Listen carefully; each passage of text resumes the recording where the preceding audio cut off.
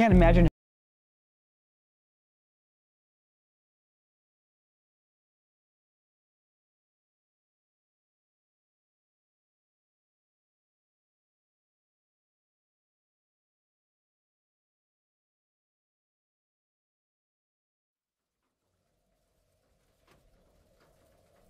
This story happened around 4 years ago when I was 15 years old and we just moved into this house. We live in a very small tourist town, school like K to 12 in one building and population of like 700, and not during tourist season, kind of small.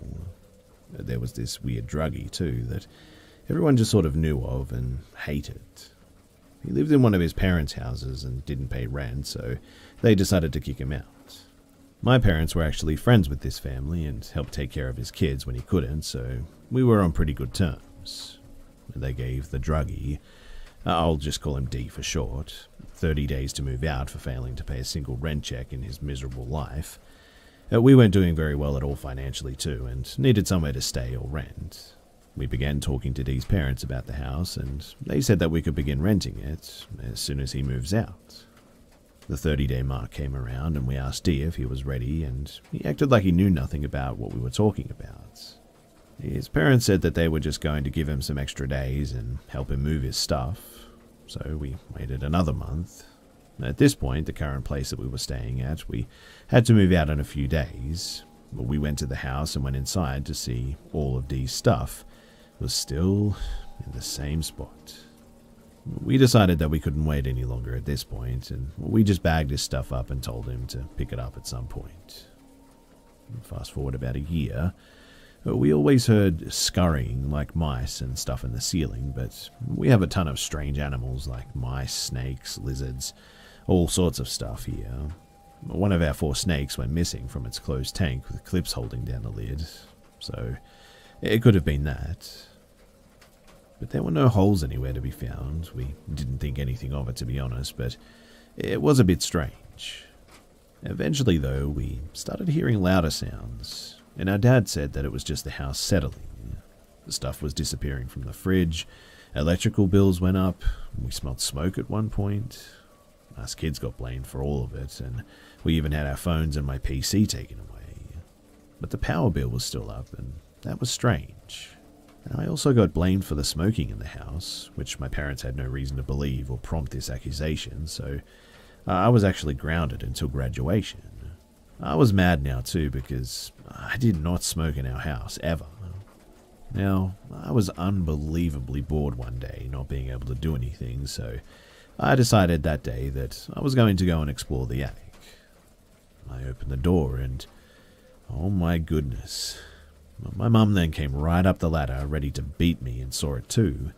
A bed, a microwave, a mini fridge, cigarettes, unsmoked blunts, everything. And I guess by now that you probably know exactly who put them there. It was the druggie. He then came back that night, through my little sister's window.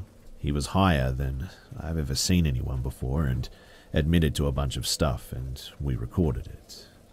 He had actually taken the snake and let it loose to get rid of the mice. He was the one smoking in our house. He snuck in through my little sister's room every night. And in court, he then admitted to making a small hole in the floor of the attic to watch my 11-year-old sister sleep at night. We changed all the locks, and we got a Ring doorbell, placed higher security locks on all the windows, and even more stuff than that too. But the worst part of all of this was that this creep only got 6 months probation for marijuana possession, which wasn't yet legal in my state, but, I mean, come on. After all of that, that's all he gets? At some point, he got 1 year of prison for breaking and entering for an entire year almost every day, but, I don't know. The system here is just broken. He did have to pay a pretty heavy fine for damages, and also had to pay us back a year's worth of electrical bills, but again, it just wasn't enough in my mind. We are now out of debt, and my parents are living steadily because he finally finished paying all fines to us. Unfortunately, though, my sister had to go to a therapist twice a week, and I don't know, she might never get a good night's sleep ever again after that.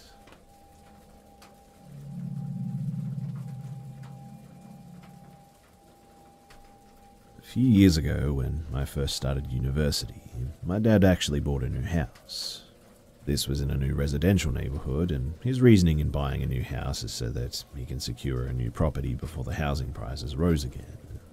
True to his word, after renovations were done and we were ready to move in, the market value of the house before renovation doubled, sitting at like US 120 grand or something. And staying at this new house, all was going pretty well. My room is like 4 times larger than my old one, so I'm not complaining.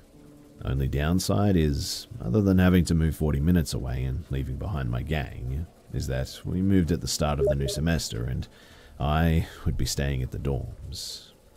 No big deal though, it's not like I would be stuck there for like months on end, right? Corona. During one of my visits home, my room felt just off though. As though something else had stayed there, maybe. I did ask my mother if someone had stayed over, but she answered no, and I don't know. Maybe I was just tired from the trip back or something. That, or the stupid amount of assignments handed out, was giving me anxiety. Shrugging it off, though, I just went about my day as normal. Night came, and as I was watching anime, finally having some time to watch some in peace, I only stopped when the clock read like 2 a.m. or something, and I was getting comfortable in bed, is when I heard it. Some soft scratching noises and light thumps coming from the ceiling. Okay, I thought to myself, what the heck is that? The noises persisted, soft scratching followed by small thumps, as though something was walking on the ceiling. It went on, going from one end of the ceiling to the other, passing over me several times. At this point, I was too sleepy to worry about this, and I just chalked it up to either squirrels or bats or something. Not unusual too, since I had went up to the ceiling at some point in my life and found squirrel scat everywhere. But settling down now, I did my best to ignore the noises, and eventually I drifted into a fitful sleep. But this went on for maybe like several months. Every time I went home and night fell, I would hear those scratching and thumping noises whenever it gets late. At this point, I stopped staying up late into the night and I went to bed early, but for some reason, the noises would occur regardless on whether I went to bed at like 9 p.m. or 3 a.m. Always scratching, always thumping. I would wake up at odd hours, half an hour would pass, but it felt as though I was asleep for longer. 4 hours would feel like 10 minutes, and I actually discussed to my mother about this, but she claims that she never heard anything. At this point, I had convinced myself that it was a squirrel or a bat problem, refusing to believe that my house was haunted, and, to be more specific, my room. I told myself that when my dad gets home from his work overseas and I'm home too, maybe I'll discuss hiring an exterminator. But fast forward a month, my dad returned from Saudi Arabia and was enjoying the quiet at home.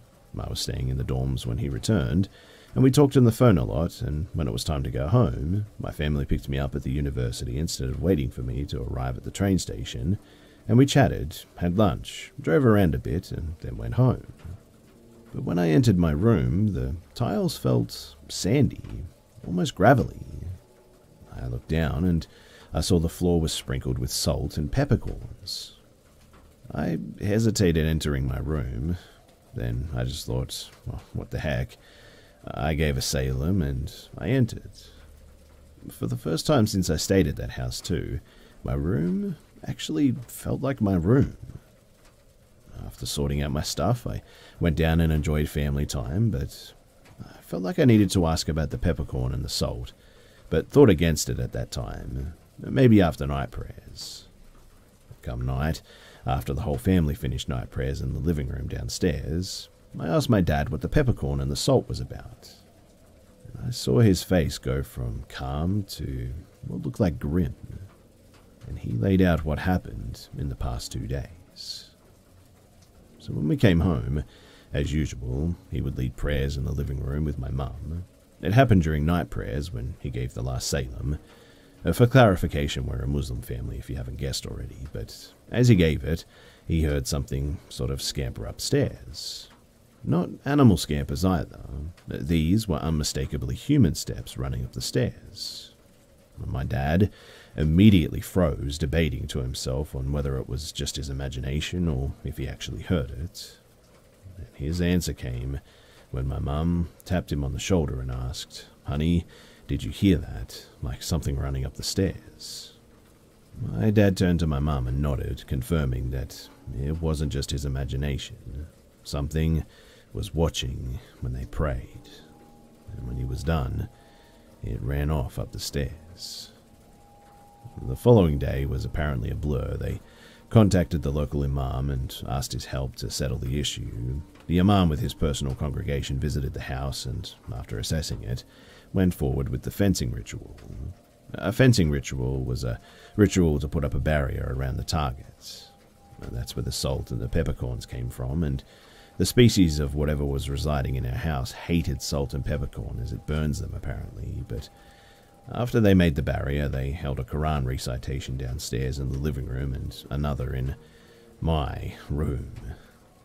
And apparently, the thing made its home in my room and was trying to expand downstairs.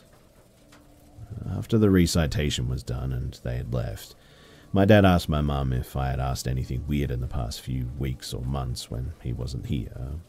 She confirmed that, yes, I had actually asked once, but that was it. And a week before my dad returned home, she started hearing those same noises in her room ceiling, soft scratches followed by thumping sounds. After all of this was told, I just sort of sat there in silence. I'd be lying if I said that I wasn't spooked, and after dinner I excused myself to my room, saying that I just wanted an early night. I lied though, instead staying up till like 2 a.m, watching anime silently on my laptop to just kill some time. And as I tucked myself into my sheets, I closed my eyes and I listened. Apart from the occasional barking from the strays and occasional car cruising by, it was quiet. A peaceful quiet. As my drowsiness consumed me, the one thing crossed my mind though. Finally, I can get some sleep.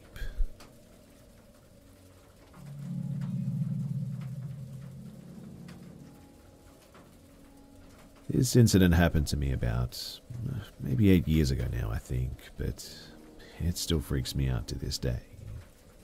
I was about 19 or 20 years old at the time, and I'm a female. It was a Sunday night, and I took the bus to go to the movie theatre, which was about half an hour away. In my city, the bus schedule on a Sunday is pretty terrible, and they stop running pretty early. But I arrived at my bus stop, which was a large station surrounded by a fence with a couple of openings here and there, which lead to a path, and I would always take this path to go home and cut through a school football field before getting to my street. It was only about a 10-minute walk home. It was dark outside, but not very late, maybe 9 p.m. or so. As I was walking toward one of the openings to get into the path, I noticed 2 pairs of eyes on the other side of the fence staring at me. My stomach dropped and my gut told me that something wasn't right. I kept walking straight instead of going onto the path so that I was still under the bright bus station lights. As I walked past the eyes, I realized that it was actually 2 men standing behind the fence, just watching me. They were dressed in dark clothes, which is why I couldn't really see them very well. But as I walked past them, they started yelling at me like, "Why are you walking alone at night? Where's your man to keep you safe? Come here, girl." They were laughing and began to follow me. I pulled out my cell phone and it was at like 2% battery. I held it in my hand in case I needed to call for help, and as I sped, they sped up and started yelling threats to me. Threats involving rape.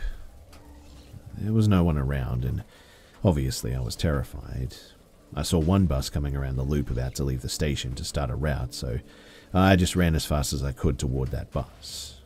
The 2 men were chasing me at this point. I made it to the side of the bus as it was driving, and I began banging on the window, frantically yelling stop.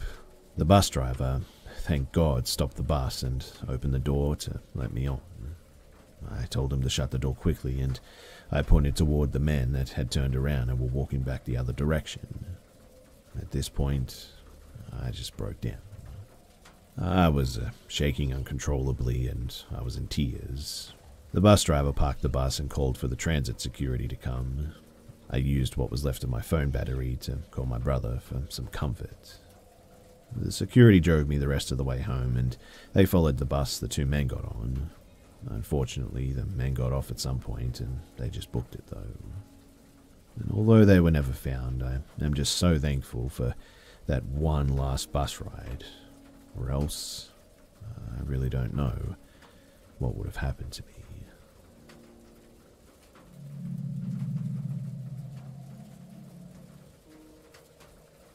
So, I work at a hotel in my town, and I was driving my husband's truck into work, as he was taking mine to the shop to get serviced. He has a very large truck, and I only drive it when I absolutely have to. But when I pull into the side parking lot, I notice the entire lot is covered in snow, and no one can see the lines for the spots. So I begin looking like a moron and try to park in what I hope is a spot, backing up and moving forward several times. When I finally park, I get out of the truck and I grab my backpack when I hear someone yelling from the sidewalk from behind the parking lot, "Hey, you need to learn how to fucking park." I'm embarrassed, I'll admit, but I just close the truck, lock it, and begin walking to the front of the building. Now, the hotel has a side entrance for employees, but it takes a code and I have a shitty memory, so I just walk to the front and I go through the main entrance.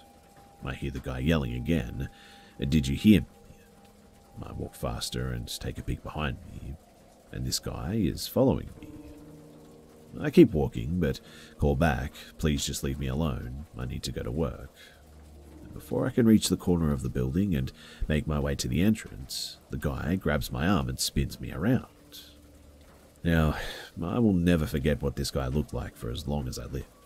He wore dark clothes with a torn-up winter coat. His eyes were bloodshot as hell, and he smelled like a combination of cigarettes and whiskey. I guessed he must have been drunk, but he didn't slur at all when speaking. He said to me, "You're coming with me." The guy began dragging me back to the truck, and I tried to pull my arm away from him, and I told him to let go of me. He said, "Give me the keys, we're taking a drive." I began to yell for help, and his grip on my arm got tighter. I'm a 26-year-old woman, not skinny at all, but a lot smaller than this guy, that's for sure. He was dragging me easily, and the snow on the ground just made my feet slide along the ground quickly. I yelled out, "Someone help, please," but no one was near us, and I kept fighting to get away from this guy. I prayed that there would be guests that could possibly hear me, but it was our slow season, so most likely there was no one in the rooms on that side of the building. The guy turns back to glare at me and tells me to shut the hell up and give me the keys. Now, I was carrying my backpack on one shoulder as it was big and bulky from my uniform and shoes. I quickly slipped the strap down my arm, grabbed it, and I swung it right into his face. The guy let go of me, and I just ran for my life to the front doors. I heard the guy screaming, but I ignored him. I was way too scared to look back at him, and eventually I ran inside and all the way to the employee locker rooms. When I finally calmed down enough, I went to the front desk to talk to the security. Sadly, there were no cameras on that side of the building, so nothing was recorded. They called the cops and I made a report. The cops informed the general manager of the hotel that they needed to seriously consider security cameras on that side of the building, as drunks and druggies were known to be in that area. There was a bar just a couple of streets down, apparently, and it was common. They got the description of the guy and said that they'd keep an eye out for him. The manager apologized like crazy about the incident, but I told him that it wasn't his fault. He's a really good guy, and I did ask the security guard to follow me out so I can check on the truck and whatnot. Thankfully, it was fine. The security guard promised to make more rounds outside, especially that early in the morning. I told my husband what happened, and he drove me to work the next day, and was happy to see that the security guard was keeping their word that they would make rounds outside that time in the morning. They still currently are, which is great. I'm driving myself to work again, but I don't get out of my truck until I see that security guard, and he watches to make sure that I get inside okay. I think he's also hoping to catch the guy if he comes back. The guy that covers him on his days off as well does the same thing. I'm also getting pepper spray and maybe a knife after work today. Sadly, I haven't heard from the police yet, and maybe I won't.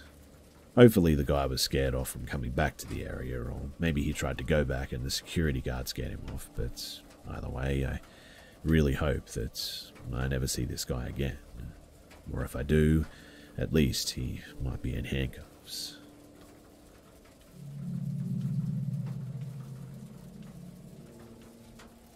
I live in a middle low-class neighborhood in the Caribbean. It's a quiet place where nothing ever really happens. The type of place that people go and retire to sip on pina coladas all day, really. However, a few houses next to mine lived a family that wasn't like the rest. They had the biggest house on the street and lived quite luxuriously. Their kids would play with me, especially the smallest girl we all nicknamed Tiny. Tiny was about 5 when I was 11, and she was always at my house. I knew that my mum and the neighbours were concerned about a 5-year-old being all day outside, and not arriving at her house until midnight on school days, but like I said, it was a quiet place where nothing happened, so no one got too worried. When Tiny turned 6, her parents threw a giant birthday party for her, and all of the neighbourhood kids were invited. I wanted to go. They had bouncy houses and water slides and everything a kid would want to play with, but my parents didn't allow me to go, and I never knew why, but I supposed it was because my mum didn't know her mum. I remember feeling very sad too, because everyone was there and I was playing alone at my house. After the birthday, things went back to normal, and one day we were all playing and talking about what our parents did for work. We asked Tiny and her siblings, but none of them knew what they did, except that he travelled a lot and was always at meetings. I didn't pay much attention, and we all just continued on with our day. One night, we were playing on the street when we started hearing loud pops coming from Tiny's house. I'll never forget that day as well. The neighbours, including my mum, came out rushing us inside, yelling that it was gunshots. Some of us got into my house, and we stayed there as my next-door neighbour, a cop, ran towards Tiny's house. All we saw after the gunshots were a black van rushing down the street and almost killing a dog. Some men entered the house, and Tiny and her siblings wanted to check out what was going on, but everyone forbade them to go in. All I remember was a bunch of cops and ambulances a few minutes later, and a day after that, I never saw Tiny or her siblings again. For a couple of months, the house just sat empty, but black vans and strange men kept coming into the neighborhood door to door asking for any information about the man and his children. No one in the neighborhood spoke about it. I know the cops asked me about Tiny and the kids and if they ever said something weird about their dad and their mum, but I was only 11 and more concerned about playing Mario Kart Wii than about what happened that night. Years passed and the story faded away, and now that I'm grown up though, I asked my neighborhood, the cop, what went down that night. There were some rumors that the guy actually died. He said that the night the man got a gun and emptied it into his skull, and his wife was gravely wounded. She survived because he was a drug lord or something that was going to make a deal with the police to turn his rival gangs and some other people to the cops or something. The men in the van that were going door to door wanted to know where his kids and wife were to also shut them up. As for the kids, his oldest son was found dead a few hours away in the neighbouring town, his car set ablaze. His other children are now living in other countries under witness protection programs. And I just hope that wherever Tiny is, that she's doing okay. And also that her family got the help that they needed.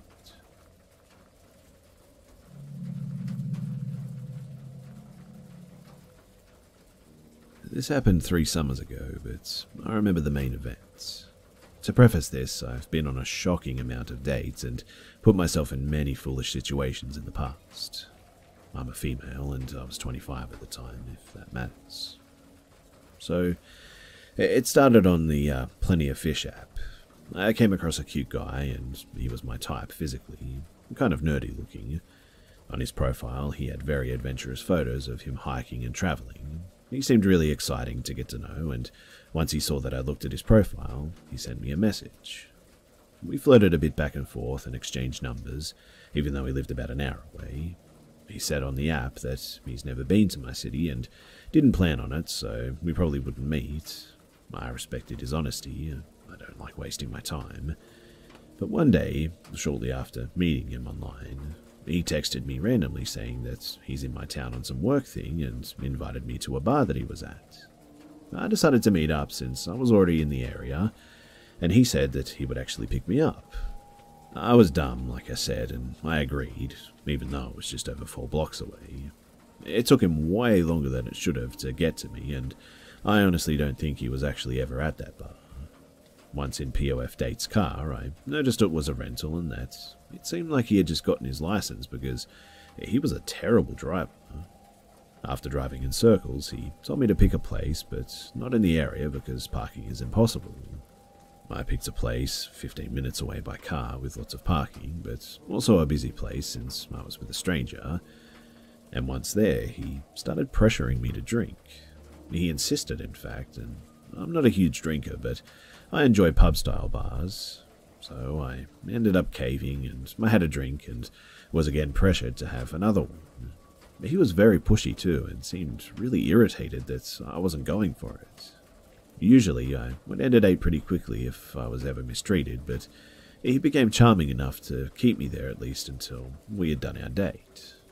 I saw an old acquaintance at the bar and wanted my date to know that I knew him. In my head, I think I just wanted my date to know that someone could identify him. I'm not a paranoid person, but I think my subconscious was definitely on alert. After an hour of talking in the bar, I tell him that I'm ready to head out. He insisted that we go across the road to get a coffee. At the time, this seemed strange to me. Neither of us had much to drink and didn't need to sober up or anything. Coffee seems like a bit of an odd choice otherwise. But I entertained it. Once there, we sipped our drinks, and he told me that he rented a beautiful Airbnb in a nearby neighborhood that is more outside of the city, and country in fact. He told me that he had it all to himself and invited me, going on about how nice it was. I kept politely saying no and throwing around different excuses which he would counter with a reason for me to come. With no intention of actually going, I agreed, but only if he would drive me home to get overnight things. I felt like he wasn't going to let me say no, but he seemed happy with that answer, so we headed out. But while driving in the direction of my place, he said instead that he would stop at a 7-Eleven and grab me travel-sized toiletries so I wouldn't need anything. I felt panicked now because my plan was definitely not to go with him. Something about him was just off, and I felt stupid for even getting back in this car to begin with. But immediately he turned his car and we were then headed toward a more country area. And literally, there aren't any 7-Elevens or open stores in the middle of nowhere. Then I mentioned that I'm actually thinking that I'd prefer not to stay with him and asked to be brought home. And he then said something that made me completely nervous to be around him for any longer. He said that he's sharing the Airbnb with the owners and said that they're really fun and sweet and that they drink and play games together. But he definitely originally said that he had it all to himself. I knew that I didn't want to make it obvious that I was catching on to his lies, so I went along with it and said, "Oh, I have to wear my cute, fluffy overnight PJs instead of my date dress because I'll be way more comfy," and then I spewed off a few more other things. I also mentioned that I need my medication and absolutely cannot miss a dose. Surprisingly, too, he turned around and as we drove back into the city, I felt a bit more calm, but at that point, definitely not safe. Finally, we get close to my place. I had no intention of letting him get close enough to know where I live. He was mentioning that he was going to come up to my apartment once we got there, but that was a huge hell no from me. I didn't know what I was about to do, but I looked for an opportunity to get out of the situation, knowing that he could turn around and take me somewhere private in the matter of 15 minutes if he really wanted. We got to a stop sign where people were crossing, and thank God for this, because I quickly but calmly just got out and said, "You know, I think I have a bit of a headache. I'll text you." I closed the car door and I went through a public park, which was beside a building that his car wouldn't be able to drive into. I looked back to make sure that he wasn't going to get out of his car, following me too, and I could see him staring at me, and he was furious. And I still have chills just thinking about his face that day. Within the hour, he had blocked me on POF, and Looking back, I think he possibly wanted to get me a coffee to put something in it, maybe. I think that he told me on POF that we would never meet, maybe to cover his ass or something, and I know that he didn't have good intentions with me. Since then, I actually met my fiancée on the same app and was super careful about dating, making sure that the first few dates are very public, and to arrange my own transportation this time. In the end, I think I was actually pretty lucky.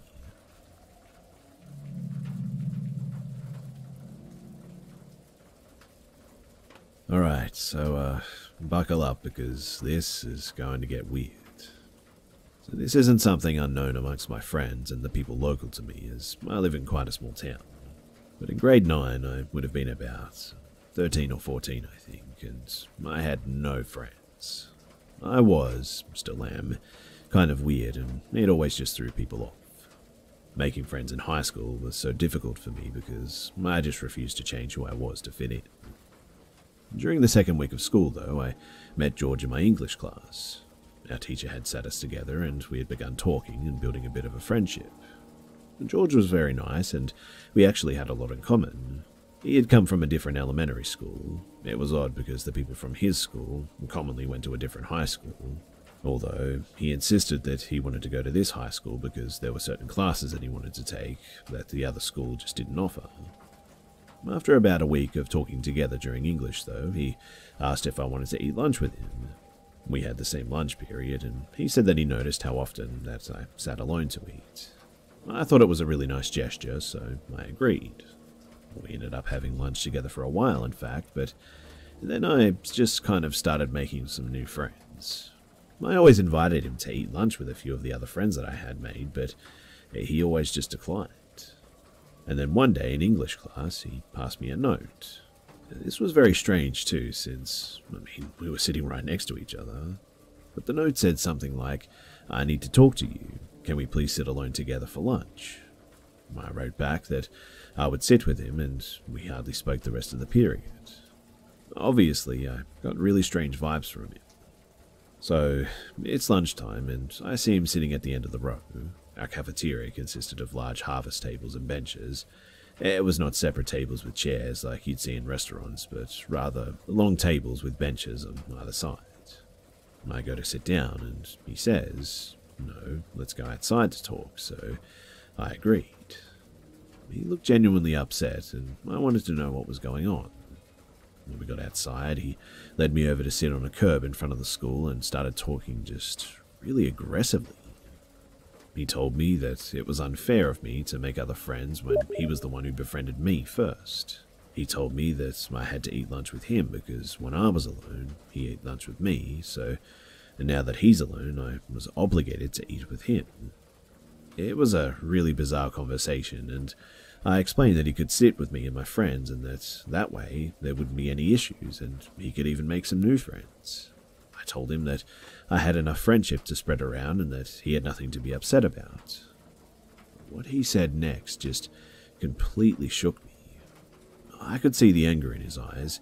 He grabbed my arm and said, "I don't think you understand. You owe me this. You will sit with me." I completely freaked out at that point, and I told him that we could sit alone together every other day.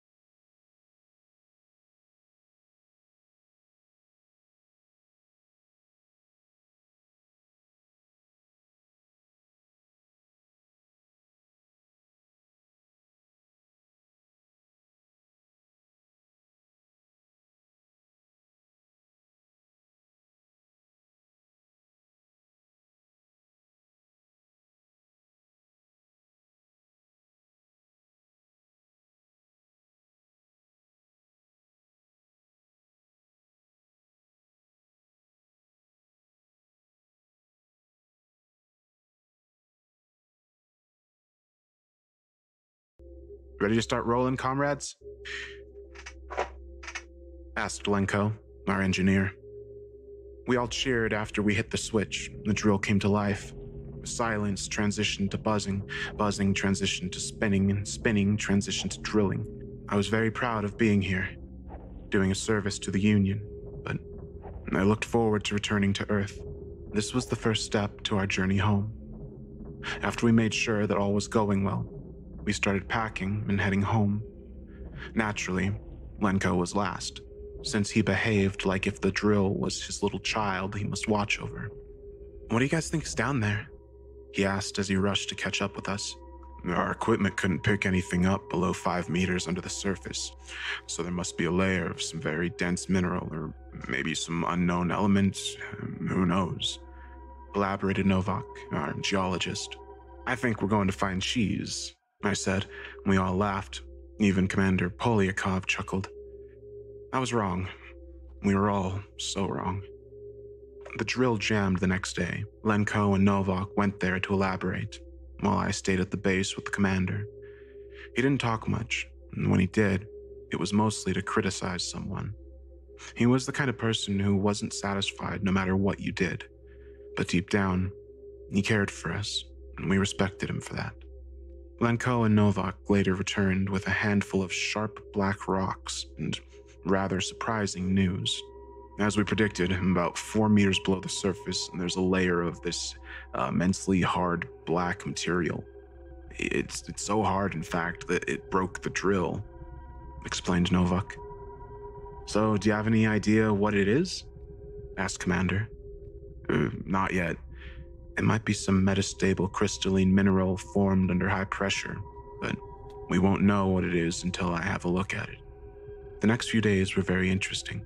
Me and Lenko spent almost all the time by replacing the drill heads. Novak was completely consumed by studying that strange material. The fact that he didn't make much progress only fueled his amazement. I was just doing some maintenance on the drill with Lenko when the drill suddenly plummeted down the hole, almost taking us with it. "Did you see that?" asked Lenko with confusion. Of course I did.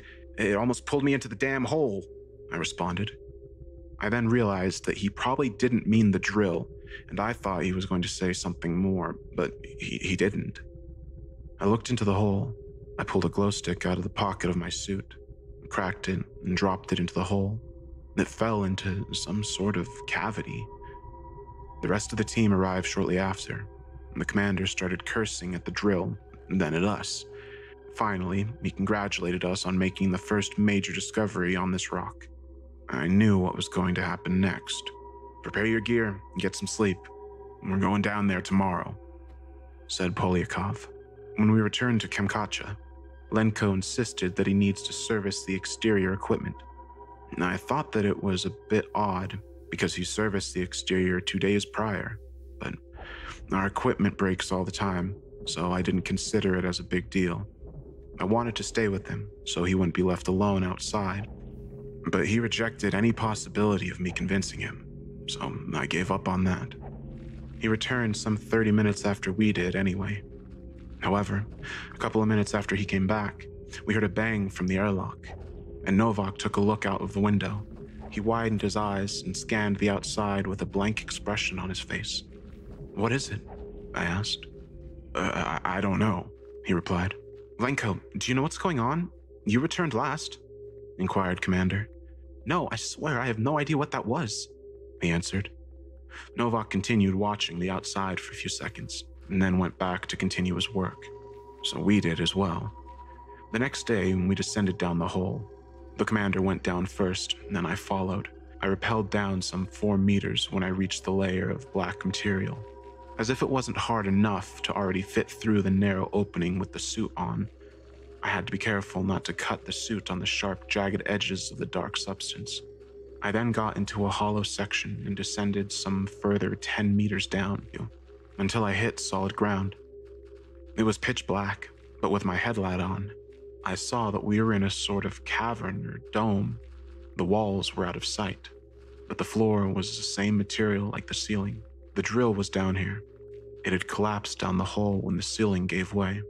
We wait for the rest of the team, and then headed into the darkness. After a few minutes, we saw the wall. It was the same material as I expected. "Do you have any idea what this is, Novak?" asked Commander. "I can't figure it out. It's like a really tightly packed crystal, but I couldn't find out what it was made of. It's completely inert. It doesn't melt, doesn't conduct heat very well," he explained in return. We followed the wall and circled the whole cavity until we came back to where we started. The walls, the ceiling, and the floor were just this completely smooth black material. We headed back to the opening. However, on our way back, we came across another opening in the ground. There was a ramp that went down, like a spiral, and after hesitating for a while, we walked down. We descended into another smaller cavity, where tunnels extended in 4 directions like crossroads. Nobody asked the obvious question. This wasn't a natural formation. There was 4 of us and 4 tunnels. One might think we would split up and cover more ground, but again, we were soldiers, not a bunch of stupid school kids, so we stuck together. We walked for maybe 40 minutes, past several other intersections. The whole place seemed like a maze or a web of tunnels, and it would be really easy to get lost here. So each time we passed such intersection, we left a glow stick in the mouth of the tunnel we came from. The whole place was eerie, and the farther we went, the more uneasy I felt. Somewhere deep in my mind, I felt that we were not supposed to be here. We came to maybe the 10th or 11th intersection. We continued straight, but after a couple of steps, I noticed that Lenko wasn't by my side anymore. I turned back to see him looking into one of the side tunnels at the intersection. "Guys, stop," I spoke to the radio. "Lenko, what is it?" He turned to face us and said, I don't know. Guys, I don't feel well. We need to go back. Something's not right down here." What followed happened so fast, but it felt like watching a slow motion video. At one moment, he stood there, looking at us. But in the next, he was gone. Something pulled him into the tunnel. We ran back. I wanted to follow, but Commander pulled me back. "What are you doing? We can't leave him behind," I shouted.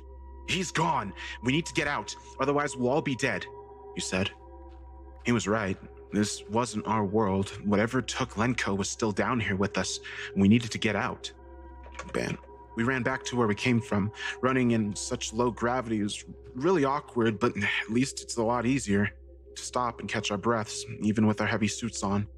However, when we reached the next intersection, we stopped nonetheless. The glow stick wasn't there. As we soon learned, all of them were gone. At first, we remembered the way, but at some point, we probably took a wrong turn because we never reached the spiral ramp. We eventually reached something that seemed like a dead end. We wanted to head back when we all heard and felt a thumping in the distance. There was obviously no air, so the sound probably traveled through the ground. Novak was the first one that panicked.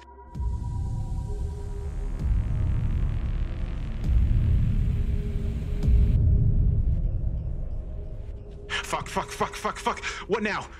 What are we gonna do, Commander? Please, we have to do something. I want to go home, he shouted across the radio.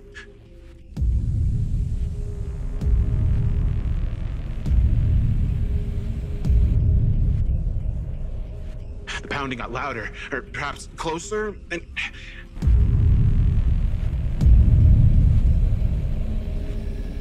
I was on the verge of panic as well when I noticed that the wall in front of us wasn't a single piece. There was a groove running from the top to the bottom at the center. "Help me with this," I said. With a combination of various tools, we managed to pry it open and reveal that the wall was in fact a door. The sound was now so close that I thought if I looked back, I would have seen the source, but I didn't want to. We squeezed through the door and let it close behind us.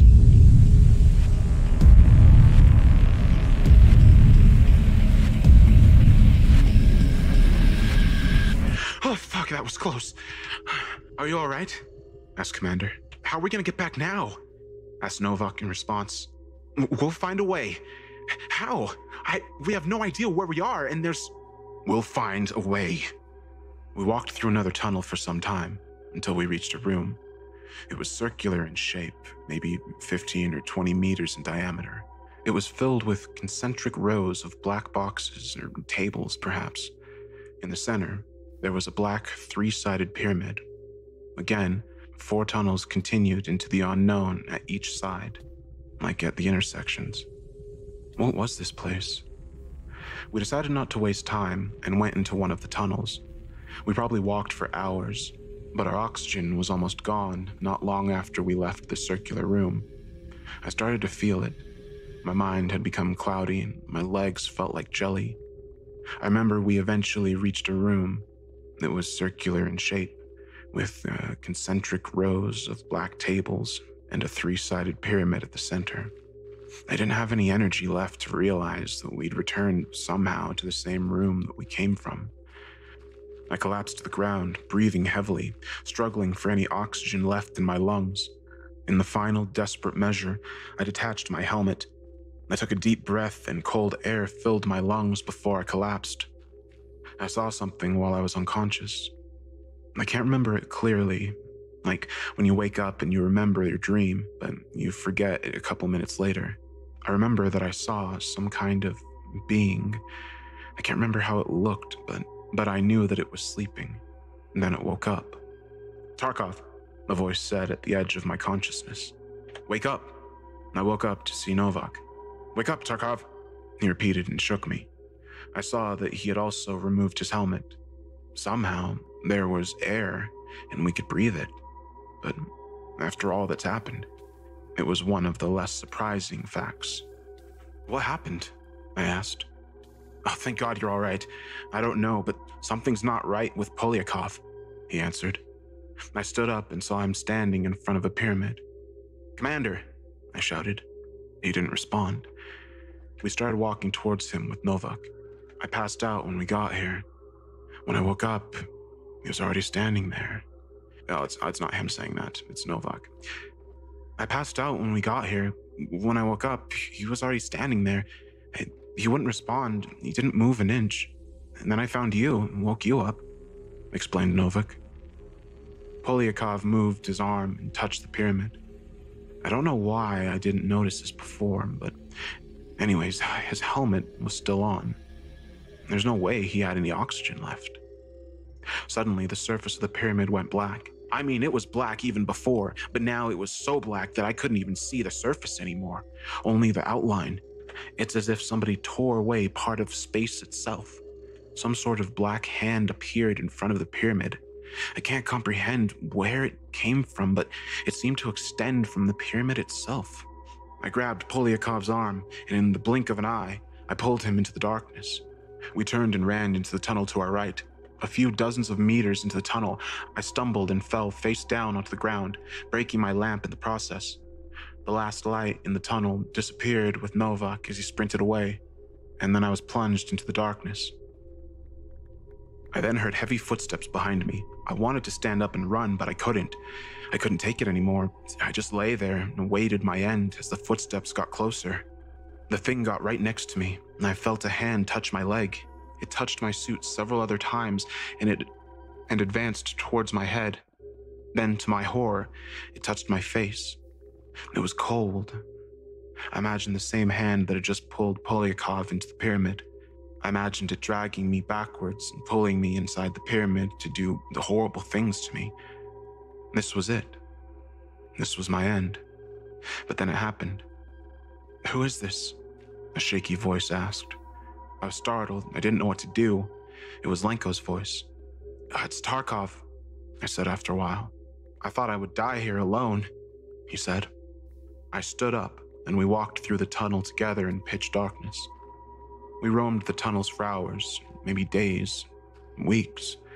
At first, it wasn't so bad, because I wasn't alone. We filled the time by speaking about various things. We talked about our families, about our jobs, and about how we became astronauts. At one point, I asked him what happened after he was pulled away from us, and he didn't answer. And he's been silent ever since. It wasn't long until the silence forced me to start questioning each step I took.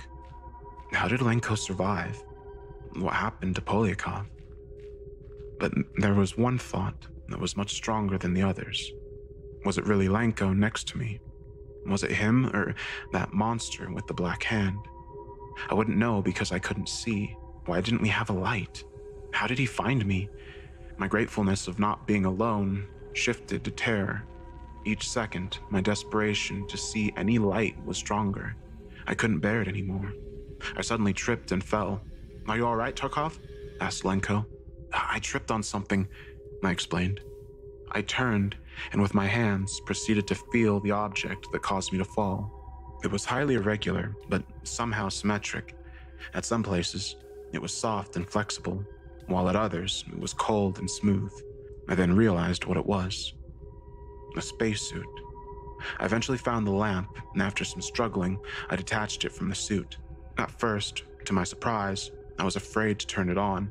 I was afraid to see what was in the darkness all around me. I was afraid to see who was in that spacesuit. But I did it anyway. The brightness blinded me, and after they adapted to the light, I saw Novik's face in the suit and Lenko standing over us. Our eyes met, and for a brief moment, I felt that his eyes were somehow unnatural. Something wasn't right about them. I was just on the verge of realizing what it was when the body beside me twitched and took a long, deep breath. "Novik, are you okay? How'd you get here?" I asked. He was very disoriented. "I don't remember. Is that, he said and looked at Lenko. He looked at me, and we both stood up. "I thought you guys were dead," he said. "So did we," I answered. I was delighted to finally see a human face, but it wasn't over. We still had to find a way out. "I ran as far as I could until I realized that you weren't following me. I wanted to head back for you, but I thought that you were gone. So I can't remember what happened next. My head hurts just from trying to think about it," explained Novik. After managing to get a closer look at him, I realized that he looked terrible. Sick, perhaps. His eyes were red and he was completely pale. There was something wrong with him as well. After a few hours, we decided to stop and take a break. I finally drifted into sleep. This time, I didn't have any dreams, just pitch darkness. I was woken up by something. It was Novik. He gestured me to stay quiet. I saw Lenko sleeping a few meters away. "Tarkov, listen," he whispered. "We need to go now. We need to get away from him." "What are you talking about? Are you crazy?" I whispered back. "Tarkov, do you remember the banging back at the station?" he asked. "When I looked out the window, I saw something, but at that point, I thought that it was my mind playing tricks on me, so I stayed quiet," he explained. "In the far distance, I saw a figure standing with its back turned to us. It was walking away, but it stopped when I focused my eyes on it. It turned around and looked at me. It was him. It was Lenko." I took a minute to process all of this. I then nodded and silently stood up. We proceeded to carefully walk away. Something was wrong with this place, something I can't explain. People disappeared, people appeared. If what Novak was saying was true, was the person behind us Lenko? If not, what was it? Was Novak telling the truth? Was it really Novak or something else? I couldn't trust anyone. I didn't even trust myself. It all felt so unreal, but so real at the same time. I had so many questions I didn't want answers to. I felt like I would break at this point. I felt as if the walls of the tunnel were collapsing on me, getting tighter and tighter each second. I wanted so desperately to get out. I wanted to go home, but I was so far away from home. And then I heard a voice behind me. "Are you my friend, Tarkov?" asked Lenko. I turned to see him standing right behind Novak, who was just behind me. I didn't know what to do. Of course I'm your friend," I responded. "Good," he said. I looked in his eyes and realized what was wrong with them. They were pitch black. "What are you?" I shouted. "We are everything," he said in an unsettling, unnatural voice. He then opened his mouth in an impossible way and clamped around Novik's neck, engulfing his head in his throat. Novik screamed in agony, but his screams were muffled by the thing's flesh. I turned to run and hear ear-piercing roars and screeches behind me. I was too afraid to look back, but I felt like it was getting closer. I ran through the tunnels for a while until I reached the intersection. In the center, there was a spiral ramp. My heart dropped. This could be where we came down from. It had to be. I ascended the ramp, but the higher I got, the harder it was for me to breathe. I put my helmet back on and reached a big room in the ceiling. There was a small ray of sunlight coming through the hole. I climbed out. I was finally out, but I didn't have time to celebrate. I was out of oxygen. What was left was only the air that had become trapped in my suit as I reattached my helmet. My reserves were completely out. I went to walk to the base when I froze and dropped to my knees. The base was gone, like it was never there. Both of our landers were there, but the base itself was gone. I crawled into one of the landers. I almost suffocated on the way, but I made it. To whoever receives this, I'm presumably the last survivor of the Kamchatka expedition. I'm sending out this transmission in case I don't make it. I think that whatever is down there was asleep for a long time, but we woke it up. The engine is warming up now, but I'm afraid I'm out of time. I can see him outside. He's getting closer. God help me. Whenever you look outside at the night sky, remember that sometimes the most mysterious and terrifying things are hidden in plain sight.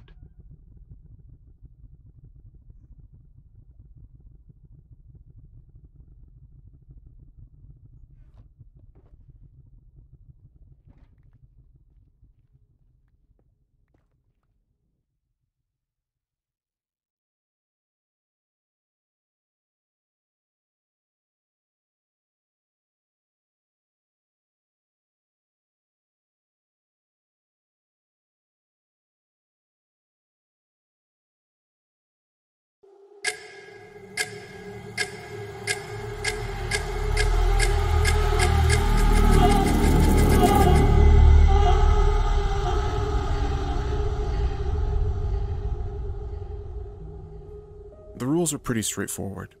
At least that's what I thought when I signed up for it back in March. In fact, when it does come to rules, the game only has two. Follow all the rules, complete all the challenges. To be honest, it sounded like it would be impossible to lose. Josh, my best friend, said that was exactly what the game wanted you to think. It's not about getting from point A to point B, Daniel. Well, no, I take that back. It really is about getting from point A to point B, but nobody ever does, he had told me. It was Josh that first introduced me to the game last year when he said that he got 12 people to sign up for it online so that they could split the prize money. I thought I had everything worked out, man. I didn't even know what I was getting into, Josh told me. So what are the challenges like, you ask? That I couldn't tell you, because they change every single time the game is played. So do the rules, apparently, for that matter, and you don't get to know what those are until the game actually starts. It sounded pretty interesting back then, so I told Josh to sign me up. Are you kidding me? No, I'm not doing that. You got a wife, you got a kid. This game is not for you, he told me. It's just a silly internet challenge, Josh. Nothing more, I reminded him. I was getting frustrated with his attitude. Just because I had a family, he now thought that meant he could throw in my face all the fun and crazy shit that he could do and I couldn't. So I went online and signed up for myself. To be honest, after that, I actually forgot about it. Real life got in the way.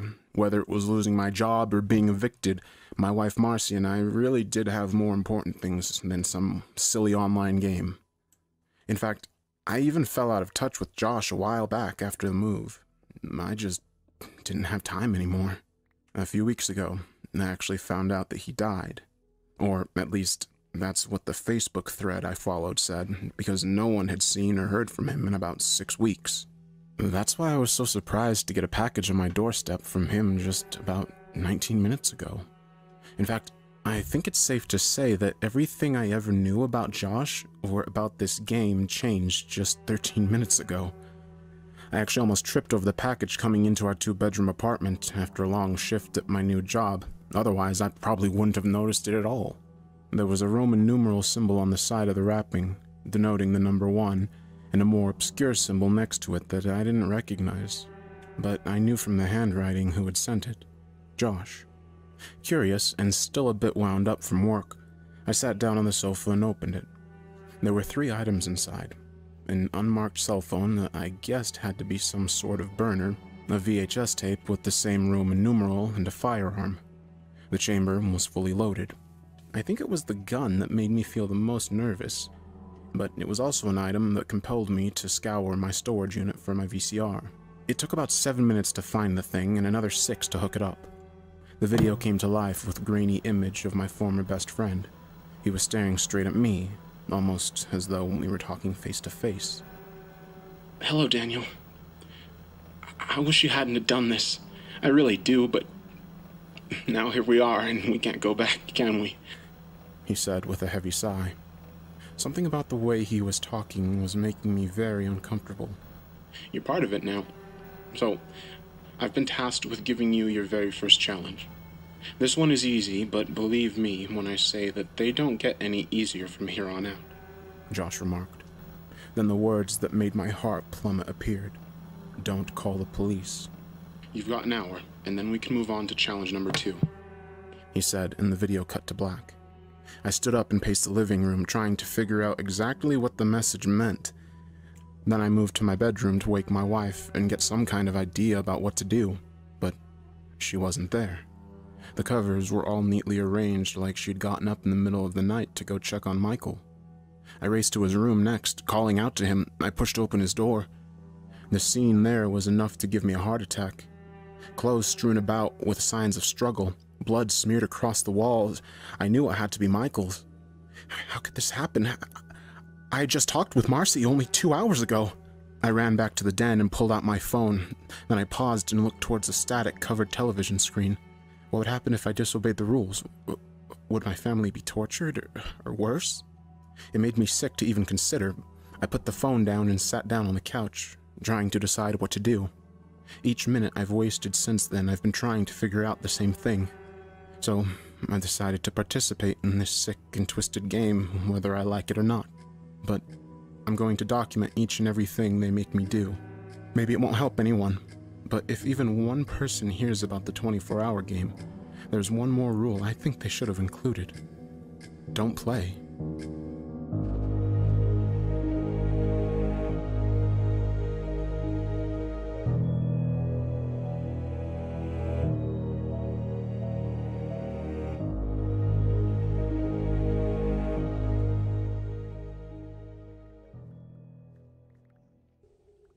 The phone rang. Listen, you motherfucker, if you hurt one hair on my family... But that was as far as I got. A loud screech made me pull the phone away from my ear, followed by a series of numbers called out by an automatic machine voice. It was all I could do to think clearly and jot the numbers down on a piece of paper as they were repeated one last time. I tried to get the phone to work, to call the number back, but got nothing. Instead, a text message from a private number popped up with the second Roman numeral and a single word. Go. I looked at the numbers that had been given to me and realized immediately what they had to be. Coordinates. Moving everything over to the kitchen counter, I tried to pull up the exact longitude and latitude on Google Earth, but found that they only led to some kind of chemical dump site a little over 10 miles outside of the city limits. There was nothing else out there, and as far as I knew, they didn't even let civilians go close to that place because of the radioactivity in the area. I double-checked to make sure the coordinates were correct, then grabbed a coat and ran out towards my car. If I sped, I knew I could get there before the hour was up. The challenge, however, became extraordinarily harder when I tried to crank up my Chevy and found that the engine wouldn't start. Son of a bitch! I muttered as I got out and popped the hood and went to see what the problem was. I used the flashlight on the burner phone to get a better look in the engine and saw immediately what had happened. Someone had come out and cut the wires to my car battery. I immediately looked around the desolate street, trying to determine if someone was watching me. Maybe it had been the same person that dropped off the package. I didn't have time to think about that, though, since the clock was ticking. Instead, I just pulled up a video on YouTube on how to hotwire a car. It seemed the smartest thing to do at the time. Then, as I was hunched over trying to get the car to start, I heard the soft sound of police sirens nearby and looked up to see 2 patrol cars are pulling up to my address. 2 well-dressed police officers stepped out into the dim light offered by my garage, and the taller one remarked, "Excuse me, sir. Do you live here?" "Yeah, that's right. Daniel Stratton. I was just out trying to fix up my, my car has a bit of a wiring problem," I said. "We've had a few calls coming out of this area that there is a domestic disturbance," the second officer added, then glanced towards my door. "Is your wife home?" I felt my heart start to beat faster and thought about the blood smeared against my son's wall. "No, her and my boy are spending a few nights at my sister's house. It's her birthday this weekend," I lied, trying to think quickly on my feet. I had only 38 minutes left to make it 13 miles, and if I could make these cops leave, I knew I could get there in half the time. "Mind if we step inside and look around your property?" Officer 1 asked. I swallowed hard, my brain firing all 6 cylinders to think of another convincing lie. It's not my place. I mean, not really.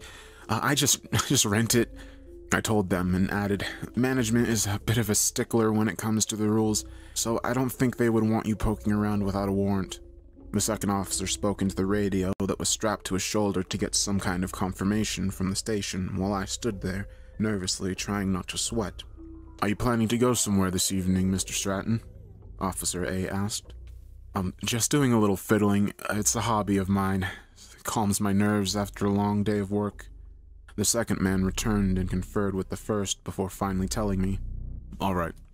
I'm sorry about all this, but it seems that there was another report made just 10 minutes ago, and it was by your wife. You'll need to let us in, sir." "I told you my wife isn't here," I said, panic gripping me as I tried to understand what was going on. "Sir, if you are refusing to cooperate, I can hold you for 48 hours just for obstructing a police investigation," Officer B growled. I sighed, reached into my pocket, pretending to pull out my key. Then I did the stupidest thing in my entire life, and sucker punched the cop, pushing him straight back against the window of my car. In that split second, the first officer reached for his taser and was about to load it when we both heard the revving of an engine. We both turned our heads toward the street, and I saw a yellow Mazda screeching down the road. Officer A raised his weapon to keep me from trying to attack him, and was about to speak into the radio when the Mazda hopped the curve going at least 30 miles an hour, and in 3 short seconds hit the officer and rolled right over top of him. I fell back on the wet grass and shouted a few obscenities as I heard his bones break and the sports car slid to a halt right in front of me. The door to the passenger side opened, and a young-looking redhead turned toward me in the same panic that I'd had a few minutes ago. "Is this 33 Hazelnut Drive?" she shouted to me, and I could only nod dumbly as she gestured for me to get in the car. What? I'm not going with you," I muttered. Then she showed me the same sort of burner cell that I was holding. "I think they want us to team up," she said. I held my breath for a moment as I looked towards the officers, and then she said, "Either that, or you can figure out how to finish this challenge on your own."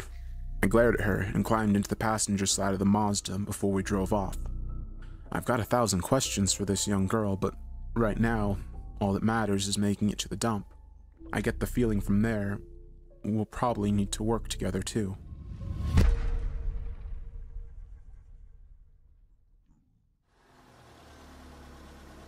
Melissa. She said her name as we pulled into the parking lot of the dump just 5 minutes before our hour was up. Her phone and mine pinged at the same time as we sat there in the dark with the same message. 3. Find the others. "All right, let's get in there," Melissa said as she turned off the engine to the Mazda. "Hold on a second. Let's stop for a minute and at least think," I argued. "What's there to think about? What do you need to know? Did I sign up for some dumb internet challenge thinking it was all fun and games? Yes. Did they blackmail me into hitting those cops and bringing you here? Yes. What else is there to say? Who did they hurt that you know?" I asked softly. Melissa grabbed the steering wheel and let out a soft breath before muttering, "Doesn't matter. I'm not going to waste time spilling my life story to some complete stranger when I need to finish this challenge and get them back." She moved towards the barbed wire fence that kept any and all passerbys from just slipping in undetected, and then toward the main gate, about a block from where we parked. "I bet we could ram that thing," she said as she started back towards the driver's seat. Hold on, I said, standing in her way. "Listen, I want to get my family back as much as you do, but we've already committed a federal crime. Do you really want to add another problem to our growing list?" She crossed her arms and sighed. Do you have any brighter ideas? Let's look around. There's got to be another way in, I suggested as I led the way down the side of the fence line. Neither of us talked as we started searching it for any sort of weak points. And as we made it to the south side near the water, I was beginning to think that maybe her idea would have been the smarter choice. Hey, what's this? Melissa said as she peeked over a rock and found what appeared to be a toolkit of some sort. I reached down and opened it to find a pair of bolt cutters, and then glanced towards the fence and said, Look, it's our way in. I motioned her over towards one of the shorter spots in the fence where there was a gate that opened to the other side and said, I'll hoist you up and you can cut open the gate. All right, she said, brushing her hair back and taking the cutters. I knelt down and let the young girl lift herself onto my shoulders, and then gingerly lifted her up at least 3 feet into the air. I wobbled back and forth for a good 30 seconds as I struggled to hold her, and Melissa cut apart the wiring to slip over. I think I can get over now, she called as I told her to hurry. I heard dogs barking from somewhere nearby, like there was some sort of search team in the area. I gave her a final boost and then looked up as the redhead slipped out of view to the other side. The barking became more intense as I shouted to her to open the gate. 3 tall, dark Dutch shepherds bounded around the corner, gnashing their teeth as they came towards me. I panicked and was about to pull out the gun I'd been given when Melissa shouted for me to get near the gate. Don't waste your bullets, she yelled as one of the dogs snapped against my arm and I tried to cover my face. She opened the gate and pulled me, slamming the door shut as the second dog lunged for me. The animal made a yelp as it tried to snatch at my foot, and I kicked it away, scrambling to stand up as I checked my wound. You'll be fine. We need to look around, Melissa said as the dogs kept barking. They won't stop until they find us, I pointed out as we walked down the central dump site. In the dim light of the moon, it was hard to tell what we were supposed to be looking for, and the smell was enough to make me want to vomit. See anything? Melissa asked as we rounded another tall stack of garbage. Not a thing, I said as I paused and looked towards the crane that was moving large chunks of metal and dumping them onto a fresh pile about 20 yards away from us. Maybe we're looking in the wrong way, I said as I moved over toward the pile and started to rummage through the trash. What are you doing? Melissa asked. I don't know, call it a hunch. She was about to tell me that I was wasting my time when I moved aside another pile of debris and saw a man's hand sticking out from the trash. Holy shit! She yelled. Help me, I told her. Together, we worked to pull the man out and then laid him down on the soft ground next to the trash heap as he struggled to breathe. We did it, Melissa said excitedly, trying not to freak out. I knew why she was nervous, though. The game had forced this man to bury himself in the garbage, and if we hadn't found him in time... He coughed up sewage and blood as he struggled to find words and pointed toward the heap again. My partner, he mumbled. My eyes widened and I went digging again, trying desperately to find another person within the trash. 19 minutes later, I found a young man wearing a number 13 sports jersey in bright red. He was barely clinging to life. Are you the only ones? I asked the first man as Melissa tried to get the second one conscious. He was too weak to talk, though. I checked the time. It was only 23 minutes before we got our next challenge. Maybe then we would find out if we managed to save some of these participants.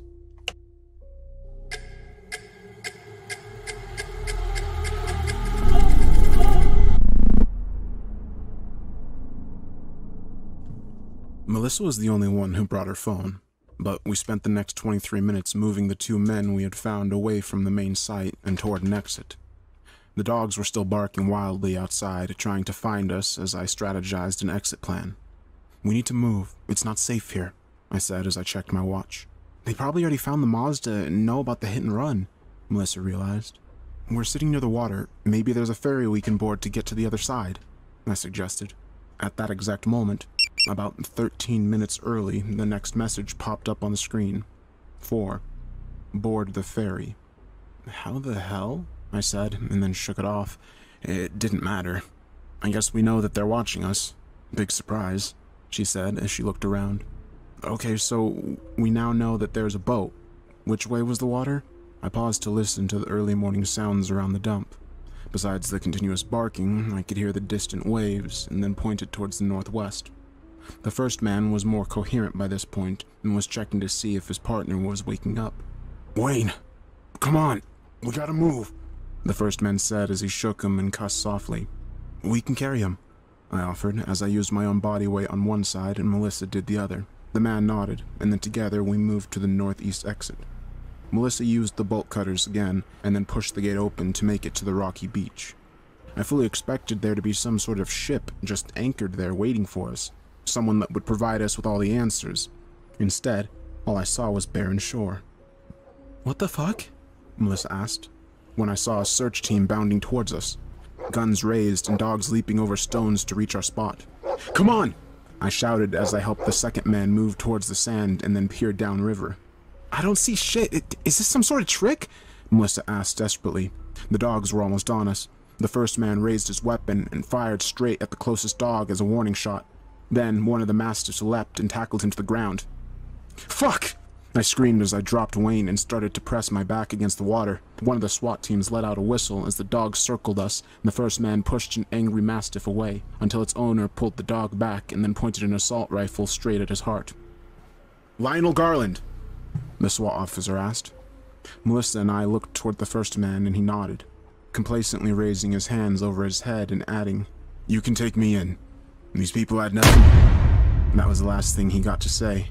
The SWAT commander sent a bullet straight through his skull, and Lionel fell down on the sand like a limp doll. "Holy shit!" Melissa screamed. The officers pointed their weapons towards us next. I felt my head spin as I tried to understand what just happened. Then a bright searchlight trailed across the water. I turned and saw a small boat moving rapidly toward our location. I knew that had to be our ride. "Don't move," the commander said. But I knew better than to trust anything that these people said.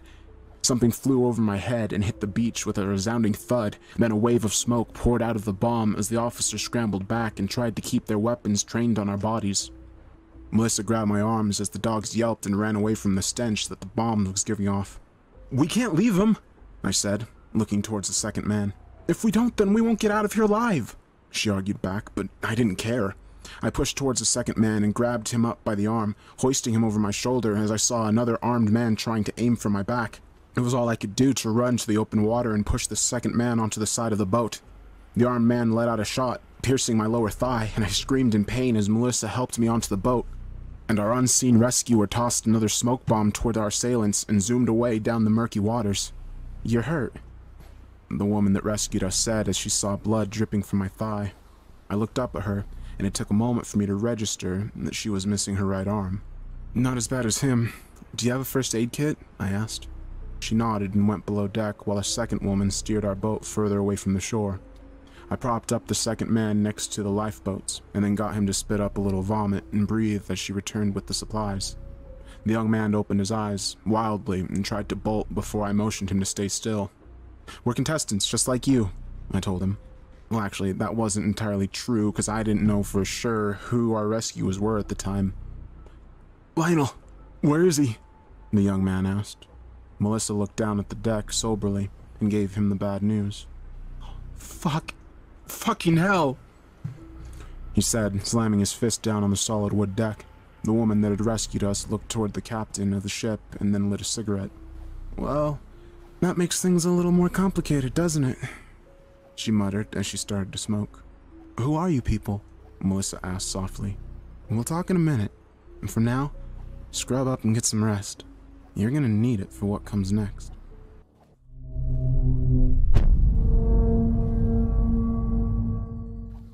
The three of us went below deck about 20 minutes after our rescue, although Wayne took the longest as he had to scrub some blood out of his number 13 jersey.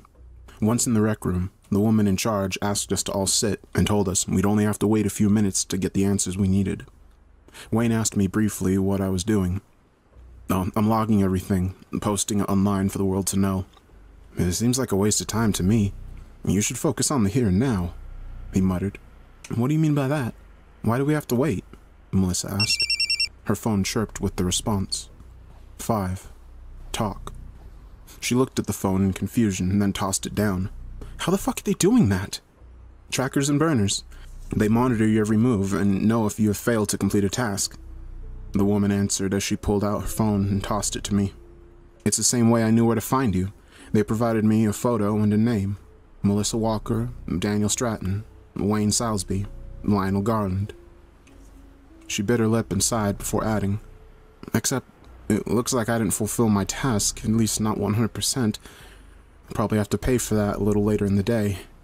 Well, that's all well and good, but you still haven't told us who you are and how you know so much about this game, Wayne pointed out. Yeah, and I thought the challenges were supposed to be difficult.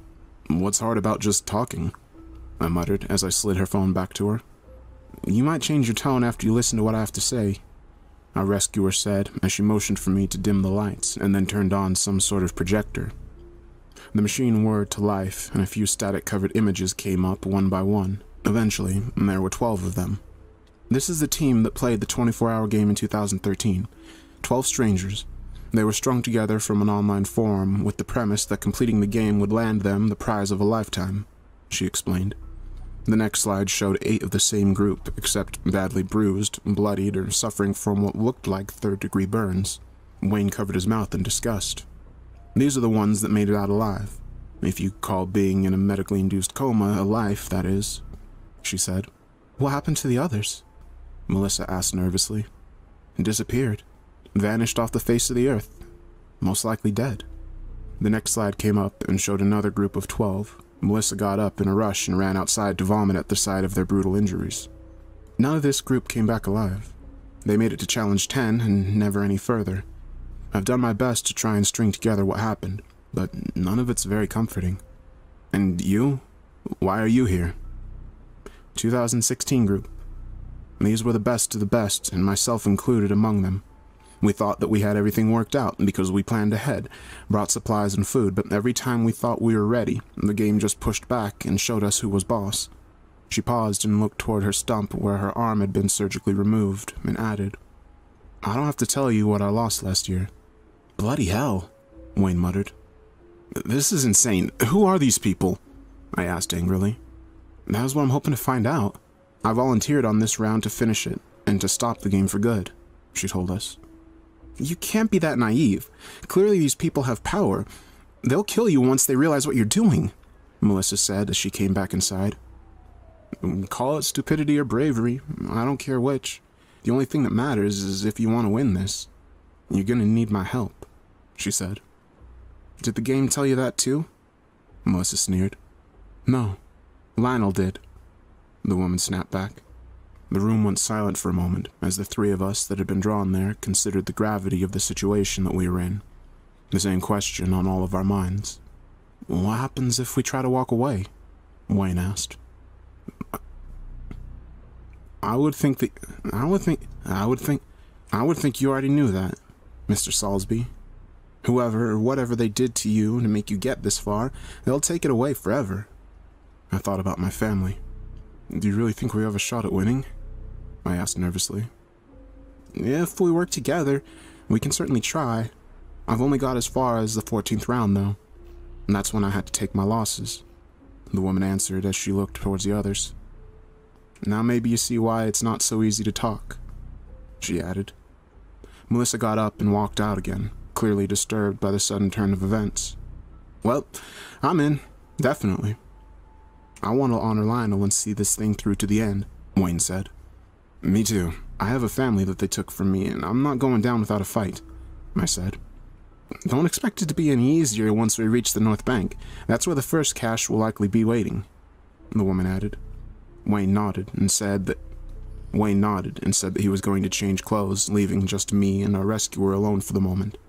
You know an awful lot about what is going to happen next, I pointed out. It's not all blind luck, Mr. Stratton. The game is coordinated from the very beginning to ensure that every step can be accomplished if the contestants are willing to do so. Typically, the people they dupe into becoming participants are around the same area, same time zone to keep the schedule organized. That means that they'll likely be using the Appalachian Mountains as the staging ground for whatever happens next, she told me. Sounds fun, I quipped. Most likely not, she said, in no mood for jokes, and then added, Heather Bradley, by the way. I hope I can count on you and the others in the hours to come.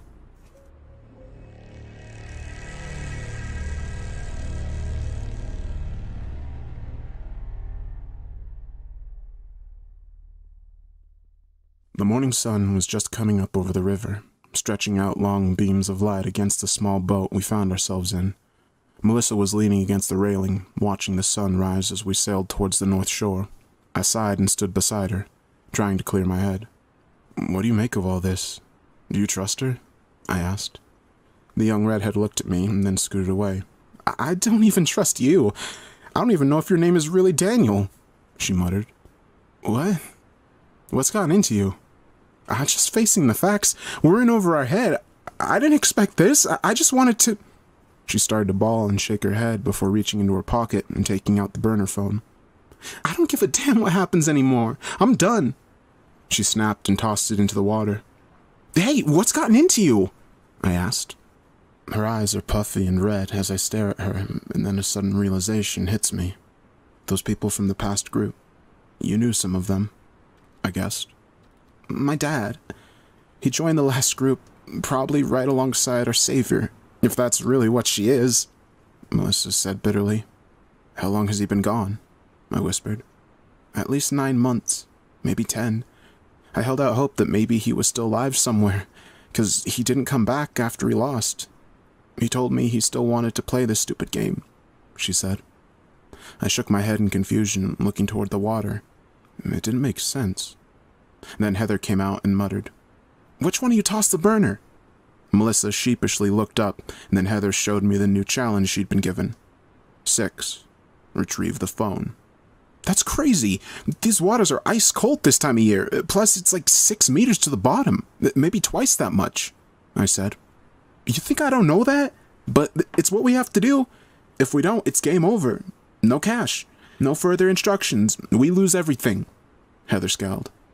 Melissa looked toward the freezing water in surprise as Heather sighed. "We'll have maybe 40 minutes. Do we need to draw straws? Obviously I can't," she said, waving her stubbed arm as though it were a battle trophy. "I'll do it." A voice chimed in, and I looked up to see her partner gesture for Heather to come take the wheel.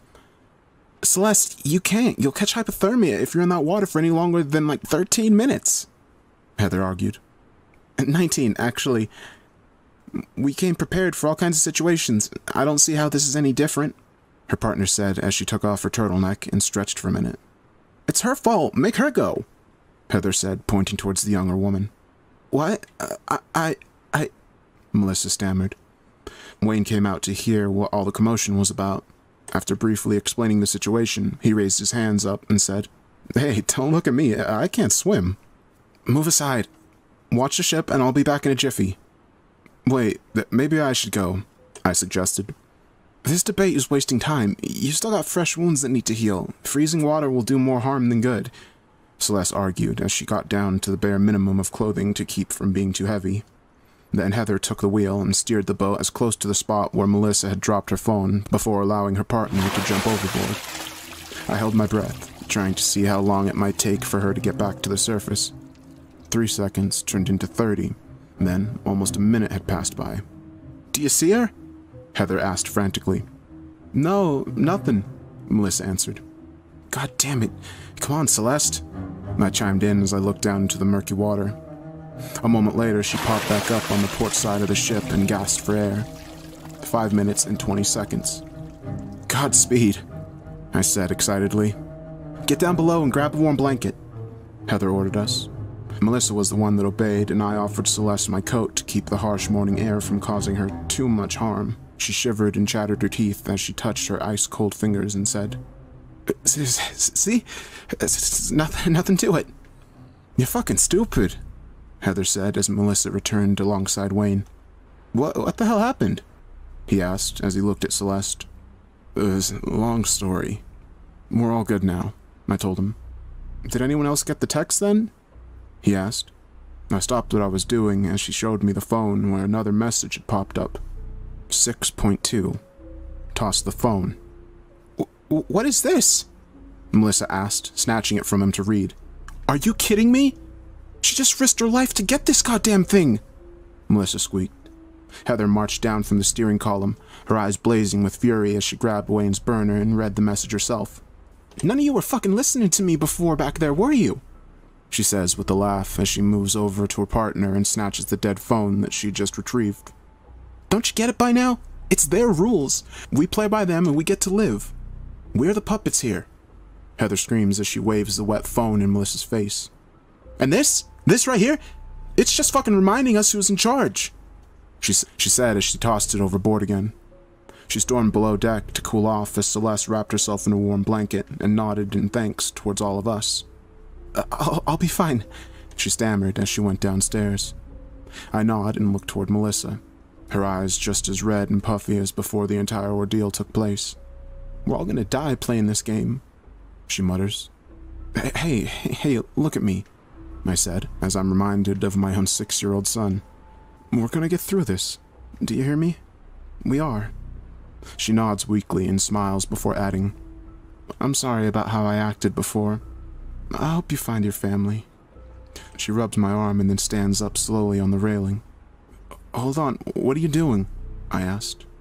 There's nothing left for me to win anymore, she said through gritted teeth.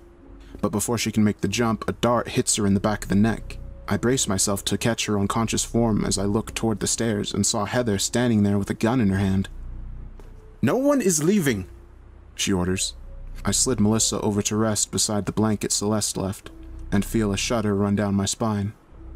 I'm suddenly not sure which is worse, playing the game or the people I'm playing it with.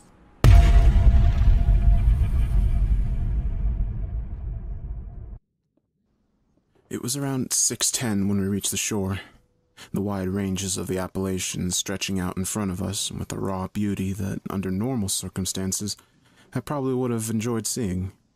But these aren't normal circumstances at all. I'm cold and tired and hungry as I help Melissa get out of the ship and follow our new leader toward the rugged, sandy shores. We haven't gotten any new instructions yet, Wayne pointed out as he stretched and looked toward the winding forest. It won't be long now, Heather remarked as she looked about, seemingly checking around for something hidden in the sand. A moment later, she spots it and digs out a large metal chest. In some ways, it reminds me of one of the items that I received earlier in this same day. She opened it up, and to my relief, I saw food inside, along with a note. 7. Eat. I guess this is our reward for good behavior? Celeste says as she drops her backpack and takes out one of the sandwiches. Heather seems nervous, looking around the isolated bay as though someone is watching us.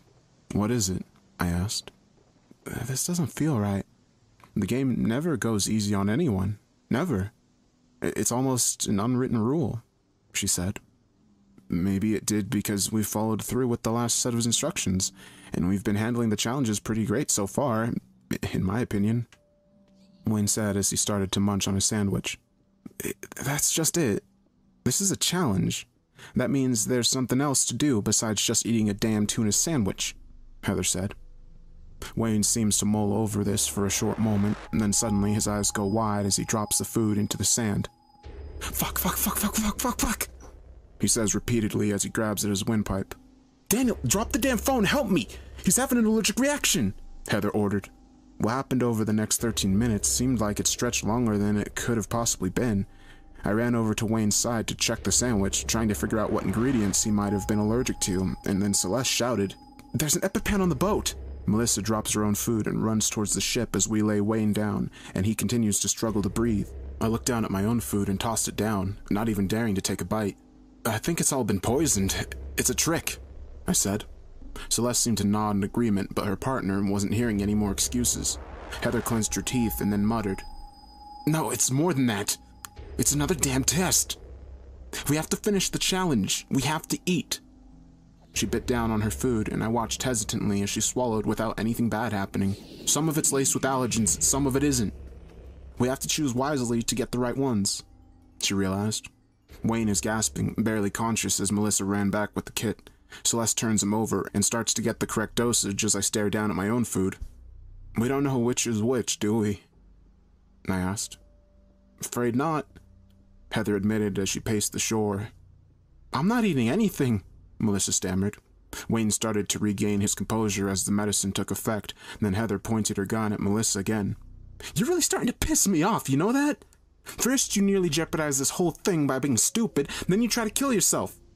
Well, if you're so eager to die, then why don't you just eat the damn sandwich? Heather screamed. Melissa raised her hands defensively, and I reached down and got my own food, nibbling on it a bit. I think I'm fine. We can share, I said as I kept staring at Heather, her eyes still wide with rage. Those are the kinds of eyes that hide something. Melissa took a bite of my sandwich and then passed it over to Celeste.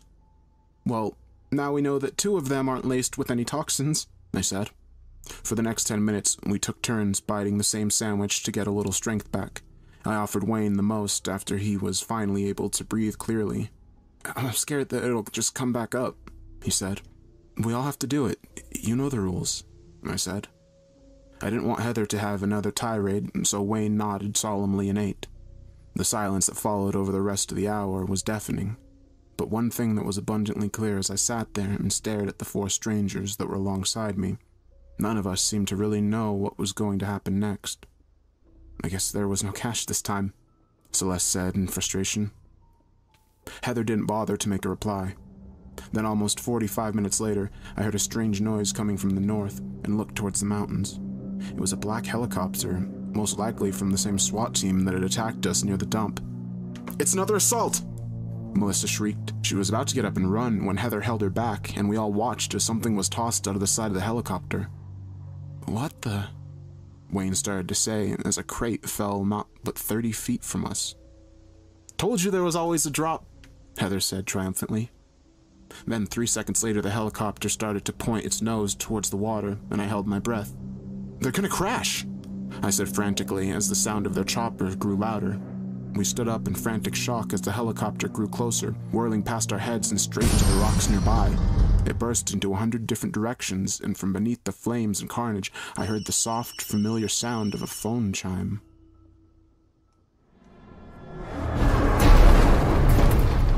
There, pinned down to the cockpit, was a young soldier wearing his uniform, pinned to the flaming metal by a long, sharp piece of shrapnel. There was no way I could see to get him free. The young soldier grabbed my arm. Beneath his mask, I could see he was shaking with fear, though he tried to hide it.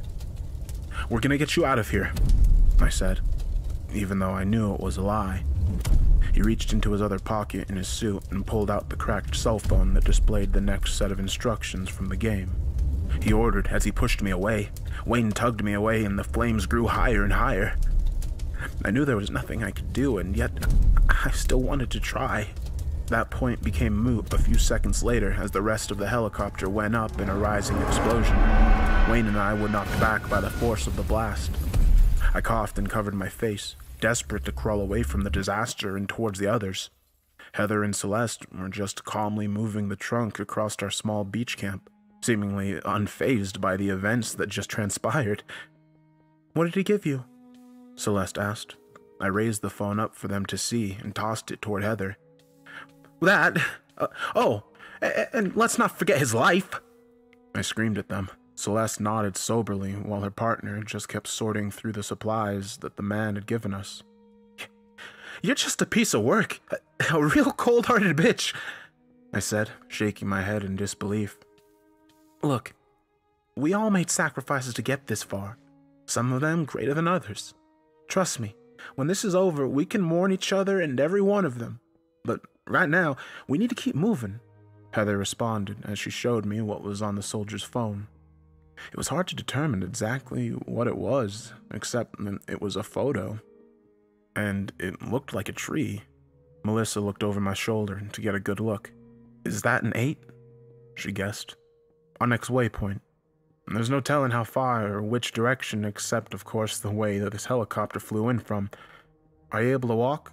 I don't want stragglers, she said, glancing at my leg and then toward Wayne. We're fine. Let's go, he insisted. Heather didn't bother to ask twice and marched straight toward a rugged trail that led towards the vast forest. Celeste pulled back from keeping up with her partner to walk alongside me and, apparently, have a heart-to-heart. Let me guess. Heather is really deep down a good person, I muttered under my breath. She used to be, Celeste said, which actually took me by surprise.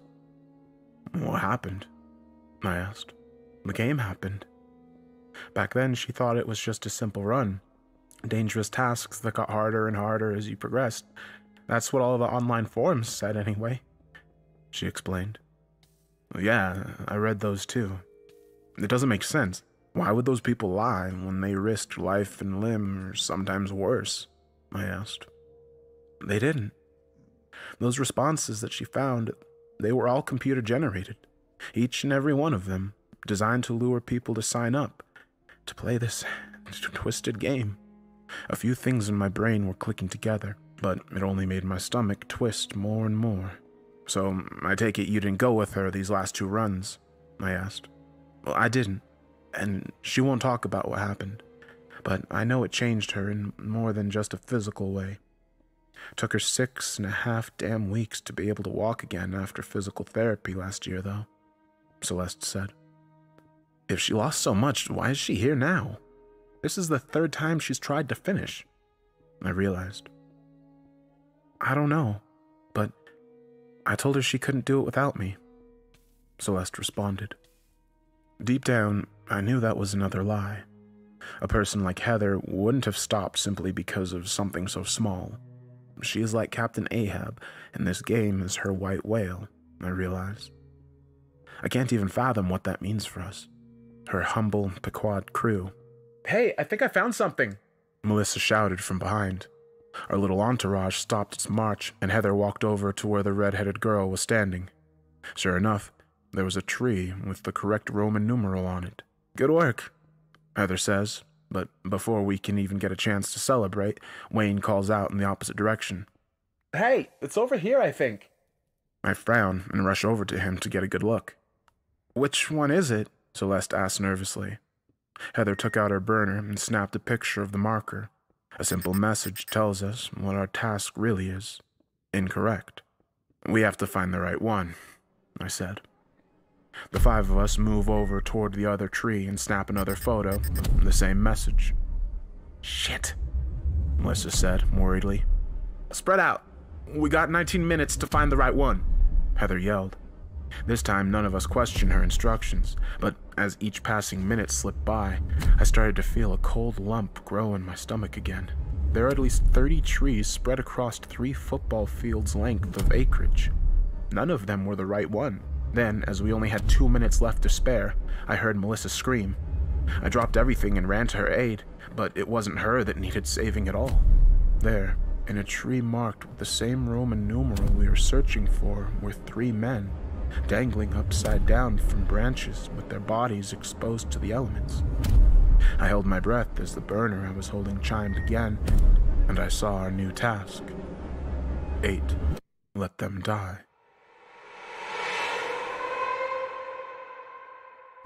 Celeste and Heather rushed toward the trunk of the large maple, and even our fearless leader held her breath in a stunned silence as she looked up at the men struggling to breathe. It was immediately clear that the trio had climbed up the base of the wide tree and then tied the rope to both their legs and around their necks, and then leapt from the height to be hanging like dolls. The way the knots were tied, though, prevented immediate strangulation, but rather a slow and painful death. Melissa was the first one to move toward the base, getting a good look at one of the men and screaming again. Dad? Dad? The man gagged and tried to speak something as he struggled, and Melissa turned to look at the supplies Celeste and Heather had salvaged. There was a sharp machete amongst the tools, and she grabbed it without a second thought. Stop! Heather said as the redhead tried to climb the base of the tree. I don't give a damn about your rules! That's my dad up there! The younger girl screamed back. She kept slipping down, unable to get a proper footing, and I pushed her aside and said, Give me the knife. I trimmed trees for 3 years. I can scale the thing in no time. Heather clenched her fists and muttered, You know I can't let you do that, Daniel. God damn it! For once! Stop thinking about this damn game! I snapped back at her. Celeste didn't say a word as we stood there at another stalemate. You help them, and your family's gonna die, Heather argued.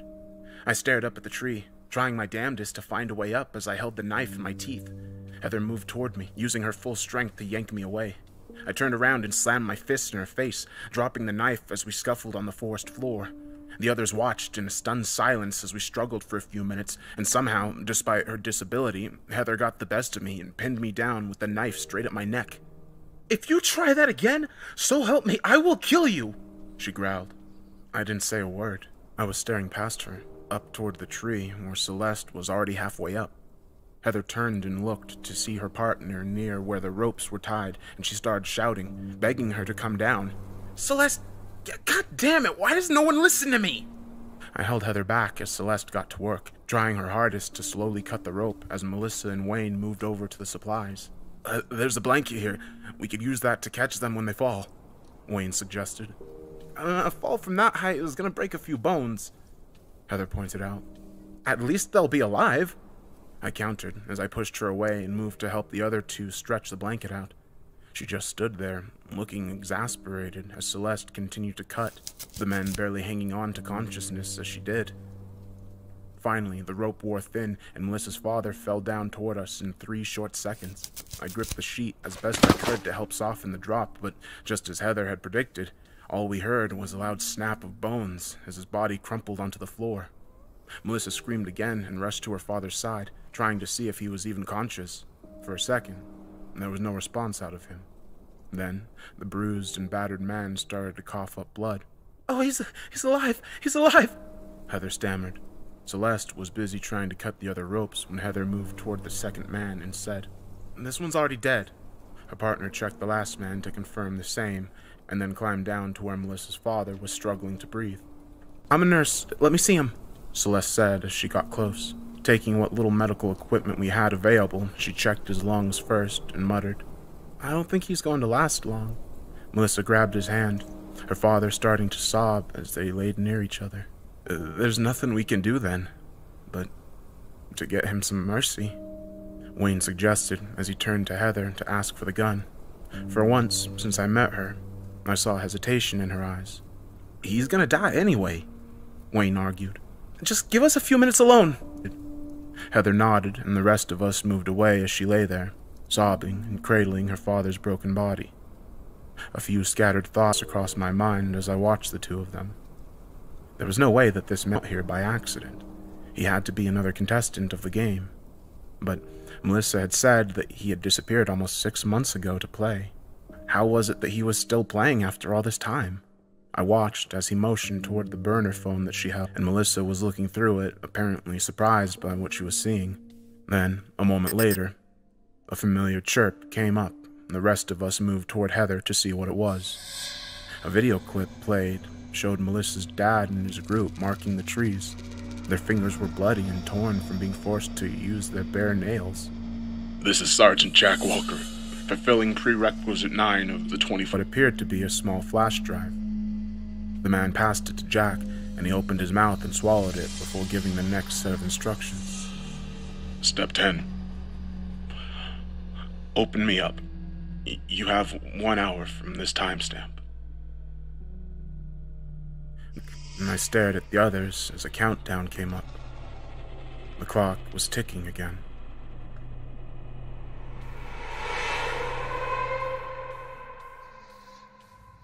It's been almost 10 hours since I started this game. 10 hours, and 14 to go. I know what's going to be coming after this. I'm not ready. I know it isn't going to get any easier. The only thing keeping me sane is the hope that my family is alive somewhere, being held captive and waiting to be reunited with me after I finished all these damn tasks. But now, after what happened there, in the early morning sun, in a secluded forest in the Appalachian Mountains, I'm not so sure that it's easy anymore. Not that any of this is easy, to be fucking fair. At least 3 people have died since I started this last night. I can't imagine what the body count will be when I'm done.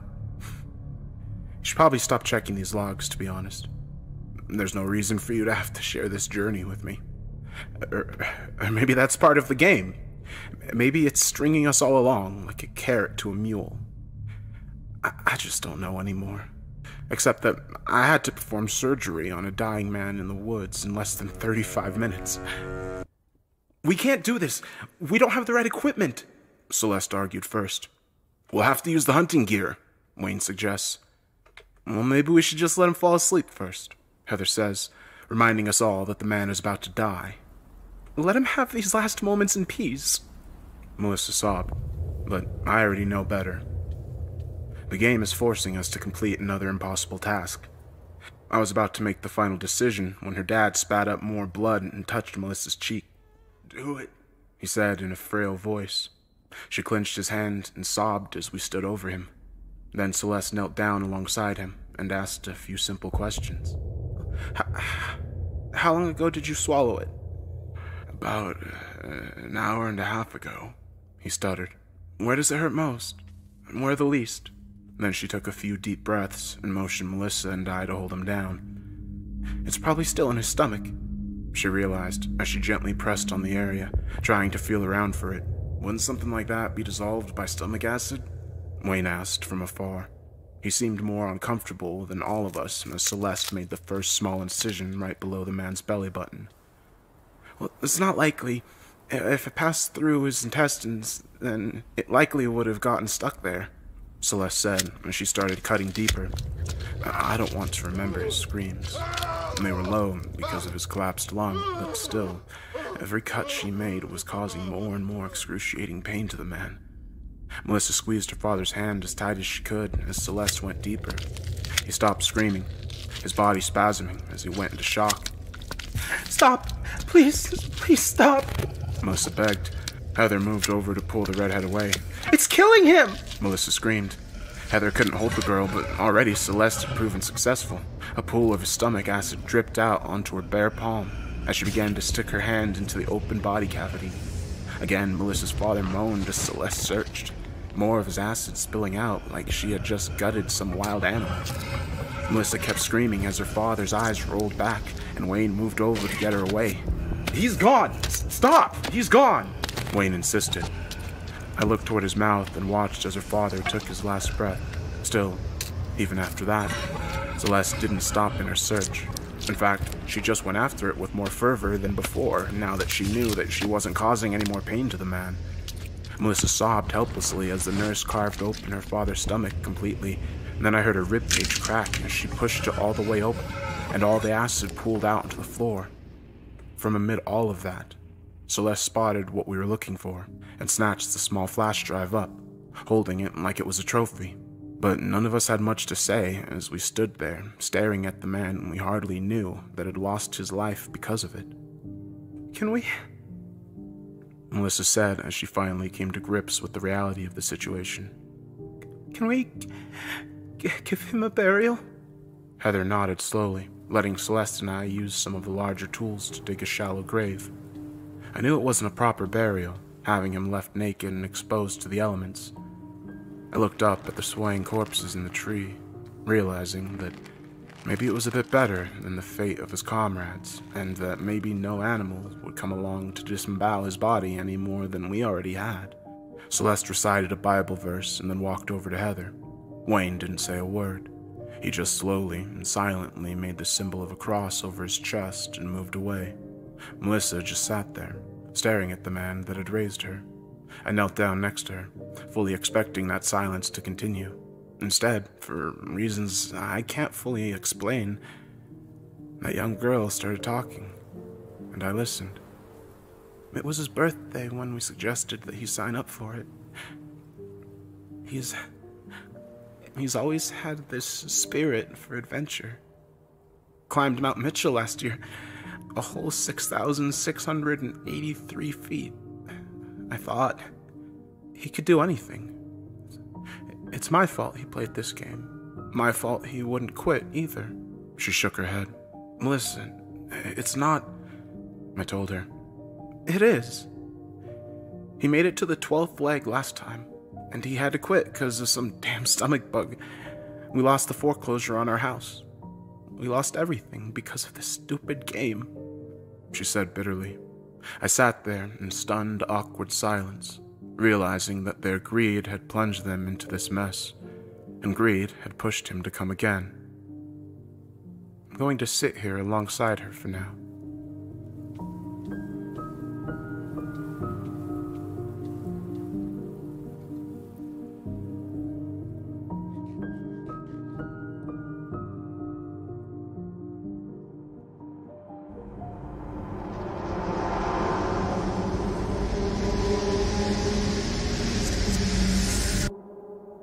He had to win this time. That's why I joined. To make sure I could help him. But the game, it knew what we were doing. I don't know how, but it knew. That was the last thing that Melissa told me before we had to get a move on again. Heather and Celeste both were certain that it wasn't safe anymore, near to the grove where we found the 3 men. I could tell Melissa barely had the strength to walk, let alone answer the rest of the questions I had, but I knew that some of those answers had to be on the flash drive we had just extracted from her dead father's stomach. I voiced those concerns out loud and muttered, "What do you think's on the drive?" "I don't know," Celeste responded, looking to Melissa for a response. "It's almost 10:30. We need to take a minute to rest before we get on to our next task," Heather told us as we stopped near a babbling brook. None of us objected, and I got down on my hands and knees, scooping up fresh water as I washed blood from my hands and then took a drink. The burner phone we had taken from the helicopter pilot chirped as I kept washing my hands. "What does it say?" Wayne asked. "Shit." Heather was the one that said that, and it immediately got me worried. I stood up and checked the message myself. 11. Run. I don't think I want to know what that means," I muttered. The 5 of us looked around the quiet woods again, trying to anticipate some sort of danger. "Which way do we go?" Wayne asked. I was about to make a suggestion when I heard a noise from the east, and the way we had came. It sounded like a gentle rumble, and then I saw smoke rising slowly over the tops of the trees. There were helicopters moving off in the distance. "It's a fire!" Celeste realized. Heather grabbed up the backpacks as Wayne and I got our supply crate. Melissa just stood there again, still numb from the sudden loss of her dad. I dropped the crate as I heard the roar of the flames getting closer and moved to tug at her arm. "We have to go!" "Why? What does it matter?" she said angrily. "Oh, don't do this again! Not now!" I urged her. The fire was almost to us. "I don't have any reason to keep going. Same as before, really. It's ironic. I waited 6 months to get my dad back, and then only for a few minutes to watch him die." Melissa laughed. "Just leave her," Wayne complained. And I shook my head and looked toward Heather, who was already bounding over the next ridge. "Your dad wouldn't want you to die out here in this place. He would want you to keep going, to fight this for as long as you possibly can," I told her.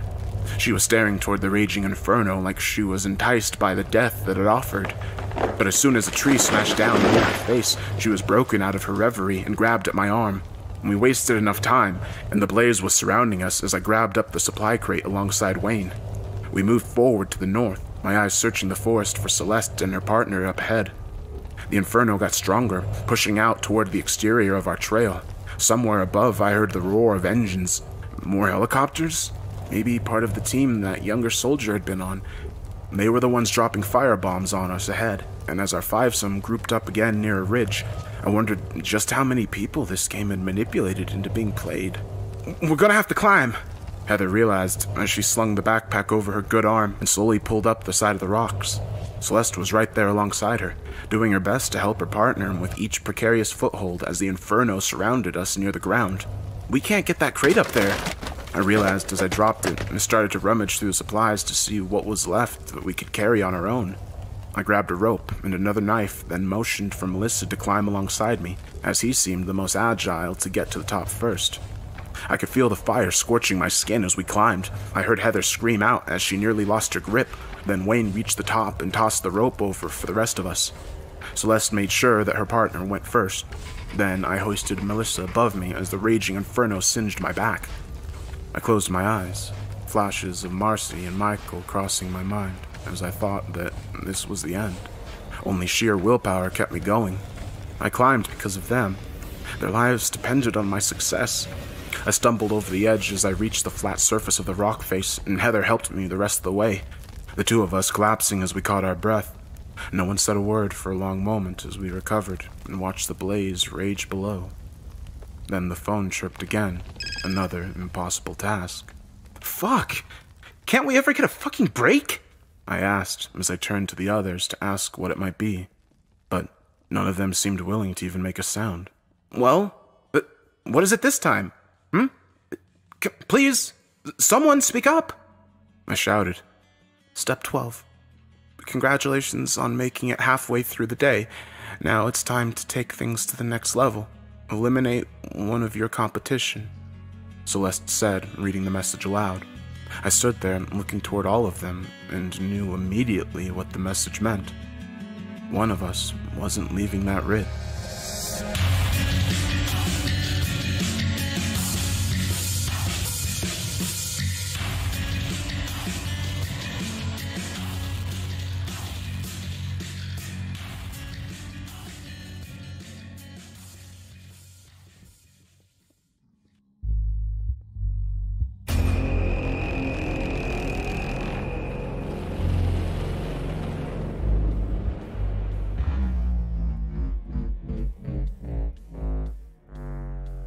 This is insane, Wayne muttered. And nothing we've done before this wasn't? I asked bitterly.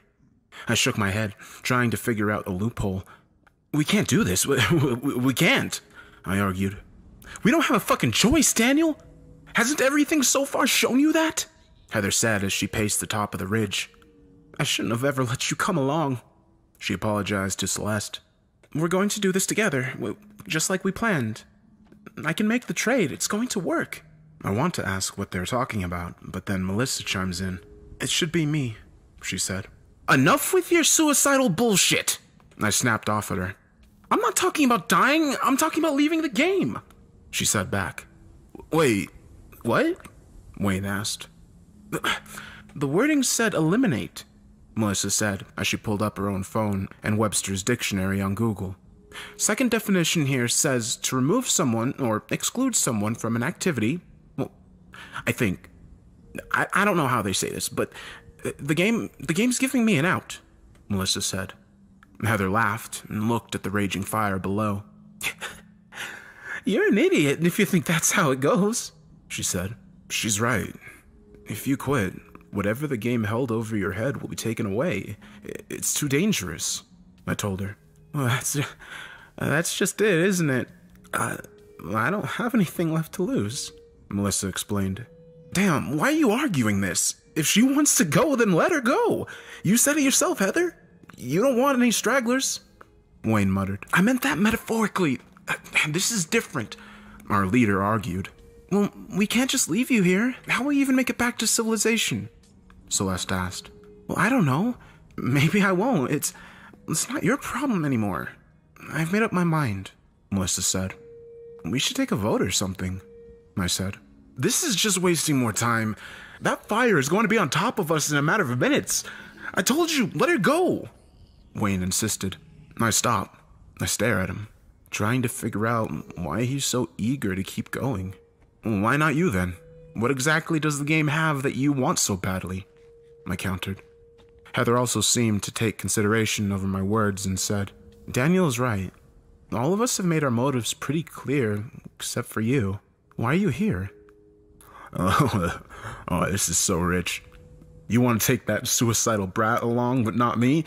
I was a Navy SEAL, for Christ's sakes, Wayne muttered. I stopped. I thought back to the conversation on the ferry. You said you couldn't swim. I said it out loud. What? Melissa asked, as I see a few things registering in Wayne's eyes. What are you talking about? He stammered. When we were on the boat, and Melissa tossed her phone overboard, you told us point blank that you can't swim, I said. Oh, okay, so I lied. I wasn't gonna get in the damn icy river, he said. Heather was the one that caught on to what I was implying and pointed at him in accusation. You let my partner go in there without even a drop of hat. She could have died. We all could have lost everything because of your damn selfishness, she shouted. Hey, calm down. I want to live just like the rest of you, he said as he reached toward Heather and seemed like he was trying to give her a soft pat on her left shoulder. Then, in a split second, he kicked her back and snatched her gun up. I stepped back, raising my hands up defensively as Wayne pointed the weapon toward all of us. Whoa. What's going on here?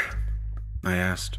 This is what I get for letting you continue with those damn logs, Daniel, he muttered, shaking his head as he moved toward Melissa. Hey, just calm down. We can work this out, I said. Oh, yeah, we're gonna work it out, all right. She's staying, and I'm going with you. End of discussion. We got another 41 minutes or so before the next challenge. Plenty of time for her to get off this rock. Wayne paused, and then cocked the weapon and pointed it toward her head. Melissa gasped as he muttered, Well, if someone has a problem with that arrangement, we can just speed up the process. Just put the weapon down. We can work this out, Heather told him. Oh, well, it was okay earlier when you were the one waving a firearm around. Well, how does it feel now that you're the one being given the orders? Wayne snapped. Fine, just let her go, Wayne. No one has to get hurt, Celeste said. Please, don't hurt her, Heather agreed. He laughed out loud and then pushed Melissa toward the ridge. Well, go on then. Go! You heard them. The vote is unanimous. In that short 3 seconds, while he was distracted, I rushed him. The gun flew from his hand, and we fell onto the ground. The soldier kicked and pushed against me as we tumbled near the edge of the cliff. None of them said a word as we scuffled, hitting and fighting tooth and nail, and Wayne was just about to pin me down when a gunshot went off. I looked toward Melissa as she held the weapon, and then towards Wayne as he fell over, screaming in pain. She had shot him straight in the foot. She dropped the weapon and shook her head in confusion. I'm sorry. I didn't know what else to do, she stuttered. The phone that was beckoning us to listen to its every word made another noise, and Celeste checked it. There's been an addendum, she muttered as she showed the rest of us. 12.2. All must find shelter. Heather scowled. Looks like he'll be coming with us after all.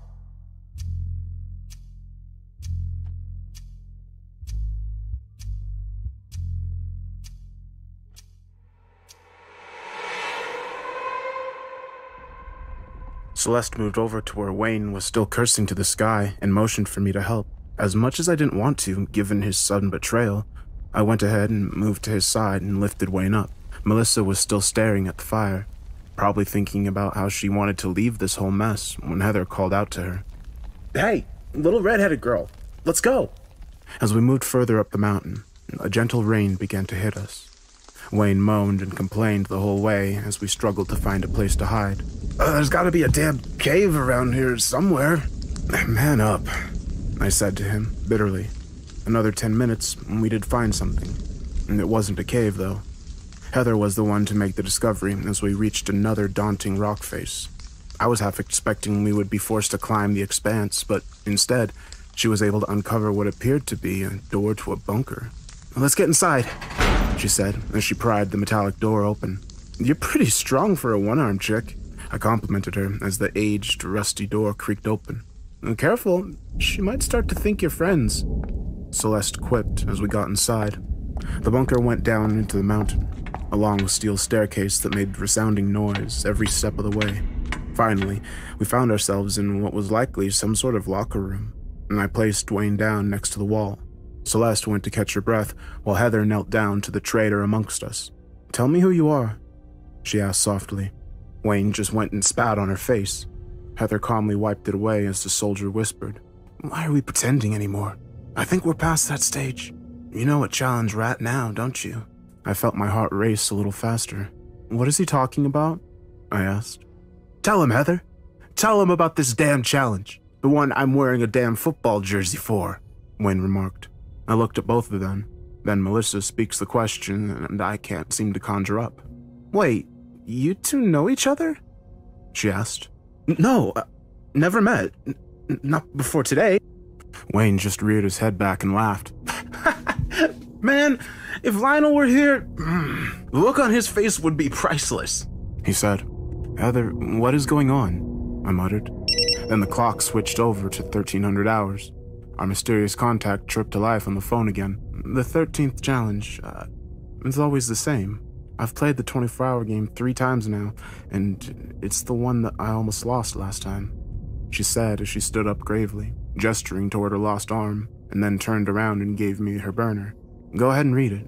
I can explain everything after we finish the task, she said softly. I felt my hands tremble as I took the phone and saw what the message... 13. Lose. But that doesn't make any sense, Celeste said. I thought the game was engineered to force people to keep going, I added. I thought so too. The 6 of us that were still alive last time, we debated for almost a goddamn 37 minutes what the hell that message meant. Heather stopped and looked toward Wayne. 4 of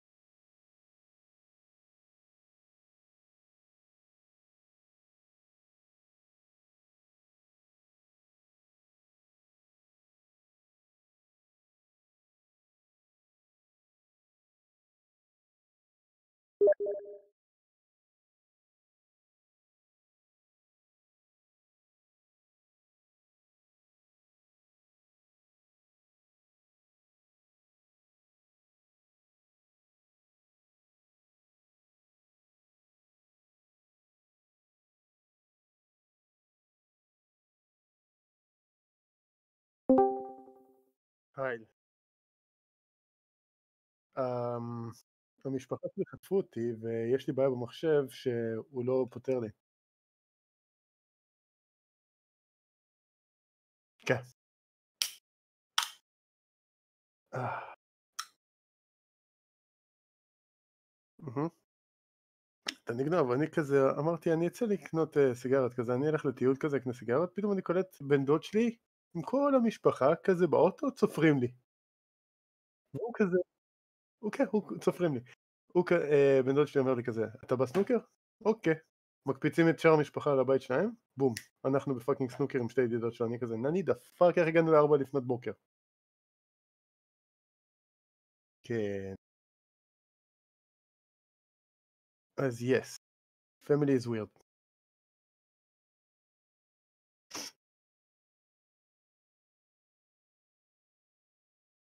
So, NVIDIA, why you do this?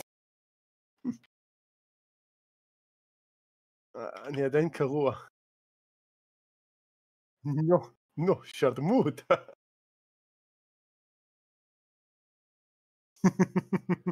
עוד... it's not too far into the future that we'll see something like that. Ay, ay. NVIDIA, what are you doing?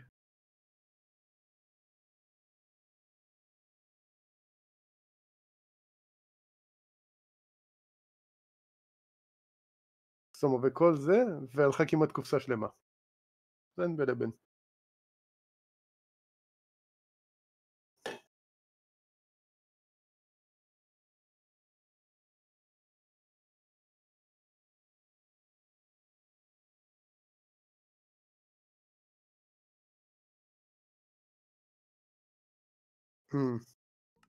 let me in. אני לא מבין הרבה, כן, אבל עד כדי כך. אז שים לך אותו בצד מקסימום ובוא נתחיל איזה משהו אחר אולי.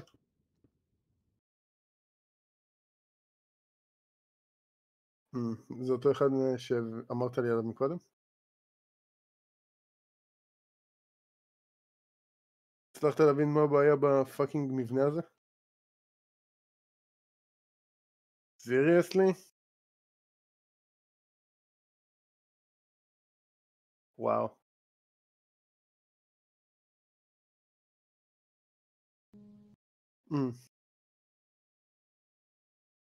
הבנתי. השאלה זה כמה זרם לך אם אתה רוצה לשמוע אותה עכשיו.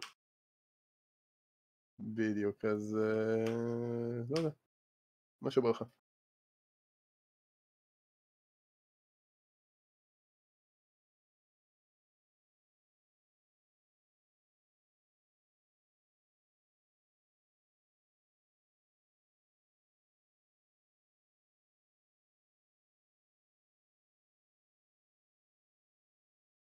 You do.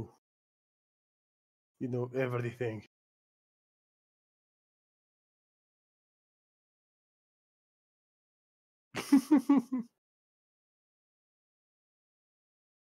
סבבה. Ooh, spooky. Hello, everybody. Before this story begins, I'd like to mention that I started recording this 4-part series about 7 months ago, and since then, I've gotten better equipment, and I've gotten better at mixing and mastering, so you're going to notice some quality differences in each part. And this story was written by Elias Withrow, who made some other great stories such as Feed the Pig, Chrome Sunset, Beyond the Blackout, A Body of Black and Gold, and various other ones, which you can also find on my channel if you'd like. And the theme song that I composed for this series is called Lost Innocence, and if you like it, you can listen to it on Spotify or iTunes or various other platforms. And with that said, enjoy the story. כן, הבאת לי לשמוע אותה. כאילו שלחת לי לינק.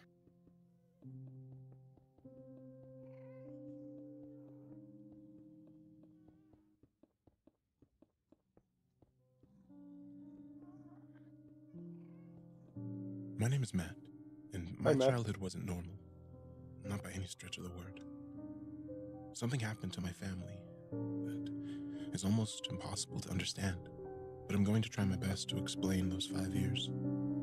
5 years of my life I spent in terror. 5 years we all lived in fear. behaviors we'll never get back. My father, Spence, wasn't a very strong man, both physically and mentally. He was the type of dad who often let our mother speak for both of them. Now, he wasn't a complete pushover, but he often was content to just go with the flow rather than alter. Go with the flow, baby. He worked hard and dedicated his free time to us, his family. He made sure our needs were taken care of. His soft assurances, the unseen foundation of our family. My mother, Megan, was the head of our house. Megan, She was outspoken, independent, and extremely loyal to all of us. She loved my father's quiet ways, and even from a young age, I could see the chemistry flowing strong between them. No. My little sister, Stephanie, was a year younger than I. She looked up to me, and my father always told me that it was my responsibility to look after her. And even though I gave her all kinds of brotherly hardship, I did love her. We lived in a suburban middle-class community, a complete stock photo of the American dream. My father worked a respectable 9-to-5 job, while my mother taught yoga classes out of the house. It was a neat life, organized and structured. Everything was discussed, considered, and acted upon as a family. It was a good home to grow up in. That was before he showed up. That was before the third parent. Nani? Uh-oh. July 1989. I was sitting at the dinner table, waiting for my father to finish cooking. It was his turn tonight, and my stomach roared for his rosemary chicken. My sister, Stephanie, lay on her stomach in the living room coloring. Her golden blonde hair fell across her shoulders in waves, and she looked up at me, smiling. She extended what she had been working on, and I nodded, completely unimpressed. She sniffed at me and continued her sketch. My mother walked into the kitchen, pulling her hair back from her freshly showered face. "Everyone gone?" my father asked from the stove. My mother nodded. "Yes, Spence. The house is ours again. It's so much better teaching yoga in the basement. So much cooler. I'm glad we finished the basement over the winter. My clients are relieved as well. It's a scorcher out there today." "Mom, can you sit down so we can eat?" I begged from my spot at the table. My mother turned to me and laughed. "Matt, the hungriest 6-year-old this side of the Mississippi. Why don't you ask your dad to hurry up? He's the one cooking." I placed my forehead on the table's lid. "Dad, I'm going to die." What? Stephanie looked up from her coloring book. "Matt, don't be crazy." "You're crazy," I muttered, not looking back. "Nuh-uh," she said, sticking her tongue out at me. All right, my father said, turning from the stove. In his hands, he held a steaming platter of chicken. "Come sit down, Steph. The food's ready," I ordered my sister, the sight of the seasoned meat causing me to salivate. As she pulled herself up from the floor, my mother taking a place beside me, we all froze as someone knocked on the front door. Nani? My mother and father exchanged puzzled looks. My dad placed the food on the table and told us all to hold on a minute. Groaning, I watched him walk to the front door. He peeked through the keyhole. I saw him visibly tense, his whole body cementing like a statue. "Spence, who is it?" my mother asked. My father slowly turned back around to us, all blood draining from his face. What? His eyes were wide, and I saw fear dilate his pupils. He licked his lips and shot Stephanie and I a look. "Spence?" my mom pressed, her face contorting with concern. "No. This can't happen.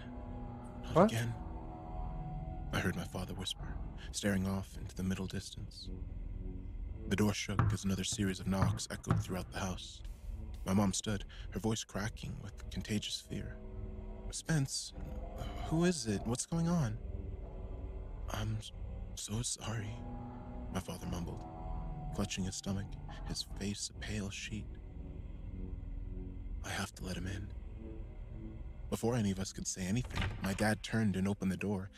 Dying sunlight blinded me, and I squinted to see who our unannounced visitor was.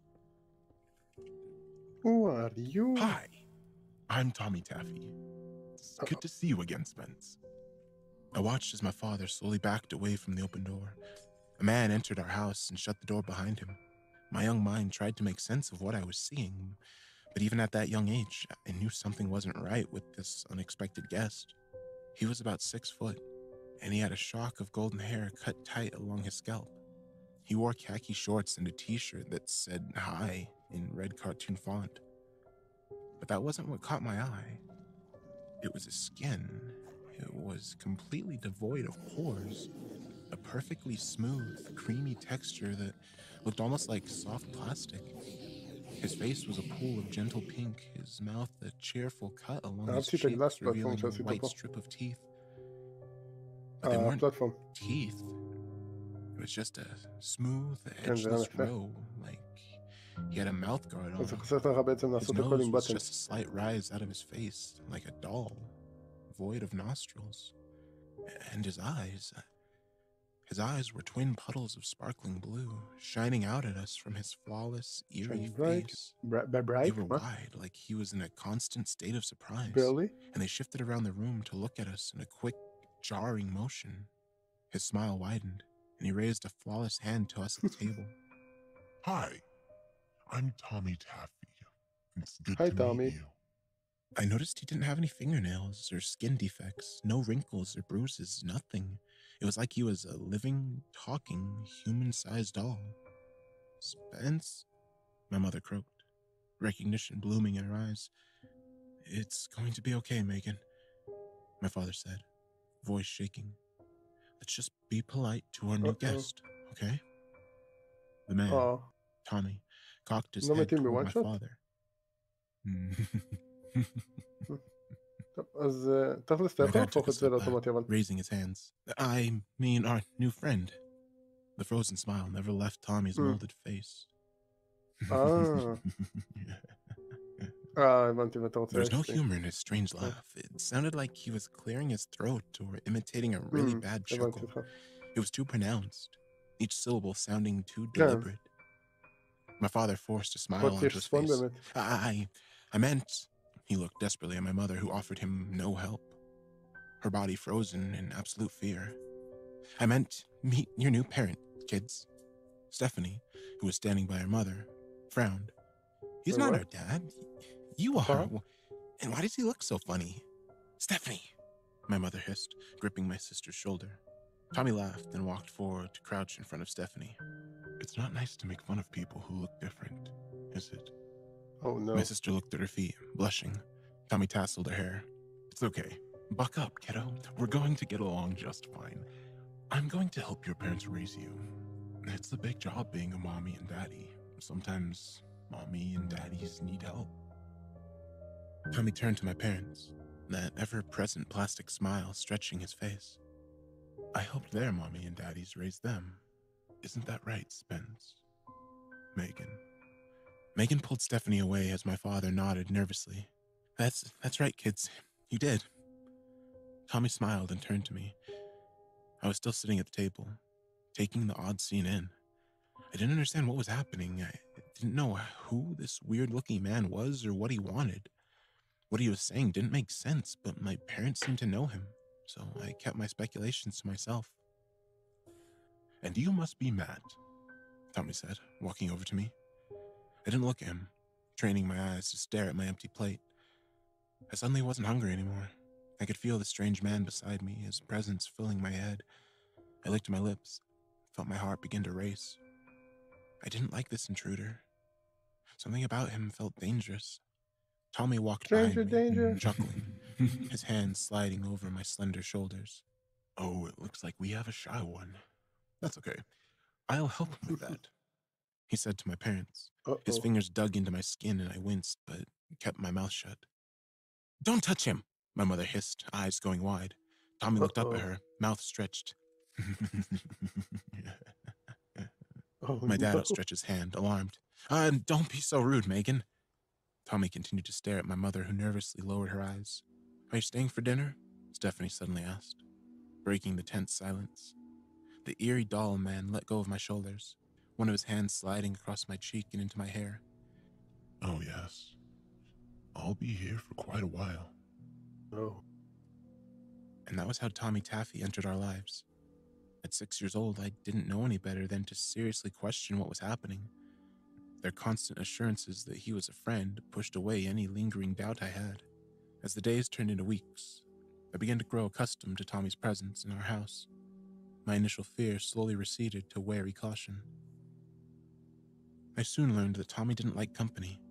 Whenever my mother had her yoga classes, Tommy would pull her off into a corner and whisper something to her. I would watch all of this with silent eyes. I would see my mother's face grow pale, and she would nod, whispering back unknown assurances. Then Tommy would turn, that ever-present smile plastered on his face, and walk upstairs until the class was over. My parents told Stephanie and I that we weren't to talk about Tommy to our friends. Outside of the house, Tommy wasn't a part of our lives. I don't know why, but both my sister and I obeyed. Another thing I noticed was that Tommy never ate. He would sit at the table with us, but never partook in the meal. Stephanie asked him once if he was ever hungry, and Tommy just smiled at her silently and stroked her head. During the evenings, he would gather our family into the living room and give us a short lesson on how to be a good person. My parents never spoke during those talks, just sat next to us nodding. Tommy told us not to make fun of others, to love our friends and enemies, and always help those in need. He told us that's why he was here with us, to help my parents raise us, that we could come talk to him if we had a problem at school or didn't know how to handle certain situations. It went on like that for a month, and that's when my mother lost it. August 1989. Wow. My father had just arrived home from work, and I was sitting at the kitchen table doing homework. My mother was cooking dinner, and Stephanie was practicing her dance for the upcoming school play. She was going to be a ballerina and had 3 weeks to learn a few simple spins and twirls. She had been diligently practicing over the last few days, but just couldn't get it right. She was young, and her temper was getting the better of her. That's when Tommy decided to help her. He had been sitting on the couch watching her, when suddenly he rose and stood behind my sister, placing his hand gently Uh-oh. over her shoulders.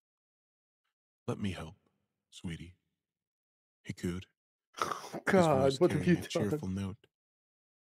My mother spun around from the stove, and I saw her visibly tense. She didn't like Tommy touching us. She gripped the wooden spoon in her hand until her knuckles went white, watching as Tommy boy. Tommy crouched and cupped Stephanie's body with his. He took her hands in his from behind and guided her arm and waist, his cheek pressed gently against my sister's. "Tommy, let her learn on her own," my mother said, her voice shaking. Tommy didn't even look at her, just kept guiding my sister. I could hear my No father fucks coming down the given. stairs, freshly Parenting changed from a day 101. at the office. Tommy spun my sister, and for the first time, she nailed the twirl, her little Yeet. feet twisting her body in a complete circle. Tommy clapped his hands once and then leaned down and kissed Stephanie on the cheek. Oh, "Good girl." God. "Don't do that," my mother shrieked, dropping the spoon, her face draining of blood. I jumped in my seat at the table and swallowed Wait, hard. what? I don't know why my mom was getting so upset. He was just helping her. I also knew, deep down, that it was a bad idea to yell at the new member of our family. It was the gut Family. instinct of a child, a gentle warning that rumbled in my head. Tommy stood.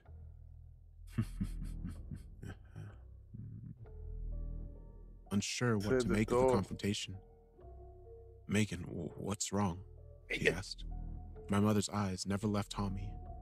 "Spence, I can't do this anymore. I can't keep pretending everything is all right. We know what this monster is. We know what he did to our town all those years ago. I want him out of our house." My father's eyes went wide, panic blooming his face. "Megan," he licked his lips, eyes darting back and forth at all of us. "Don't be rude. Tommy's been a big help." My mom grit her teeth. "Stop that. Stop pretending we want him here. I can't watch this happen. I want him out." Very slowly, Tommy walked into the kitchen and stood in front of my mother. He looked down at her, his perfect blue eyes shining like crystal moons. His voice was like frozen silk. "Megan, would you come down to the basement with me? I need to have a few words with you." My mother took a step back. "Get away from me. Get away from my family. Retarded. You're not welcome here anymore." She turned desperate eyes to my father. "Spence, do something." My dad raised his hands in a gesture of helplessness. I could see he was terrified. Stephanie was watching from the living room, her lip quivering, eyes watering.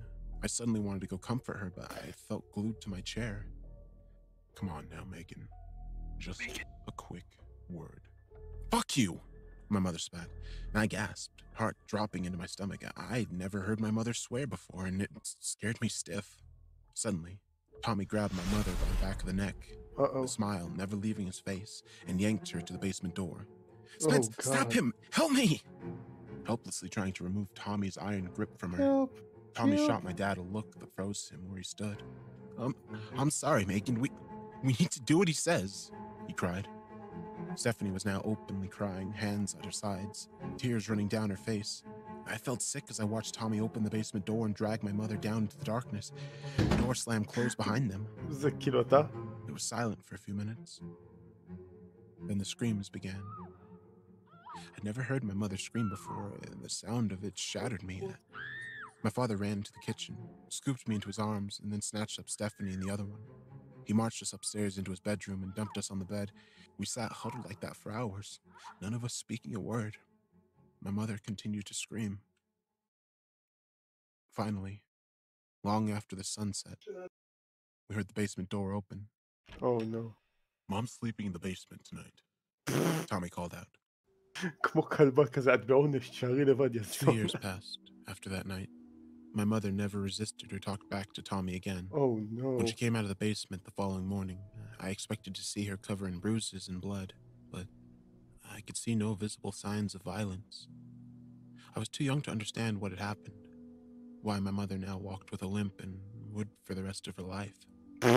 She didn't speak to my father for a month, and even then it was just enough to get by. I noticed my father crying a lot during those 2 years. I didn't know what was happening to my family, but I kept my mouth shut and obeyed Tommy's the your rules. new daddy. Listen to Tommy. Don't talk about Tommy to others. Things went calm during those 2 years. Tommy continued to give us life lessons and be a part of our home. No one but my family knew he was living with us. He was our secret, the dark star that hung above our heads. I learned to smile around Tommy, as did my sister. If he thought we were happy, he seemed more relaxed. But that night, my mother challenged him. That changed something. Every couple months, Tommy would assert his authority over my parents. He would test Respect them, my authority. stretch the limits of their patience and nerves. Most of the time, my father and mother would just humbly submit to whatever mind game he had played with them. Most of the time, he would do or say something to Stephanie or myself. It always made me uncomfortable. Sometimes he would have us sit on his lap while he stroked our hair. Sometimes he'd sing strange songs to my sister about love. Sometimes he would make us take a bath together while he watched. I always put on a brave face during these times. Stephanie was young still, so she wasn't as bothered as I was. It was uncomfortable, and I would look to my parents for guidance. With pale faces, they'd nod silently, and I continued in whatever activity we were forced into doing. It was in the early part of 1991 when the next awful thing happened to my family. Tommy pushed the limits once again. I rubbed sleep from my eyes and looked at the race car clock on the wall. The glow in the dark hands read 2 a.m. I could hear something in the hallway outside my room. It sounded like someone crying. Where was Tommy? I checked the dark corners of my room to make sure he wasn't there, watching me sleep. When I was assured he wasn't, I pulled the covers away and slipped to the floor. I crept to my door and looked out into the darkness. I could see a figure sitting on the floor by my sister's closet door. A person. I squinted in the black and realized that it was my father, with his hands over his face. He was sobbing, his back against the wall. "Dad?" I whispered. My father looked up and immediately shooed me back into my room. I just stood there as my eyes adjusted to the night. My father's face was a mess of blood and bruises. "Go back to bed, Matt, please," he cried. I took a hesitant step out into the hallway. "Dad, what happened to your face? What's going on? Did Tommy do that?" My father's eyes went wide and he shushed me. No, of course not. Don't say such things. Tommy he's here to help us be a better family." I walked closer to my dad and froze as I passed my sister's door. I could hear muffled cries from inside. I could hear fear. "Dad," I whispered, pointing to the door. "What's wrong with Steph?" My dad wiped a trail of blood from his lips, eyes watering, anguish stretching his features. "Come here, Matt." I crawled into his outstretched arms as something loud banged against the wall from my sister's room. I could feel tears drip on my head as he fought back misery. "Tommy's in there, isn't he?" I said quietly. My dad sniffled. "Yes, son. I looked up into his bloody face. What did you do, Dad? My dad tried to smile, but his face wouldn't cooperate. He wanted to do something with your sister I didn't like. I told him no. As he spoke, I realized I could hear my mother crying from the bedroom. My dad cupped his hand under my chin. We can't say no to Tommy, okay? Remember that. My sister screamed from her bedroom, a shrill, piercing cry that shook me to my soul. I gripped my father's arms. Why is he here? I whispered. Why can't he just go away? My father was silent a moment. Then he lowered his mouth to my ear. Listen to me, Matt. This is very important. When you grow up, do not have children. He follows those with children. I shifted in my father's arms as something was dragged across the hardwood floor from the other side of the wall. My father grit his teeth, more tears spilling. We don't know who he is or what he is. He came to our town when we were little boys and girls, just like you and Stephanie. Your mother and I lived in 2 houses down from one another. Tommy infested our street. I don't know how.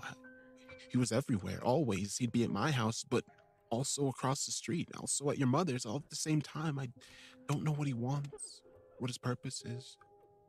He just showed up one day. He just showed up and wouldn't go away. God knows my father tried. Pennywise. רק שהוא אונס את הילדים ולא אוכל אותם. I asked. I'd never met my grandpa. I just knew he died years before I was born. My father nodded. Yes, ma'am. Tommy had to teach him a lesson. He had to teach the entire street a lesson. After that, why can't you just kill him? I whispered, ever so softly. My dad brought his mouth closer to my ear, his voice barely audible. We tried everything. We burned him, shot him, cut him into pieces, but it never worked. He always came back, knocking at our door. And someone had to pay. Someone always had to pay. If we didn't follow his rules, someone had to pay. Tommy was our secret. He was our invisible monster hidden from the outside world. Deaths were covered up. Abuse was brushed under the rug because we knew if anyone said a word, Tommy would make it bad for whoever had to face his punishment. Bad boys. I digested all of this with the understanding of an 8-year-old, and the only thing I could think of was, when is he going away? My father kissed the top of my head. 3 more years. The bedroom door suddenly opened, and my father jumped, tumbling me out of his arms. Tommy stood in the darkness, his face perfectly composed, except he was breathing hard. His plastic-looking face scared me, his 2 blue eyes glowing out of the black. Tommy jabbed a thumb over his shoulder at the now silent bedroom. She's going to sleep like a log tonight. September 1993. We had 1 year left. אני לא 1 more חשבתי year. שזה מה שאני I could אשמע almost see עכשיו. the desperation in my parents' eyes grow every day, begging the calendar to advance. We were almost through the nightmare. I thought a lot about what my father had told me that horrible night in the hallway. I thought about what he must have gone through as a child, what he must have experienced. I wondered how bad things must have gotten for Tommy to murder my grandfather. I realize now that despite all the awful things Tommy was doing, my father's submission was keeping us alive. His agonized silence kept Tommy's wrath at bay. Looking back, I can't imagine the mental torture he endured during those 5 years. Stephanie didn't talk much after that night in March. I noticed her charismatic personality decline drastically, and suddenly she was an unsmiling, silent child. I don't think she understood what happened to her, and as she grew up, I think her mind slowly began to build a wall, blocking that night out of her mind's eye. My mother and father seemed to be extra compliant that last year. They engaged in Tommy's nighttime lessons with added enthusiasm, and my mother desperately made sure Stephanie and I reacted in ways that made Tommy happy. But I didn't make it out unscathed. Tommy was sure to make his mark on our entire family. I was sitting in my room with the door closed. It was almost dinner time, and everyone was downstairs getting ready. I could hear Tommy laughing from the living room. I looked down at the magazine one of my friends at school had given me. It was a Playboy. We had pored over the pages in school, giggling and ogling over naked women scattered throughout the magazine. I'd never seen anything like it. It was יש my לי first שהוא exposure ינסה to לחנך that אותם. world. No, It no, made my this heart no race good. in ways I enjoyed and felt something weird אוי, but לא. pleasurable stirring הוא לא הולך inside me. לעשות אורגיה עכשיו, נכון? I asked my friends if I could borrow the magazine. אוי, לא, למה He'd let שאלתי את me. זה? I adjusted myself on the bed and pored over the nude photos. I couldn't believe women actually let people take pictures of them like this. I felt something stir in my crotch as I turned another page. My heart was racing. I felt hot, my cheeks flush. I was on the last page when I heard something from the doorway. What you got there, Matt? I whipped my head Oh up, no. jumping, the magazine falling to the floor. Tommy was watching me from the door. I hadn't even heard him open it. Nothing, I mumbled, snatching the Playboy up and shoving it under my pillow. Tommy walked over to me. הוא חושב שיקרה פה. I didn't hear you come in, I mumbled, blushing. Tommy reached over my pillow and pulled out the magazine. It's not nice to lie. I've told you that. Why were you lying to me, Matt? I swallowed hard, heart thundering against my ribcage. I'm sorry, I was, I trailed off miserably as Tommy thumbed through the pages. He glanced down at me. Do you like this? I knew I couldn't lie to him again. I nodded, my skin flush, eyes on the floor. Tommy smiled and sat down next to me on the bed, one hand resting on my thigh. Do these pictures make you feel good? Yes. I didn't look at him as I nodded again. Suddenly, Tommy slid his hand over my crotch, Oh gave no. it a gentle squeeze. No. Does it make your penis feel good, Matt? I jumped, his touch scaring me. He Really? removed his hand and chuckled, his strip of seamless teeth sparkling. Tommy put the magazine down and cupped his hand under my chin. Do you know how to masturbate, Matt? His father told you how to do that. My breath came in short gasps, his hand cool and smooth against my face. I didn't know what he was talking about. I didn't know what he wanted me to say. I just stared at him with helpless eyes. Tommy sighed. It's probably best that he hasn't. It's a sensitive discussion. I feel like I should have it with you, not him. You're what, 10 now? I nodded, paralyzed. Tommy slowly reached down and grasped my crotch again. Do you want me to show you how to do it? No. I squirmed under his grip. No, thank you, Tommy. Tommy smiled gently.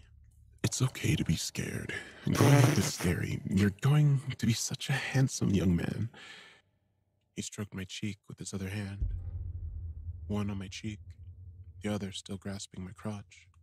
Have you had your first kiss yet? Tommy, please, I cried, feeling tears begin to form in my eyes. Tommy pushed me back on the bed. I was now staring up at him as he cupped my head in his hand. You don't have to be afraid of growing up, Tommy. There's a lot of good things to look forward to, and just think, when you have children, I'll come help you raise them. It's going to be fun. Let me go, I whispered, openly crying now, his breath hot on my face. Tommy suddenly leaned down and kissed me, his lips engulfing mine. I let out a squeal of panic as I felt his tongue slide into my mouth, his grip tightening around my crotch. His mouth tasted of rotting fruit and decaying meat, a rush of filth that invaded my taste buds. He rolled his lips around mine and then pulled away and whispered, Not going to get hard for me. I just cried, staring up at him with shocked, panicked eyes. Tommy smiled and whispered in my ear, That's okay. He suddenly sat up, releasing me. Come on, dinner's ready. Shaking, I wiped my face and let him help me off the bed. I wasn't hungry. July, 1994. As the days marched closer and closer towards July, my family developed a silent optimism, a desperate plea to make this all stop, to make it all go away. My mother and father made sure there was no reason for another hard lesson. They bent over backwards for Tommy, begging through clamped teeth that we'd all make it to July without another incident. On July 3rd, we woke up to find Tommy Taffy was gone. 5 years to the day. We couldn't believe it. He'd simply vanished overnight. We checked our entire house, my mother weeping tears of relieved joy that the nightmare was finally over. After checking every inch of the house 3 times over, we met in the living room, embracing one another as a family. Tommy had moved on. The sentence was over.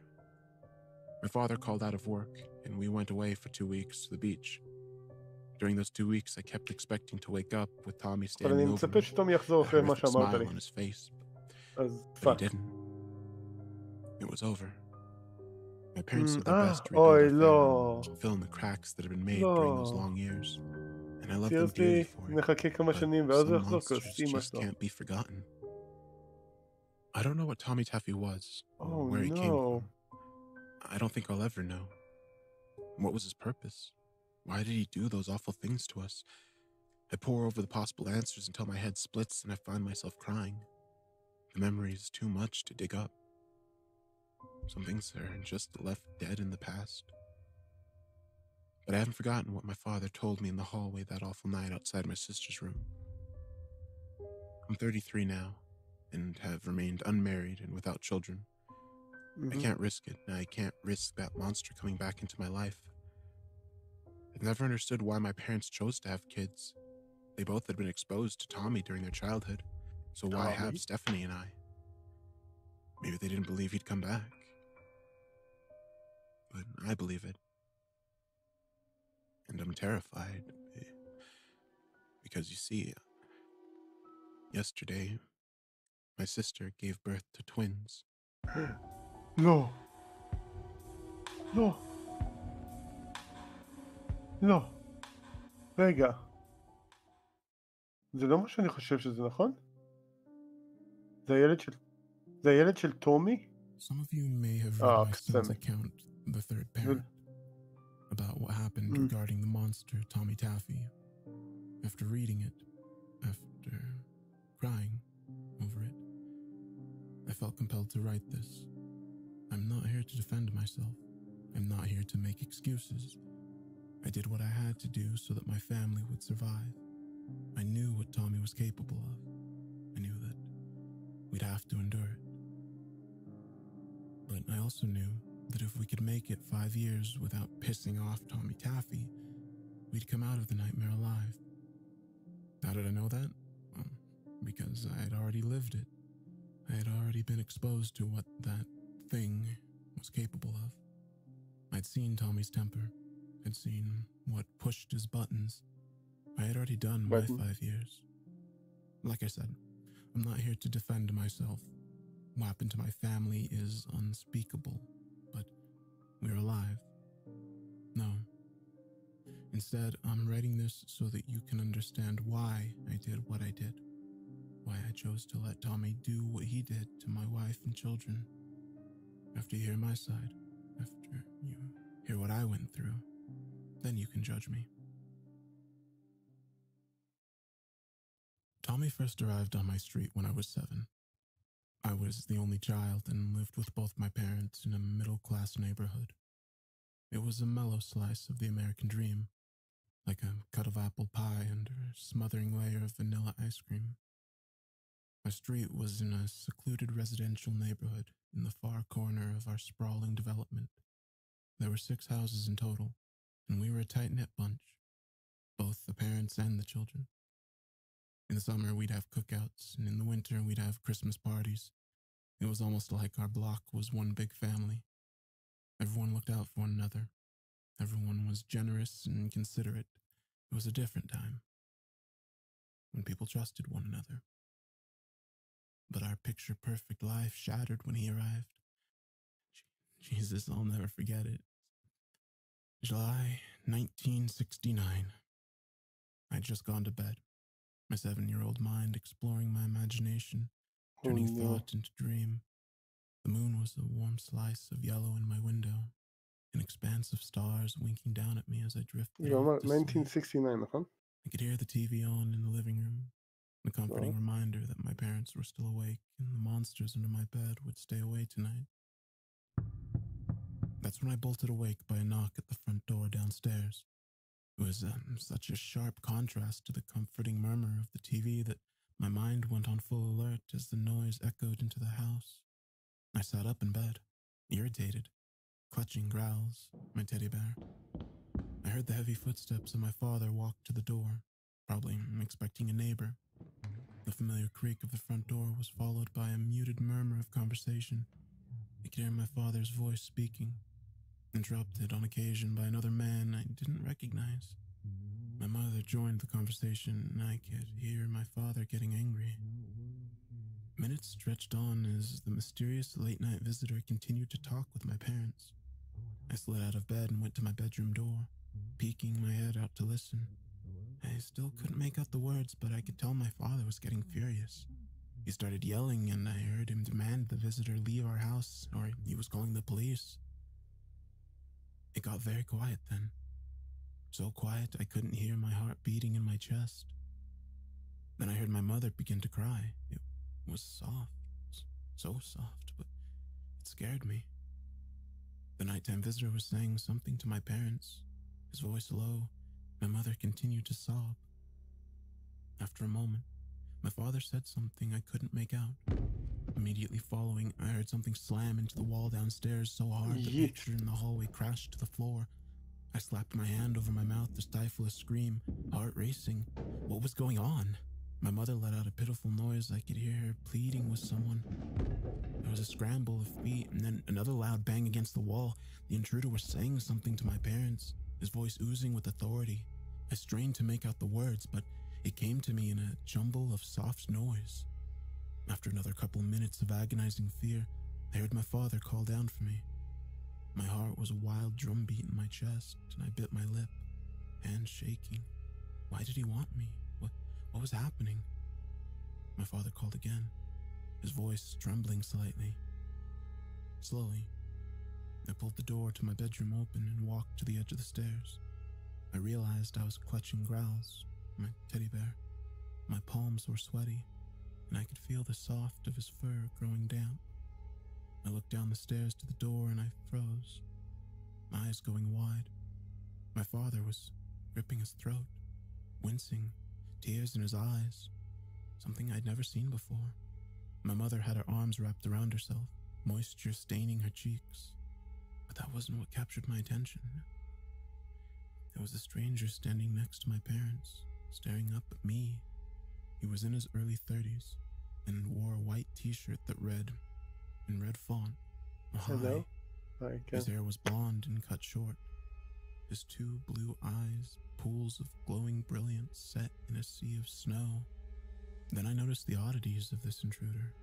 His skin was impossibly smooth, a clean pink sheen of absolute perfection. His nose wasn't so much a nose as it was a nub jutting out of his face. His lips were twisted in a smile, revealing white strips where his teeth should have been. "Hi, Spence," he called to me, his voice cheerful. "I'm Tommy Taffy. I'm going to be staying with you for a while." I clutched Growls to my chest, quivering, begging my parents for guidance. Instead, they cast their eyes to the floor, clearly shaken. I didn't know what was happening, what had been said between them, but I could feel danger in the air, thick and malicious. "Come down here so I can get a good look at you," Tommy said, waving me forward. My father's eyes suddenly met mine and I gulped.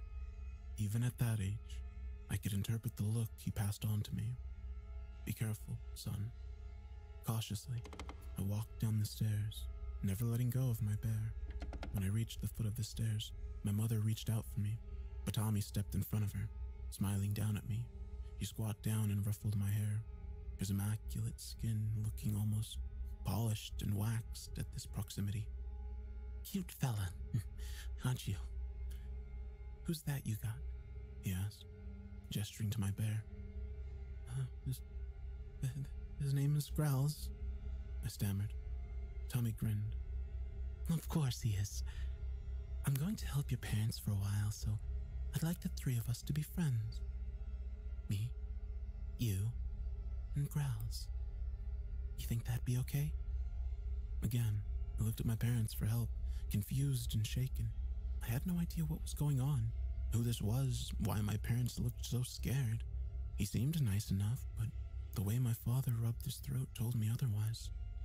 "Boop, boop," Tommy chuckled, knocking gently on my head. "Hey, I asked you a question, Spence." What did you do to my daddy?" I whispered, immediately wishing I hadn't. Tommy's mouth remained a frozen smile, but his eyes darkened, ever so slightly. Oh God. My father reached out and grasped my shoulder. Spence, son, it's okay. I'll tell you later about it. For now, Tommy is going to... He shot a look at my mother. He's going to stay with us. And that was the start of a 5-year stretch I can never forget. Through whispered inquiries, the Tommy Taffy had visited everyone on our street. He was in our home, but also in theirs. I learned this from my eventual wife, Megan, who lived across the street from me. She told me that some strange guy was living in their house. After she described him, I deduced that it was one and the same, Tommy Taffy. I didn't understand how it was possible, but knew to keep my mouth shut. Tommy had sworn me to secrecy. Jesus, אתה לא מקבל דמג' Swore מנפילה. everyone to secrecy. This was enforced by אני my רואה. parents, who told me in hushed whispers איך to הגעת never לתוך tell anyone הפאקינג about Tommy. קייג' שם? I could tell everyone feared him. I did too. אז אתה נמצא במלכודת There was אבדון, אלא אם something כן אתה נלחם במיליון unsettling פיגמנים. about his constant smile, his slightly off features, and the cool, enunciated way he spoke and laughed. I didn't know what he told my parents to keep them from going to the police, why they were allowing him to live in our home. מה אתה הולך לעשות איתם? It must have been terrible. We were a hostage in our own home. Of course, Tommy didn't keep us there, but we knew he would be waiting once we came back. At night, Tommy would sit us down and give us life lessons. He would tell us how to be good people, how to love one another. I remember one time during the first week, I looked out my front window across the street into Megan's living room. I saw Tommy there, speaking to her family on the couch. The Tommy in front of my family stopped speaking immediately and stared long and hard at me. Then he went to the window and closed the curtains before continuing. During the evenings, as the fathers of our street came home from work, I'd see צדק them אתה meet הולך על briefly הארדקור? in the road, כזה קומטני? muttering to each other, casting looks over their shoulders. There was a mutual terror shared between them, an unspoken knowledge that they had to keep Tommy's secret, that getting the police involved would only lead to, well, בוא נראה איך הבטל רויאל הזה ייגמר. I imagine upon arrival that Tommy threatened our Okay. family and then showed some sign of physical dominance over the men. I remember the What's that, banging T-pose? against the walls and the way my father had gripped his throat. היי, שרדת. What the hell had he said to them? Why did they allow him to infest our homes? Oh, a month later, I found out. They were plotting against Tommy. They were going to kill him. August 1969. Again, I was woken from slumber. I looked at my Spider-Man clock and saw that it was after midnight. I scrubbed sleep from my eyes, grasping in the dark for growls. As I found my bear, I heard banging from downstairs along with several voices. I slipped out of bed and went to my door. The lights downstairs were off, but I saw beams of light cutting through the black. Flashlights? I called out for my parents, but saw their bedroom door was wide open. I knew they weren't in bed then. More voices from downstairs followed, along with the scraping across the hardwood floors. I jumped as a bang shook the night, and then the voices faded. Why were they going into the basement? I thought. Silently, assuming my parents were down there, I crept to the first floor, clutching growls to my chest. Sure enough, the basement door was open. I saw the light reflecting So off the much dusty nuggies. floor. So many I could hear my swords. father's voice, then familiar voices of the neighbors. They were speaking to someone. They were angry. My heart froze in my chest as someone laughed from the depths of the cellar. Making sure not to make a sound, I slunk to the open door and descended to the first 2 steps to look at the scene below me. Tommy was bound to a metal chair in the middle of the room, surrounded by the 6 pairs of parents that lived in our neighborhood. Their backs were to me, but I could see Tommy's flawless face gazing up at them. Megan's father was there, his face a mess of bruises and swollen flesh. His arm was in a sling, and it looked like his shoulders slumped like his back was in pain. I sucked in a breath and realized one of the men was passing my father a pistol. The woman stood by their husbands with grim looks on their faces. There was no disagreement among the executioners. It's time you leave our lives, one of the men said, looming over Tommy. I recognized him as my friend Luke's father. They lived 2 houses down. This is your last chance, he growled. Tommy didn't even struggle in his rope bindings, that ever-present smile still on his face. He looked up at them, the overhead light illuminating his sparkling blue eyes. I don't understand. I'm just trying to help all of you raise your children properly. I'm not going anywhere. A look passed between the parents, then my father put the gun to Tommy's head. You're not helping anyone. You're a monster. You can't come into our lives and threaten our children, threaten our lives. That's not how this works. All those threats you whispered to us while we were caught off guard. Well, look at you now. My father spat on him. Pathetic. And now you get yours. My father shot him in the head. The report was deafening and I almost screamed, slamming my hand over my mouth at the last second. Tommy's head whipped back as the smell of gun smoke spiked the air. It was silent for a moment. And then...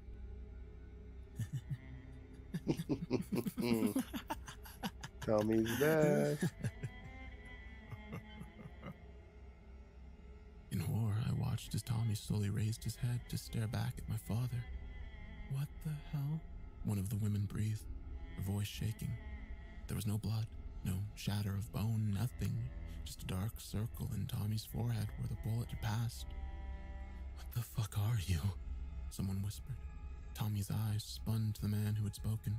I'm Tommy Taffy, and I'm not going anywhere. Shit. My mother suddenly pointed to the corner of the room, her hand trembling. Gas, get the gas.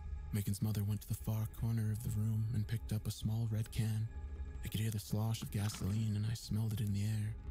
My father grabbed the can from her hand, his eyes wide and never leaving Tommy. Without a word, he upended it over the bound man, soaking him. Tommy kept smiling.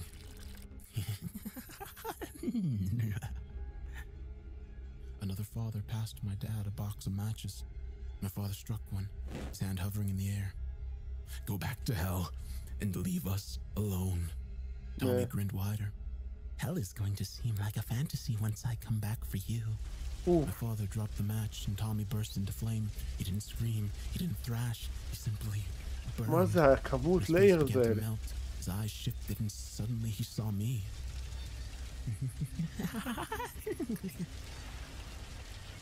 Heart exploding in my throat, I fled back to my room, tears streaming down my face. From the safety of my bed, I eventually heard the neighbors leaving, relief in their voices. 2 weeks later, Tommy came back. Really? September 1969. We were eating supper, our sense of normalcy returning to our home.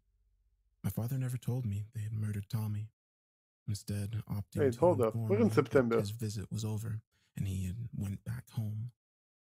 I still caught whiffs of gasoline about our house, but kept my mouth shut. I was just happy my family was okay. The sun was setting, and the dying orange light filtered in through the living room window, stretching out across the floor to cover the dinner table. My mother and father sat at the opposite end of the table, chatting about their day. I could tell they were still shaken, but I admired the way they were trying to return their lives to what it had been before Tommy showed up. As I shoveled mashed potatoes into my mouth, the front door exploded again. I spun around, jumping as the wood splintered and the hinges creaked. I dropped my fork, eyes growing wide. It was Tommy, and he looked furious. My parents' mouth dropped in unison, but before they could speak, Tommy marched toward us with an alarming speed and upended the kitchen table. Dishes filled with food shattered to the floor, and my father half rose, fear paralyzing him. Without a word, Tommy grabbed my father by the neck and dragged him to the wall where he plowed his face through the sheetrock. My mother screamed and ran to aid my father, but Tommy spun on her and punched her in the teeth, sending her crashing to the floor.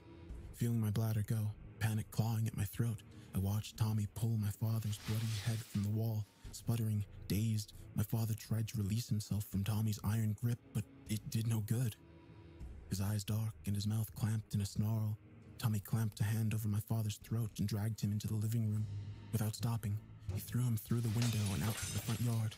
There was a mess of tears and terror, snot bubbling from my nose as Tommy turned back to my mother and I. Now, he He was smiling. He just went to my stunned mother and hauled her up. "You're going to need to see this," he said darkly. Oh, God. His lips curled in a grin. He looked at me and jerked my head towards the door. "Come on, Spence. You too." He pulled my mother to the front door and pushed her outside.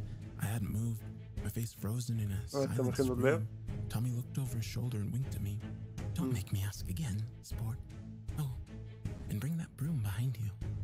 Pulled off my chair by fear, I got up and dutifully grabbed the kitchen broom and walked it to Tommy, my pants reeking of urine. Tommy put a hand on my shoulder and guided me outside to stand by our mailbox. I saw my father rolling in the grass, a mess of blood and glass, my mother kneeling before him, weeping. Our neighbors were coming out of their houses, eyes wide, shocked looks of horror on their faces as they saw Tommy. "Gather around," he yelled, motioning for them to come closer. "Look at what you've done." I saw Megan at her doorstep across the street, face a pale sheet of snow. She looked at me, and I saw her begin to cry, burying her face in her hands. Shocked into obedience, our neighbors came and stood in our tiny front lawn by the street, all eyes on my father and mother. "This is your fault," Tommy said, meeting every one of their terrified faces.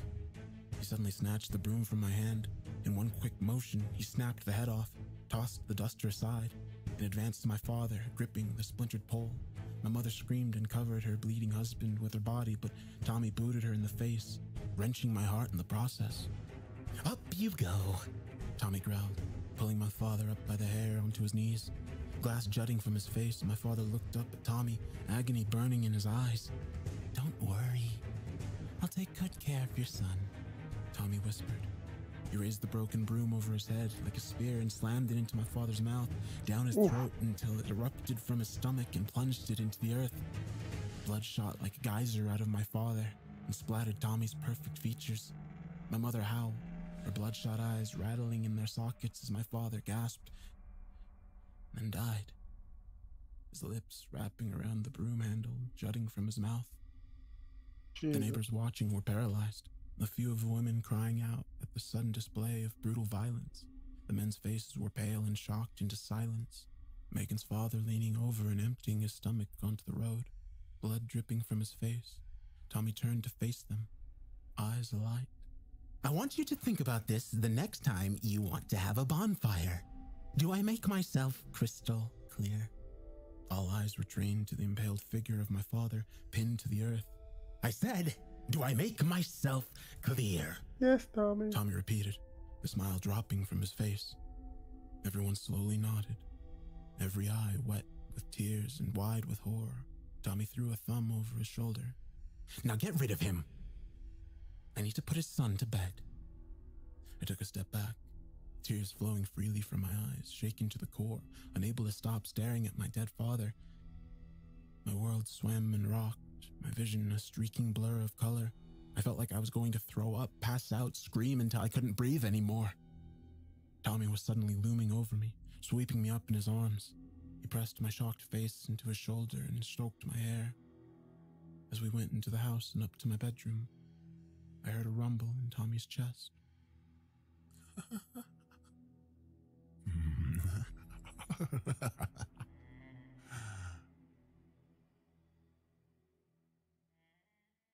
June 1973.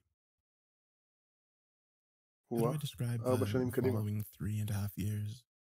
Words can't make you understand what life was like for my mother and I. My father's murder was covered up by the neighborhood, and my mother, despite the crippling pain it must have brought her, when the police eventually came to investigate, on request from his job, a story had already been carefully collaborated by the families. They told the police that my father had been cheating on my mother, and she found out and then kicked him out. Lies about arguments heard were told, among with the few scenarios where the neighbors saw my father sneaking out late at night. It was enough to get the police off our street. They saw the pain in my mother's eyes, but misinterpreted the source. Everyone was petrified of Tommy Taffy. The lies told in order to assure safety of themselves and their families. An example had been given, a lesson learned. Listen to Tommy Taffy. Do what he wants and pray that one day he'd just go away and leave our broken community. My father wasn't the only one who had been punished.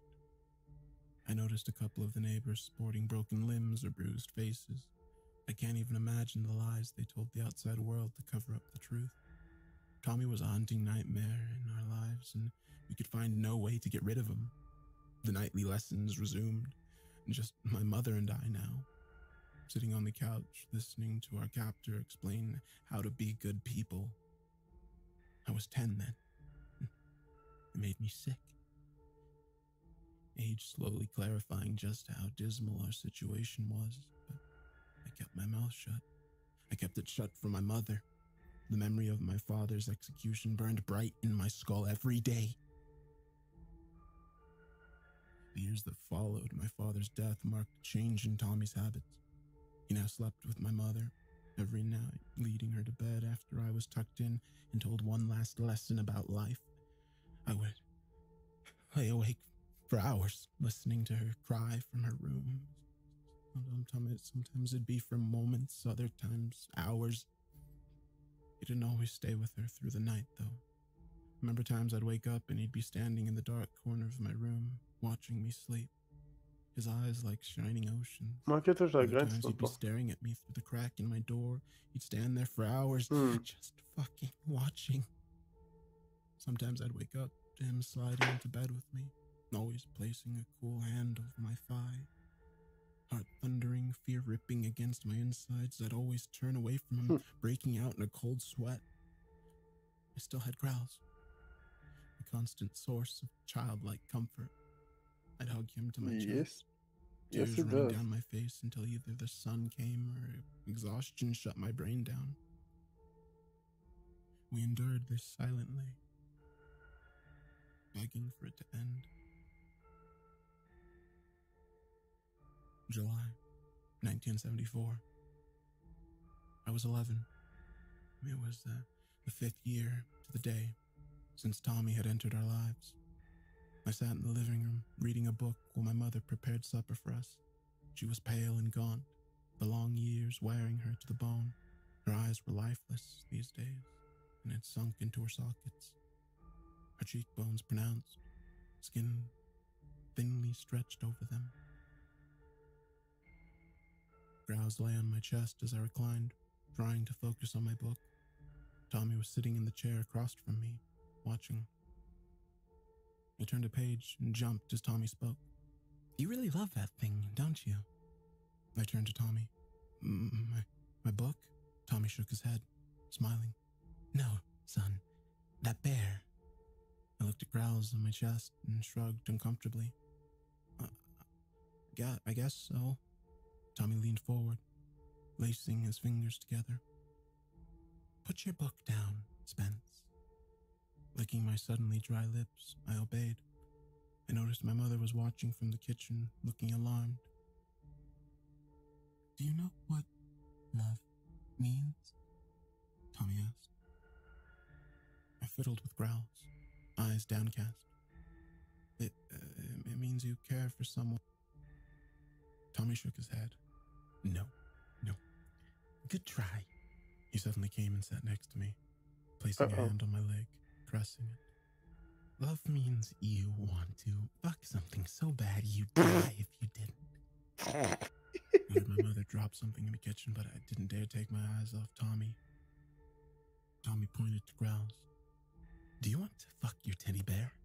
I had heard some kids in school talking about fucking, but I didn't have a clear understanding of what it was yet, so I just shook my head, palms sweaty. Tommy looked confused. "But you just said you loved growls. So you don't love him?" My mother took a step toward us, but her hands balled into fists, but kept her mouth sealed shut, her lips a thin white line. I guess I don't love him then," I stammered, feeling Tommy's hand tighten לא, on אבל my לא הולך thigh. להגיד you love your mother, right? Tommy אוי, לא. placed the other hand on the back of my head. "Why don't you give him a little kiss? Oh, See what you God. think, yeah?" I felt embarrassed and humiliated just at the thought, my cheeks burning. I tried to chuckle like I thought it was a joke, but Tommy slowly pushed my head towards the bear. Go ahead, son. Don't be afraid, he coached. I could feel tears brimming in my eyes as he guided my mouth towards my bear, and I gently kissed its nose, turning away immediately. Do it again, Tommy whispered. Show him how much you love him. Sniffling, tears rolling down my face, I held up growls and planted a few kisses on his worn nose. My face was flushed and my heart was racing. I felt foolish and absolutely terrified. Tommy's hand like a vice grip on the back of my head, urging me on. Lick him a little, Tommy whispered in my ear. I suddenly jerked my head and threw growls across the room, openly sobbing now. I don't love him. I hate him. I hate him. I covered my face, ashamed, hands shaking. I pulled myself into a ball and lay there, sobbing. I felt Tommy get up next to me and turn to my mother. It sounds like he's learned his last lesson. I'd be proud of him if I were you. He's a man now. I looked up at him through tear-soaked eyes. His eyes sparkled. It took 5 years. He suddenly leaned down and cupped his mouth over my ear. His voice was cold glass, his breath like hot fire. Your little ones will get 5 years as well, Spence. Oh, God. He looked at my mother one last time, then walked out the door. My mother rushed and took me in her arms, comforting me as I cried. Tommy never returned to our home. Time passed and I grew up. I grew up always expecting Tommy to show up again, come barging through our front door, but he never did. The years faded and some of the horror and pain began to fade as well. We were never the same though. How could we be? My mother was a shell of the woman she used to be. The mental torture she'd undergone had broken something inside of her she'd never regain. But God, she loved me and tried to heal the nightmares of those 5 years.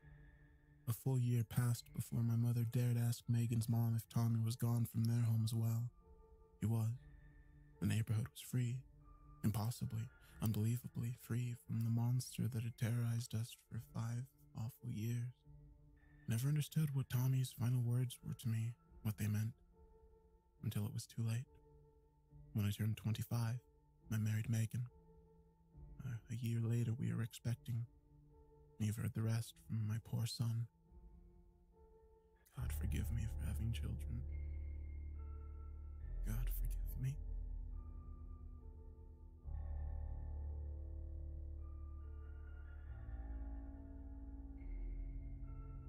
וואו. איך כאימא.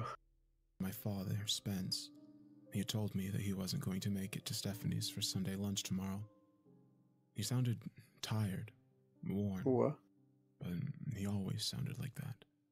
I couldn't blame him. I felt the same exhaustion myself. We had carried it with us for years. The memories we had, the nightmares we survived. He told me Mom wanted to go away, maybe to the mountains for a while.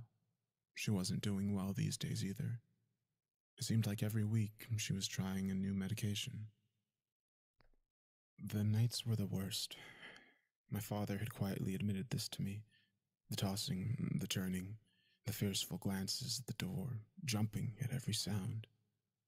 For my father and I, the passage of time wasn't enough to erase the fear that was seared into our minds like a brand. Stephanie seemed to be doing the best out of the 4 of us. She was happily married, and her baby twins were almost 3 months old now. She named them Jack and Jill. She thought it was cute. Jack and Jill? It was. Her husband Lewis was a good guy, and he took care of them. A selfless, strong man who put his children and wife before all. I sat in the darkness of my apartment, glancing at the clock. It was almost 11. I thought about retiring for the night, but instead got up and poured myself a shot of rum. I downed it without even thinking, and let the heat settle my worn mind. I went to take a piss and heard my phone ringing from where I'd left it on the couch. I zipped up my pants and went back to pick it up. I expected it to be my father again. It was Stephanie. Why is she calling this late? I thought to myself, immediately going into full alert. I placed the cell to my ear. Hello? Steph? No, it was silent for a few minutes, something rubbing against the speaker. Then my sister's voice trickled through the line, terrified and thin. Matt? My brow furrowed. Yeah, I'm here. Is everything okay? More heavy breathing, then a thick whisper. Matt, he's here. The line went dead. My heart began to race, fear suddenly roaring in the silence. I stood in the darkness, phone pressed to my head, Jesus eyes fucking glowing Christ. red. No, Jesus Christ, please, no, not yet. חושב שזה Immediately פרנק dialed ואז כזה, Stephanie, but it ואז הוא went to יגיע voicemail. בסוף. As I placed the phone down on זה the יהיה counter, טוב. I realized my hands were shaking. I poured myself another shot of rum and threw it back. I began to pace, trembling in the dark, mind spinning. It was everything I'd feared, but it was too soon, way too soon. Too Fuck! soon? I screamed, throwing the glass against the wall, hysteria splitting my mind. Fuck! I collapsed on the couch and tried calling Stephanie again. It rang once. Twice. Then it picked up. Steph, tell me exactly what's going on. Are you okay? There was no response, but I could hear something in the background, muffled and urgent. Tears were forming in my eyes. Jesus, Steph, please tell me you're okay. And then a voice, like cold silk. Hello, Matt. Shit. It has been some time, hasn't it? Recognition blasted through my mind like an icy wind, swirling through the depths of my mind and ripping apart every horror I'd ever experienced. Bile lurched in my stomach, and sweat broke out across my forehead. Voice trembling. I asked in a whisper. Tommy? Tammy? Oh God. Then went dead. I stood up, clawing at my hair, vomit threatening my throat. No, this was not happening, No. God, please. No, Fuck. I couldn't stop shaking, the voice on the phone opening up years of suppressed nightmares, tearing the chains and shattering the locks. I collapsed on my knees and vomited onto the floor, unable to hold it back anymore.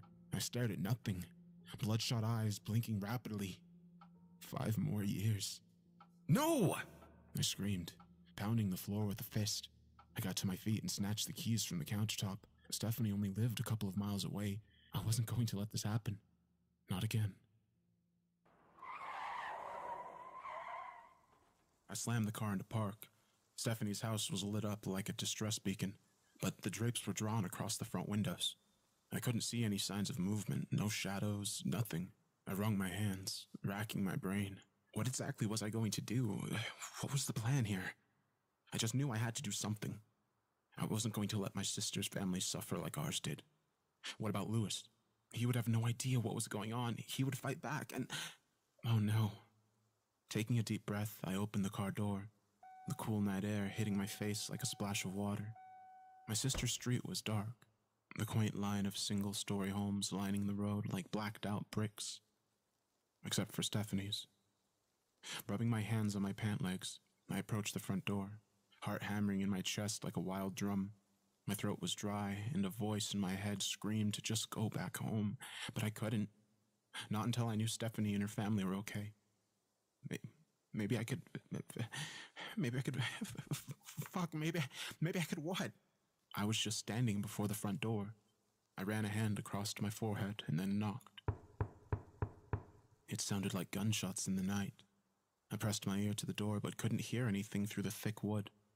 As I raised my fist to knock again, the lights in the house went out. I pounded on the door now, terror and urgency detonating in my chest like a bomb. Stephanie, it's me, Matt. Please, open the door if you can. Suddenly, I heard the deadbolt turn. I stepped back and the door creaked open, breath rushing from my lungs like a discarded balloon. 2 blue eyes shined from the darkness, Son of a like bitch. glowing crystals of fire. And then a voice, smooth as cream. A little late for a visit, don't you think, Matt? Staring into those burning blue eyes, hearing my name from his foul lips, it took everything I had to keep standing. Where's Stephanie and the babies? Where's Lewis? I finally choked out, frozen on the front steps, unable to look away from his eyes gazing at me from the black. We're all here, just getting reacquainted. Lewis wasn't very welcoming. What have you done? I hissed.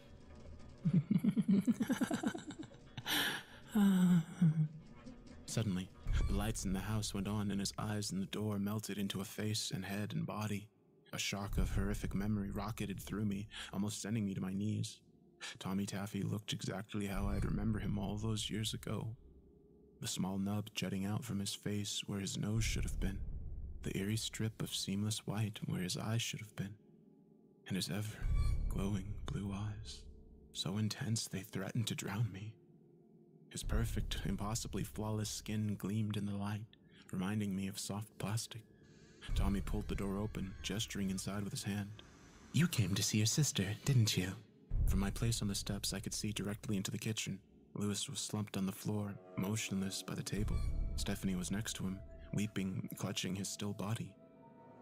She looked towards the door and saw me, her eyes widening, desperation shaking her voice. Matt, help us, please." The agony stretched across her face, tore me apart, tears blooming in my eyes. I went to push past Tommy, but he grabbed my shoulder, stopping me. You saw your sister. No need to get involved," Tommy said, his grip like an iron clamp digging into my collarbone. I turned to Tommy, 1 foot in the house. "Please, leave them alone. Haven't you taken enough from our family?" "It's time for you to go, Matt," Tommy said, pushing me back outside. Stephanie wailed, screaming my name from her place beside Lewis. I tried to step around Tommy, desperation racking my voice. "Please, just..." I was cut off as Tommy suddenly stepped forward and grabbed me by the throat. He slammed me against the side of the house, never releasing his grip. His face was inches from mine, his voice like burning coals, but his face remained calm. "I told you to go. Don't make it worse for them. This isn't about you anymore." I gasped as he released me, slumping to my knees in the dewy grass. I watched helpless as Tommy went back inside and slammed the front door. The lights in the house went out, and then the screaming began. I sat in the dark in my apartment, the bottle of rum beside me almost as empty as my gaze. The sun was rising, a soft pink glow tickling the horizon through the window. I hadn't slept, my imagination running rampant. I couldn't let Stephanie live through this, not again, not for another 5 years. Time had taken the abominations of our childhood from my sister, Tommy entering our lives at an age she could still forget. The twins. He had come back because of the twins, Jack and Jill, to continue his reign of terror through the generations of our family. When would it end? How could it end? The hours offered no solution, the rum burning in my gut giving no comfort. Suddenly my cell rang, startling me. I blinked and realized the sun was now burning cheerily through the window. How long had I been sitting here? My heart jumped as I saw it was Stephanie calling me. I hurriedly answered. "Hello? Steph, are you okay? What has he done?" My sister's voice was emotionless and flat. "Tommy said it was okay for you to come over for lunch, just like we planned." "What did he do to you?" I hissed. Her voice never changed. "He's feeding the twins. Everything is okay." Steph, I started, but she hung up. I rose and rushed to the bathroom, splashing water over my face. The rum seemed to have no effect on me, my eyes meeting my face in the mirror with surprising clarity. But that did nothing to dilute the fear that plagued my mind. I raced out of my apartment and into my car. As I drove, I found myself becoming sick. Claws dug into my memory and uprooted the past horrors I had experienced at the hands of Tommy. I couldn't let Jack and Jill go through that. I couldn't let Stephanie watch her family slowly get torn apart. A couple minutes later, I was parking in front of her house. I anxiously got out of the car and went to the front door where I knocked. Tommy answered, a baby in each arm. "Hello, Matt. Good to see you at a more appropriate hour. Come on in." Just seeing him touch the children made my skin crawl and my stomach clench, but I shut my mouth and said nothing. I walked past him. He kicked the door shut behind me, bouncing the babies in his arms and beaming down at them. "Oh, beautiful children, aren't they?" Tommy said softly, staring down at their faces. "Where's my sister?" I asked, a trickle of sweat running down my spine like a ghost. As if to answer, Stephanie came walking down the stairs. Her skin was pale and dark bangs hung from her eyes. There was no sign of physical violence, but I knew Tommy had other ways to punish people. Lunch is ready, she said, tonelessly. She walked into the kitchen and began setting food on the table. I followed her and then froze. Louis was slumped over the table, breathing heavily. One side of his face was swollen, closing his left eye. Blood leaked from his mouth onto an empty dinner plate before him. His legs had been broken, his shins and ankles twisting along the sides of the chair at angles that turned my stomach. Upon seeing me, he raised his head, trailing drool and blood from the corners of his mouth. "Get this monster out of my house," he whispered to me. Before I had a chance to respond, Tommy was sweeping in behind me, cooing down at the babies. Stephanie was like a zombie, placing the steaming platters of food before us, then sitting in the chair opposite her bleeding husband. "Jesus, Louis," I gasped. "We need to get you some help. Come on, I'm taking you to the hospital." Tommy looked up at me from the babies. "Matt, sit down and enjoy the food your sister so lovingly made for you. It would be terribly wasteful to ignore such a feast." As if to lead by example, Tommy took a plate at the table, the gurgling, oblivious twins chirping in his arms. "He needs help, Tommy," I insisted, terrified of the words coming out of my mouth. "Don't be dramatic, Matt." I suddenly slammed my hand down on the table. "I'm taking him to the hospital, goddammit!" Immediately, I regretted my sudden aggression. Yeah. The gasoline fire in my chest was doused instantly as Tommy's shining blue eyes met mine. Wordlessly, Tommy stood and handed Jill to Stephanie, who gratefully accepted her daughter. Eyes never leaving me. Tommy took Jack and went to the sink. He turned on the garbage disposal. Horror ripped through my brain like a blazing locomotive. The loud whirring of the blades filled the kitchen and choked the fight from me, replacing it with a furious caution. "Get away from there!" Louis screamed, struggling to stand but screaming as his broken legs squirmed against the twisted flesh. Tommy lowered the now crying Jack towards the black mouth of the garbage disposal, his eyes never leaving me. "It would be a tight squeeze, but I think I could get him to fit," Tommy said, his voice like the edge of a knife. I raised a trembling hand. Stop! Okay, please just stop." But Tommy kept lowering the baby, its howling face now inches from the opening. "I only need one, Matt. Maybe you'll need a lesson. Maybe you've forgotten how this works." Stephanie was clutching Jill, her eyes bulging from her face, tears silently streaming down her cheeks. No. I'll do whatever you want. Please, just stop, please." I got down on my knees, voice shaking, my own tears of terror pouring from my eyes. "Just don't hurt the baby. Don't hurt Jack." Tommy's eyes bore into my skull, examining my words like they were under a microscope. Finally, he turned and switched off the garbage disposal, handing Jack to Stephanie. I let out a shuddered sigh of relief and shakily got to my feet. Tommy took a seat at the table and pointed for me to do the same. I didn't hesitate. "You godless fuck," Louis spat. Like lightning, Tommy stood and stepped towards Louis, sliding his hand into the beaten man's mouth to grip his upper jaw. Without slowing, Tommy heaved Louis out of his chair and threw him face first into the refrigerator. With a dull thud, Louis's face erupted in a fountain of blood and shattered teeth as his collided with the hard surface. He slid to the floor, leaving bloody trails in his wake. Face like smooth stone, Tommy lifted him by the hair and dragged him to the oven. He pulled the door open and shoved Louis's head into the crack. Without hesitating, Tommy began to smash his skull between the oven and the door, each blow crushing into his head and splitting his skull. "Stop it! Tommy, you're going to kill him!" I screamed, leaping across the table. Tommy spun and pointed at the twins, his eyes locked with mine, his voice thundering across the kitchen like a summer storm. "It's him or the baby? Who's it going to be?" I collapsed in my chair, eyes wide, entire body shaking, tears pouring from my eyes, my lips twisting and quivering to form words, but only helpless sobs escaped. The twins were howling, and Stephanie clutched them to her chest, weeping, shock washing over her horrified face. I turned away, world rocking, ears filling with screaming and crying, and Tommy crushing Louis's head with the oven door. Spittle flew from my lips with each ragged breath I sucked into my lungs, reality bending and darkening. Tommy straightened, panting, observing his work. Blood splatter painted the cabinets and floor, slow trails that oozed like reaching fingers. Stephanie was weeping, eyes squeezed shut, twins mimicking their mother's sorrow. Tommy ran a hand through his hair, exhaling, his eyes meeting mine. He smiled, shaking his head like he couldn't believe it. He turned to Stephanie and motioned for the babies. "Give them to me. Clean your husband's mess up." My nails were digging into the tabletop, knuckles white. I couldn't believe the carnage that I had just witnessed, the brutal execution of my brother-in-law. I was shaken to the core, my vision spinning in disbelief. Tommy leaned down and snatched the babies from my sister. "Go, put him in the basement for now." "Why did you have to do that?" Stephanie squeaked between sobs. Tommy began to soothe the twins, shooting a look at my sister. "He wasn't right for this family. Now, go clean him up." Tommy walked into the living room, motioning for me to follow him.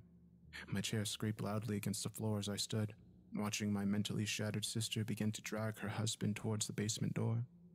Drool leaked from her lips as she whispered loving apologies to the deceased. She was breaking. In a horrified daze, I followed Tommy into the living room, feeling like I was in a dream. I wanted to murder this monster, rip his cancer from my family, but another part of me knew I couldn't. Attempting to do so would just bring more violence. There just had to be a way, though. Tommy had settled the twins and was now watching me. "You okay, Matt?" I said nothing, my shell-shocked eyes staring into nothing. Tommy nodded. "I know this is probably upsetting. That's why I wanted to talk to you in private. I'm worried about your sister. Now she's going to take all of this. I'm worried about how it will affect her parenting." My eyes rose to meet his, my voice incredulous. You did this." Tommy ignored my accusation. "Matt, I'd like you to stay here with us for a while. Keep an eye on your sister, help her through this. I'm afraid it's the only chance we have of settling her mind after such a tragedy." Tommy smiled, but there was no humor in it. "Careful, Matt. Just leave my sister alone. Get out of her life," I said through gritted teeth. "I can't do that," Tommy insisted. "Not with such beautiful children to be raised. In fact, that's the reason I'm here so early. I couldn't wait any longer. I had to see them." His eyes glowed, twin spotlights cutting into the darkness of my mind. I took a step toward him, whispering, "What the fuck are you?" I stayed with Stephanie that night. It had taken her almost 3 hours to clean up Lewis, and when she finished, she went up to her bedroom and collapsed. I put the babies to bed after giving them a bottle and stood on the balcony, staring down into our empty living room. Everything felt so wrong. Like I was dreaming. The shocking events that were slowly twisting my life dug into my brain, unearthing every horror that I'd spent years burying. A hand rested on my shoulder. I turned to see Tommy, the light in my sister's bedroom glowing behind him. "Go. Be with her tonight. It's important she feels the warmth of a man beside her. It will help ease her husband's passing." I said nothing, just stared into Tommy's smooth face. Every ounce of me screamed to plunge my fingers into his eyes. Tommy pushed me towards Stephanie's bedroom. "Go." Wordlessly, I walked down the hall and into my sister's bedroom. I shut the door behind me and went to sit on the bed. Stephanie was under the covers, staring at the ceiling through bloodshot eyes. Her skin was pale and heavy bags dripped down her face. I didn't know what to say, so I said nothing. I laid down next to her and turned off the lamp. I blessedly heard the shallow breath of sleep beside me. Good, I thought. Let her mind have a few hours of peace. The deep hours of the night snuck up on me, but I barely even noticed. My mind refused to shut down. Ideas and possible ways out circling my exhausted head like water circling a drain. "I only need one of them." I examined those words, wringing out every possible meaning and scenario they could represent. I didn't like what I found. I glanced at my sleeping sister next to me, her suffering apparent even in slumber. My heart screamed for her, and I felt my eyes well up. She didn't deserve this. Not again. Not for another 5 years. I couldn't watch that. I couldn't let that happen. What was I willing to do to save her? What kind of person would I have to become? How could I possibly live with myself if I did what the darkness whispered? "You know how to save her," something chuckled from the black. "Tommy made a mistake tonight. Or was it? Maybe he's testing you. Either way, you know you can't continue like this. You can't live knowing your dear sister is breaking." I covered my face in the dark, tears staining my face. What kind of person would I be? At some point in the night, I became aware of something by the bedroom door. I turned my head and saw Tommy watching us through a crack in the door, his blue eyes illuminating the darkness to cast a soft glow across his smiling face. I shivered and turned away. It was hours before I felt his gaze leave me.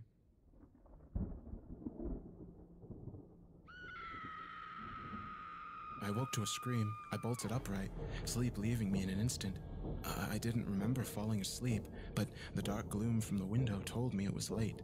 I glanced at the clock on the bedside and saw it was almost 10. Rain threw itself against the house, a wind slamming angrily against the windows.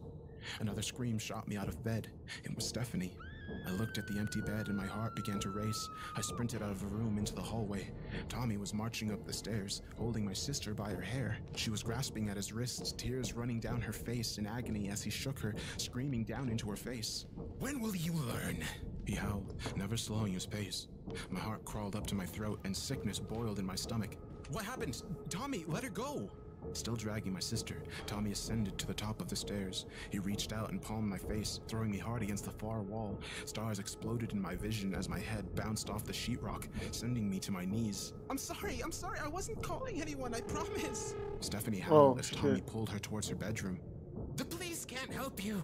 Matt can't help you. Only I can help you." Tommy snarled. He threw her across the room onto the bed and turned back to me. Fury stretched his face and burned in his eyes.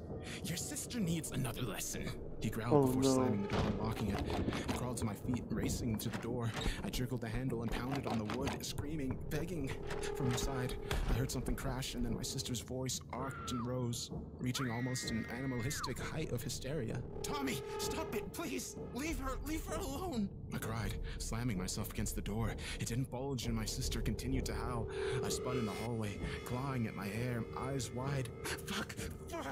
My heart motored in my chest, and my whole body shook. A sense of maddening helplessness and anguish threatening to overwhelm me. "Stop this!" my mind screamed. "You have to stop this!" I pounded the wall, tears rolling down my face. No. She still has a chance. She can recover from this plague. Do something before it's too late. My mind howled, breath hitching in my throat, my sister's scream echoing and crushing into my skull.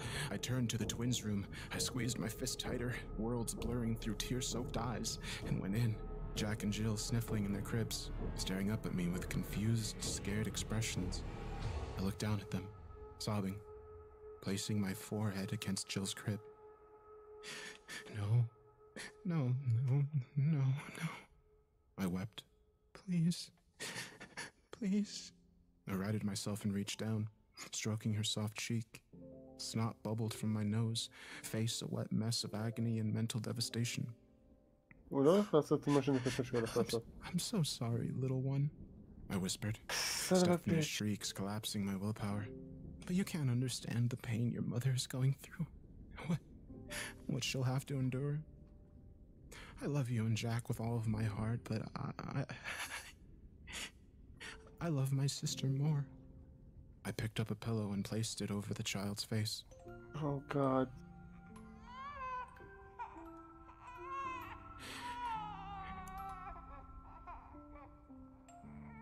וטומי מגיע.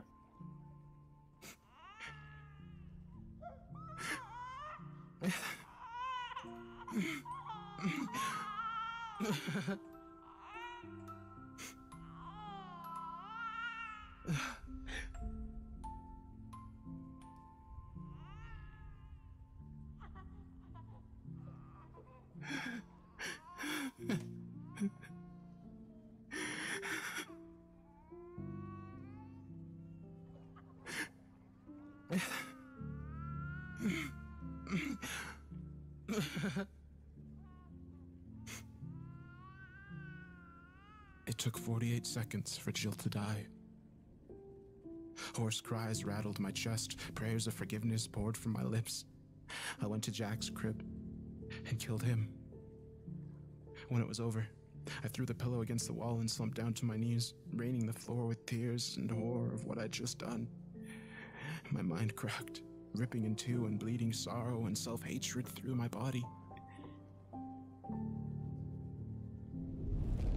Suddenly, something was roughly hauling me to my feet. I coughed as a hand gripped my throat and slammed me against the wall. I blinked and stared through stricken eyes into Tommy's enraged face. What have you done? He bellowed, shaking.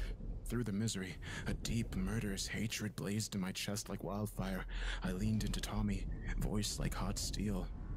I'm freeing this family from your shadow. Screaming, I smashed my face into his as hard as I could. My vision blinked, the darkness quickly clearing under a storming rage. Ah! Tommy howled, stumbling backwards, clutching his face. Something yellow and thick dripped from his mouth. He looked down at it, eyes growing wide. I knew you could bleed, I snarled, wiping the tears from my face. Tommy stared at his covered face and then back up at me, fury reigniting. What have you done to the children? I killed your lifeline, I hissed. Before he could respond, I charged him. I threw my body into his, slamming his against the far wall with a heavy thud. The surprise and pain that rippled across his face fueled my sudden murderous hunger. I grabbed his hair and ripped his face to the side, burying my teeth into his soft throat. He screamed as my jaw snapped shut, my mouth filling with warmth and shredded flesh. I spat a mouthful out as Tommy shoved me back, hand going into his gushing throat, his fingers coated with yellow liquid pouring down his shirt and chest. I didn't let him recover. I grabbed a lamp and brought it crashing into his skull, bringing him to his knees. I drove a fist under his chin while simultaneously swinging the lamp again, driving the butt directly into his eyes. He howled, falling against the wall. Reaching out, desperate, I knelt over him, tossing the lamp aside. My fist thudded into the gaping hole in his throat, summoning new howls of agony. It fueled me, ignited me, filled me with rage. I stood and kicked him in the stomach. He started to crawl towards the door, but I brought a foot down into his spine, causing him to twist and shriek. Keeping my foot on his back, planting, I leaned down, voice like venom. It's over, Tommy, you motherfucker.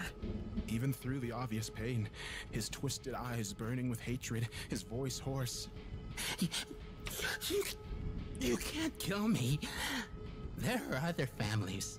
I reached down and gripped beneath both of his hands. But not my family.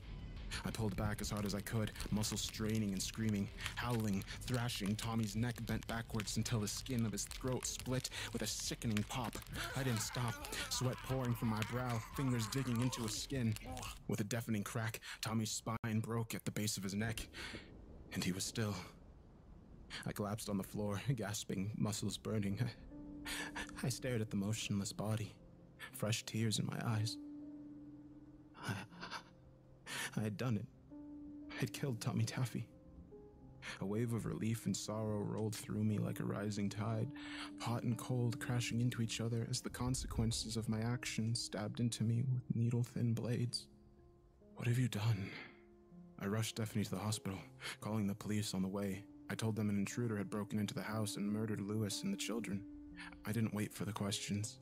My main concern was getting my unconscious sister medical attention. That day, something in me broke. Something I can never heal or replace. A dark shadow hovers over my soul, a deadly reminder of what I did to save my sister. Guilt and anguish, those are just words compared to how I feel.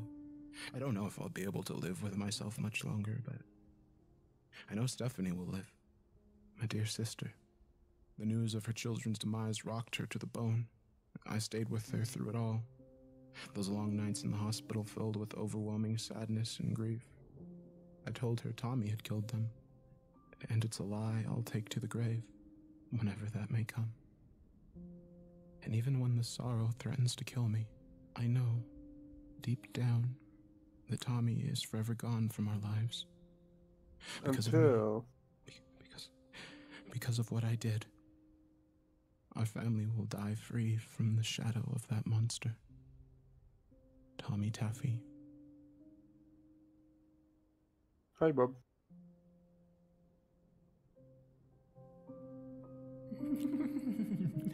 זה טוב. רגע, זהו? ציפיתי לעוד. ג'יזוס. כבר שעתיים?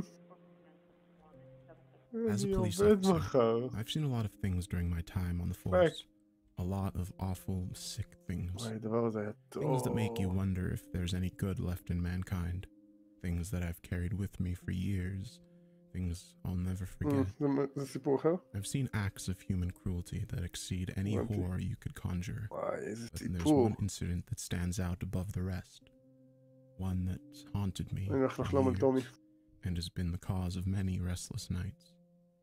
An incident that still causes my breath to hitch in my chest at the mere thought of it. Oh God. Something that אני terrifies שכחתי me לגמרי to this מהסיפורים day. הראשונים, רק הסוף. The night I met הסוף Tommy Taffy, רוצח אותך, ג'יזוס. July 24th, 1987. אז המשטרה Shit. כאילו על We got a טומי? 911 call over on Tenor Street. My partner, Henry, said, leaning across the driver's seat and opening my door. I steadied the two coffees in my hands and ducked down, sliding behind the wheel. I passed a steaming cup to him and sighed heavily. Great. And here I was hoping we'd have a quiet night. What are we walking into? Dispatch said a young girl called it in, something about a domestic disturbance. Henry replied, taking a cautious sip. Fantastic. I love getting in the middle of arguing couples. I sighed. I placed my own cup in the holder and flicked on our lights, pulling out of the gas station and roared down the highway. As we drove, I anxiously tapped my fingers against the wheel. We've had dozens of calls like this, but each time I felt my pulse quicken. Domestic disputes meant that one of the parties was out of control. Out of control meant unpredictable, and unpredictable meant dangerous. After a couple of minutes, Henry pointed out into the night. There's Tenor. I spun the wheel. Got it. The road was dark and quiet, a neat line of small houses set on quarter-acre plots. I checked the address and then pulled into the driveway of a small two-story house at the end of a cul-de-sac. I scanned the surrounding houses, searching for curious neighbors. The street was still and empty. I got out of our cruiser, the warm night air caressing my face, and adjusted my hat. Henry mirrored me the opposite side of the car, casting a quick glance my way. I don't hear anything, he muttered, watching the front of the house. The curtains were closed, but we could see lights on. Probably saw the flashing red and blues and shut the argument down. I snorted.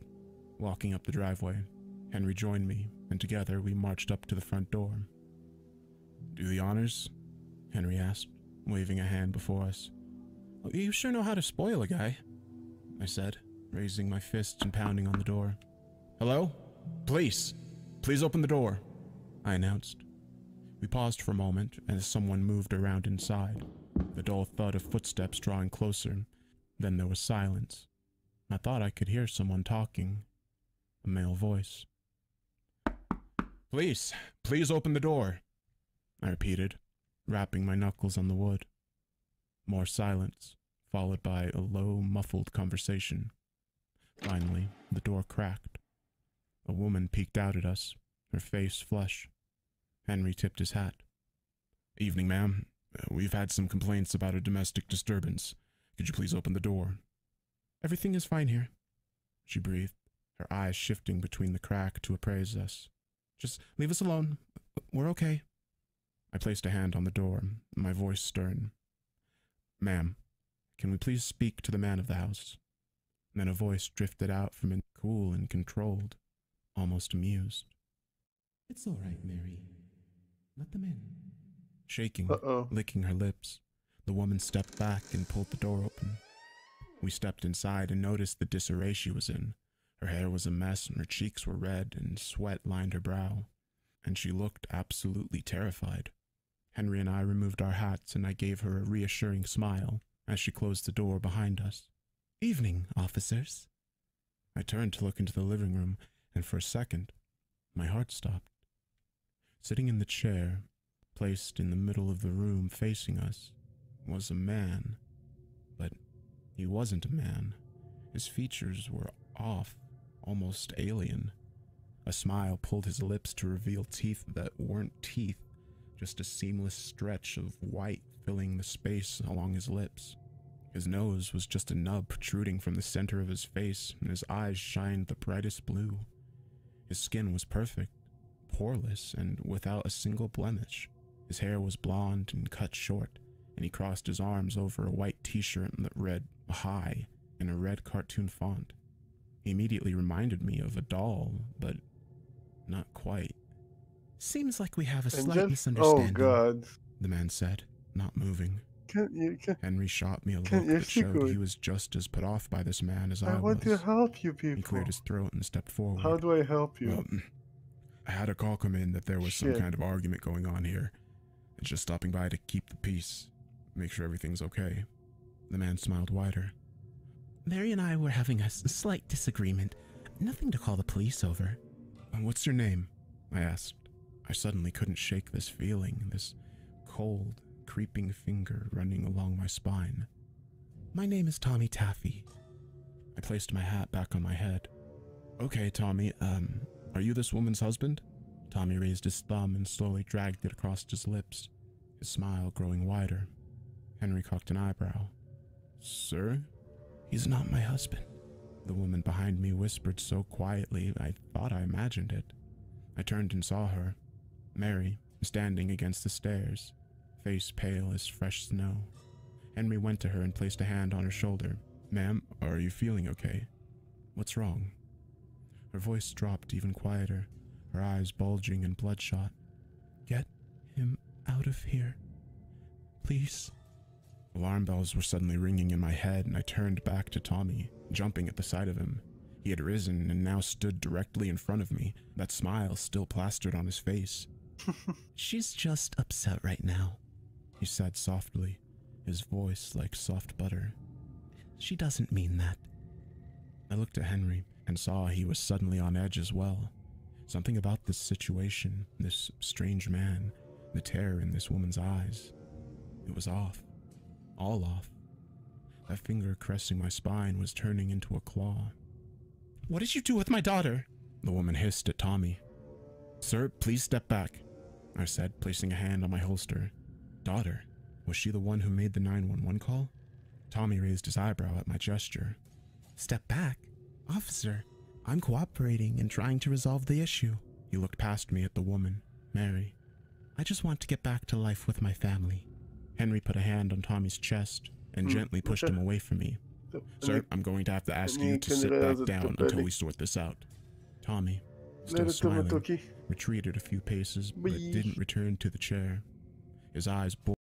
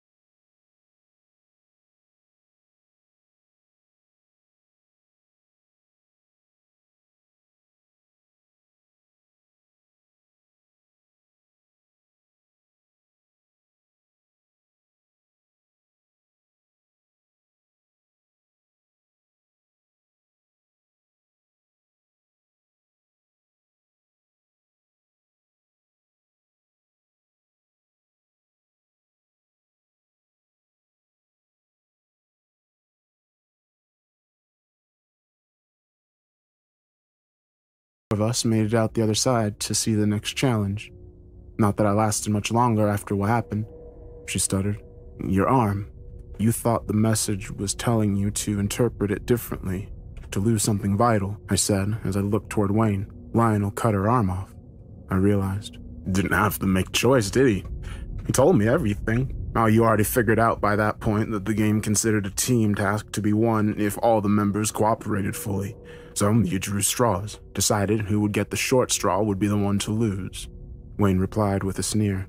And you drew the shortest straw, I said, looking back toward Heather. There's no way forward if we don't take something away, she explained and then glanced at the clock. We've only got about a half an hour to decide. How are we going to play this out? She asked. I looked toward Melissa and Celeste for answers, but they were just as baffled as me. Why your whole arm? Why not just your pinky or toe? Melissa asked. It sounds like a dumb question. Wayne laughed again.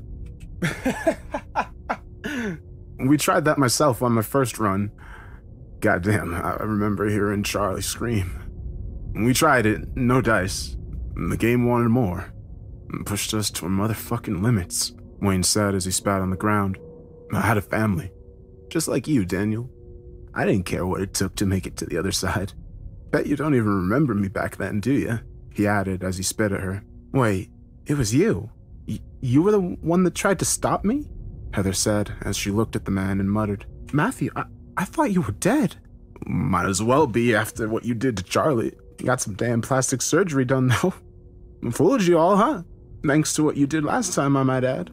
He spat as he looked toward me. I tried to talk her out of it, Daniel, but, well, you've been with her for half a day already. You see how sober she is, Wayne said maniacally.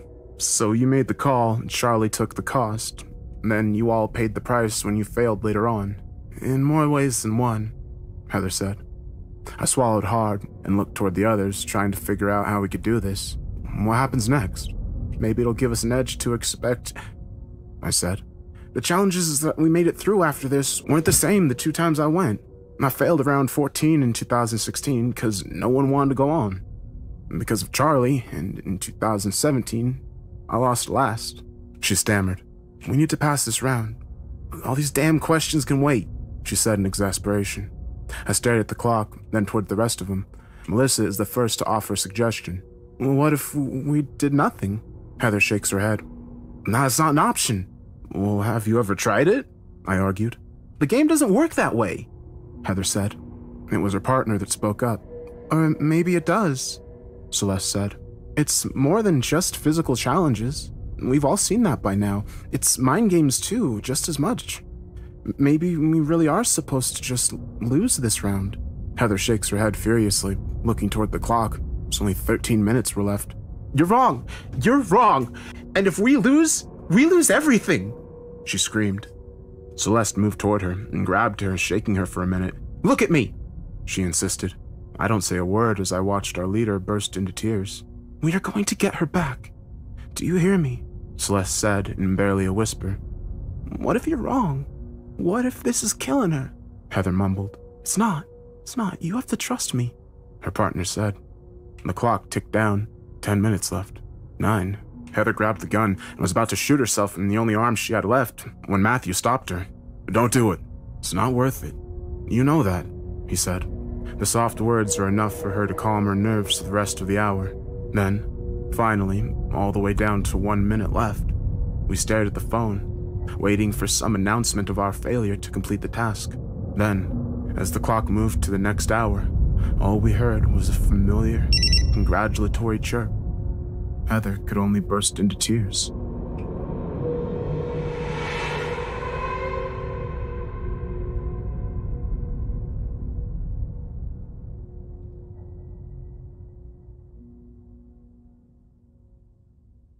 "14. Destroy bunker."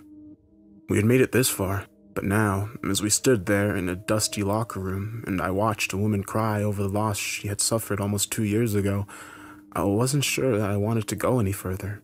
Wayne, that is what he insisted on us calling him, was the one to break the tension, laughing again, almost maniacally, as he winced in pain from the wound that Melissa had given him. Oh, wait, that's just the bee's knees. Fuck. Makes you wish we had told Charlie that 2 years ago, huh, Heather? She stopped crying, if only for a moment, to punch him square in the jaw. Enough, both of you, Celeste said as she pulled Heather away. What's really going on here between you two? Don't lie and say it's about money. What are you really trying to do? I asked. Wayne doesn't say a word as he spit out a bloody tooth. We always have a damn plan, Heather said, shaking her head sourly. And it always goes to hell, Wayne added. Then why are you even trying again? Don't give me any bullshit. I want the truth, I told him. Celeste looked toward the floor and sighed. We can't tell you. We're not allowed. What? By who? I asked. The game. I made that mistake 2 years ago. I was almost at the end of all this shit. Everything was going perfectly, but I disobeyed one of the earlier rules. I was told never to speak about why I play the game, Heather said. Fine, whatever. Keep it a big, dark, mysterious secret, but at least explain how he's mixed up in all of this, I said. I was hired, actually. My whole fucking team was. Me and Jack were the only ones who came back alive, Wayne said. This is when Melissa is the one that loses her cool. You knew my dad? You knew he was out there and you didn't fucking say a thing? She shrieks. Oh, calm down. I didn't know he was in this round, I swear. You mean he wasn't part of your little scheme to play, so you just kept your mouth shut and let him die? Melissa snapped back. I was just doing what I was paid to do, Miss Bradley. I didn't involve your dad. In fact, he went AWOL after our last run. Said he was going to figure out a way to beat the game for good. Wayne said. Fuck. Whatever it is she paid you, it must have been good, I said. That was when money was all I cared about. But right now, what matters is we need to keep going. Are we done with 20 questions or what? Wayne asked with an exasperated sigh.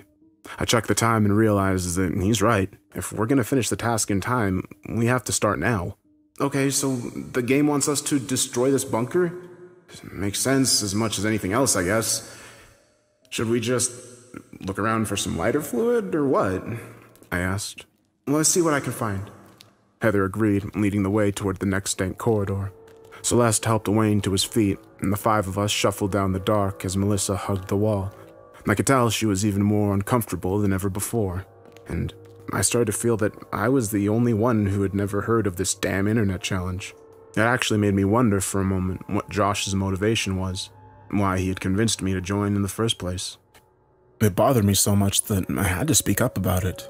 Do any of you know Joshua Francis? I asked. The others looked at me, but no one gave me a nod of recognition. It only made me more concerned. We made our way in a wider portion of the bunker, where it appeared that there were several rows of older-style computers. It reminded me of something you might see in an old 90s spy movie. What is this place? Celeste asked. I don't know, but I think some of the systems are still operational, Heather said as she flicked the light switch on. A short moment later, she activated one of the terminals, and a few other gears and parts around the facility started to grind to life. There's some sort of research station, I guessed, as she started to use the mouse and search for something on the databases available. Bingo! Map! She pulled up a schematic and studied it for a long moment while Celeste began to tend to Wayne's wound. You guys probably should have hashed out your baggage before snags like this, the nurse quipped. If we're being fair, I didn't expect to have to be babysitting a housewife and a toddler, Wayne said, gesturing towards us. Hey, we saved your life, Melissa barked out. Fine, whatever. I'll figure out a way to repay you later, the soldier said, rolling his eyes. I looked over at Celeste as she was wrapping up his foot and remarked, Do you still have that flash drive? The one that Jack gave you? She nodded and passed it to me as I looked towards the terminals. Well, I wonder if it would work here, I muttered. I found what we're looking for. It's 2 decks up. Come on, Stratton, Heather said as she led the way. I slipped the flash drive in my pocket and followed her upstairs. We found ourselves in some sort of chemical supply closet, and she passed me several of the bottles one by one. You can carry more than me, obviously, she said bluntly. I nodded, and we began to pour some of the chemicals down the stairs and back to the control center. That ought to get the job done, because we still need a way out, Heather said as she lit a cigarette again and muttered, Everyone, hold on to your butts. She tossed it towards the inferno, and it burst out in a massive explosion in the stairwell as we watched in shock. Come on, let's get out of here, Celeste urged as she was getting Wayne to his feet. Then suddenly, the other monitors on the screen activated. We found ourselves staring at a figure tied up and gagged to a chair in a room approximately 3 floors above us. I hold my breath as I look toward the flames. The figure is the man that led me here, Joshua Francis.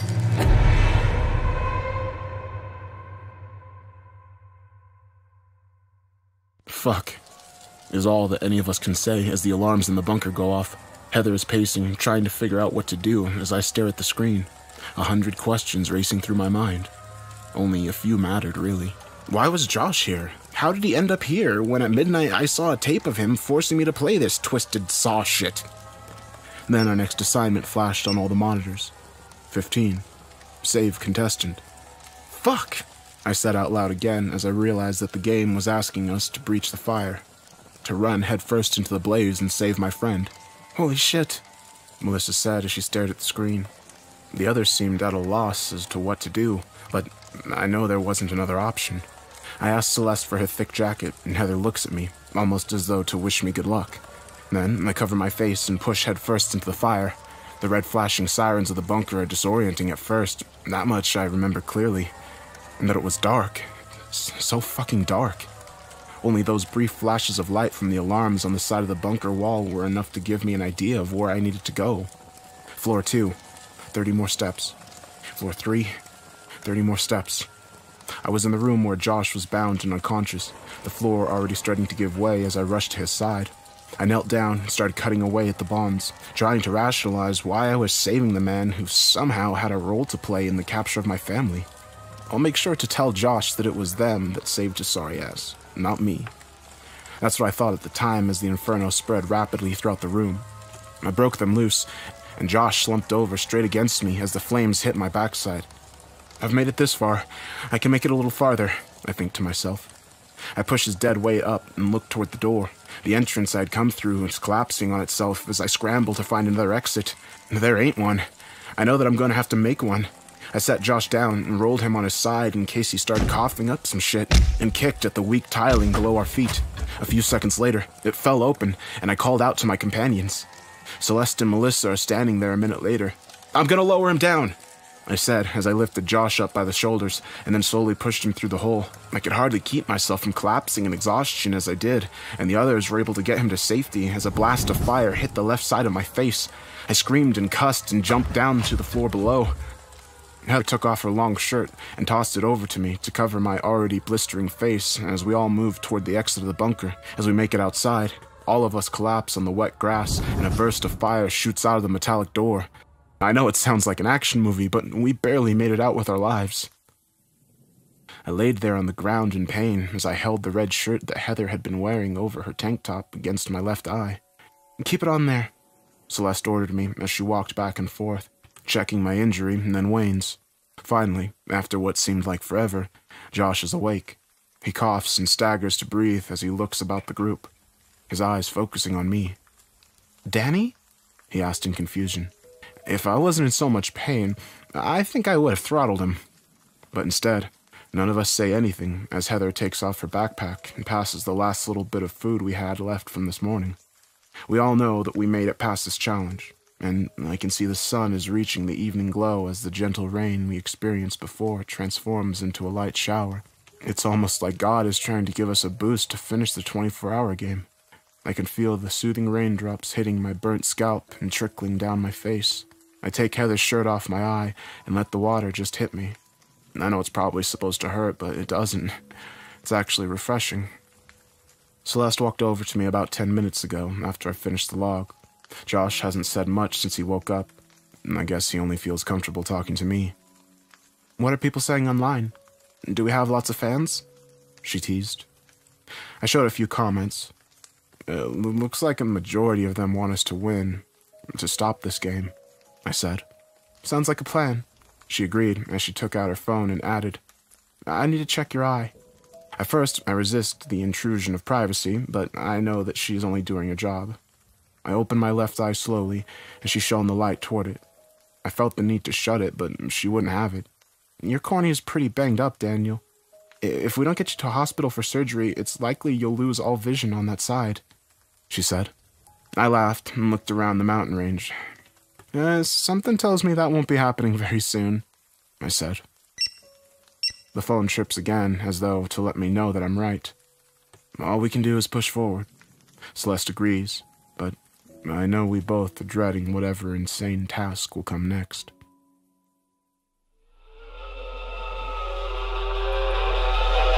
Josh is the one that gets to read what the message says. He doesn't seem that all surprised when he does. 16. Kill contestant. And there's no between the lines this time. The game isn't playing tricks. One of us had to die. Well, fuck, Wayne said, as he seemed to think that he would be the obvious choice. There was plenty of reason for all of us to hate him. What are you even doing here? Heather asked my old friend. I'm not really surprised to know that they were contestants together. More surprised, though, that, again, neither planned on the other being here. To save your sorry ass. He looked toward them with shifty eyes, and then toward me. Josh said, It needs to be me. What? You can't do that. I just saved your ass. I screamed at him. You aren't going to talk me out of it, Danny. I've already lost anyway. Lost before I left that room, actually. My last task was to tie myself up and wait.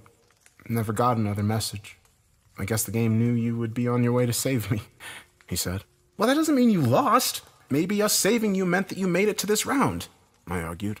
Danny, you have no fucking idea, man. Fuck, man. It took you 16 hours just to get here. Don't you get it? He muttered. Get what? Melissa asked. He looked toward my new companion suspiciously. I want to talk to Daniel alone, Josh said. Heather sighed and nodded, clearly exhausted by this new monkey wrench that the game was throwing at us. Josh motioned for me to follow him away from our makeshift camp and toward the woods. Once we were out of earshot, he muttered, You've got a lot of questions, I'm sure. That doesn't even begin to describe what is happening and what has happened to me today, Josh. But all that matters is where Marcy and Michael are at. Tell me that. I won't care about anything else, I said. He sighed and rubbed his forehead. They were still alive last I checked, and I'm pretty sure the game is leading you to them, Josh said. Leading me? What do you mean? I asked. It's just simple math, Danny. The game is stringing you along to take everything away from you. Why else do you think it forced me to recruit you, to kidnap your wife and your kid? Do you think that I wanted to do any of that shit? He said. Because you lost the last time you played, I said. Well, damn straight I did. And do you know why? He said, and then gestured toward the camp. You're fucking friends. I was with that team, Danny. Don't be fooled by their charm and smiles. They are cold-blooded. Did they tell you what happened to Charlie? He muttered. I don't understand. You were here 2 years ago? I asked. Well, obviously not here as in this spot. Last time the game started, we were up near Toronto. Last round I was in was near Lake Ontario. The instructions for the round were simple enough. Throw someone overboard.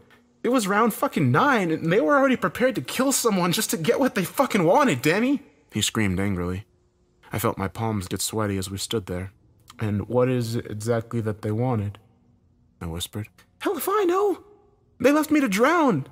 I was lucky the Coast Guard picked me up, he said, waving his hand dismissively. He turned back toward the cliff edge, seeing Heather and Celeste's silhouette outlined as the sun started to streak out bursts of orange and red. So why did you play again? You said that the game forced you to? I asked. It did. It does that to anyone that loses. Makes them keep the game going. When I got home, I found that I had nothing in my bank account. I had to declare bankruptcy. I was homeless for 3 weeks. And then, like a guardian angel, this message online asks me to recruit someone for the game. It says that I can get back everything I ever lost, and 10 times as much. Of course I didn't say no. Why would I? He said. I can't help but to punch him in the jaw. So you recruit me? Why? Why not one of your other damned idiot friends? I asked angrily. Look, I didn't know that it would make me hurt Michael or your wife. I didn't. But I know that you can stop this game, Daniel. I know you can, he said. It's because it's not designed for you to win, he said. Well, how do you know that? I asked. We found a way to beat the game. Jack, Lionel, and I, he whispered, gesturing toward the camp. That's why it's fighting back so damn hard. He sighed and looked toward the setting sun. They're not going to let that happen, though, he added as he glared at his former teammates. The game will see to that. They might surprise you, I argued. There isn't time for this, Danny, he said as he grabbed me and muttered. Marcy, your son. They're in a mansion nearby. You can get there, save them, get out of this before it takes everything from you, too. Then he took the gun I'd been holding on to this entire time and pointed it towards his skull. Josh, what are you doing? I said. You need to listen to me. Listen to me. Repeat what I just said. Go to the mansion. Save your family. Trust no one, he ordered. The others are seeing the commotion that he's making. Josh, don't! Say it, Danny! He screamed. I swallowed hard as I heard Heather and Celeste running towards us. Trust no one, he nods as a tear trickles down his cheek. Godspeed, Danny. He muttered and then pulled the trigger. I covered my mouth as the bullet slammed through his skull, the blood splattering in 100 different directions as his body crumpled onto the ground. I'm still standing there as Celeste steps past me, confirming what has happened. She looks at me to offer words of comfort, but I don't know if they are sincere. I don't know if anything is real anymore.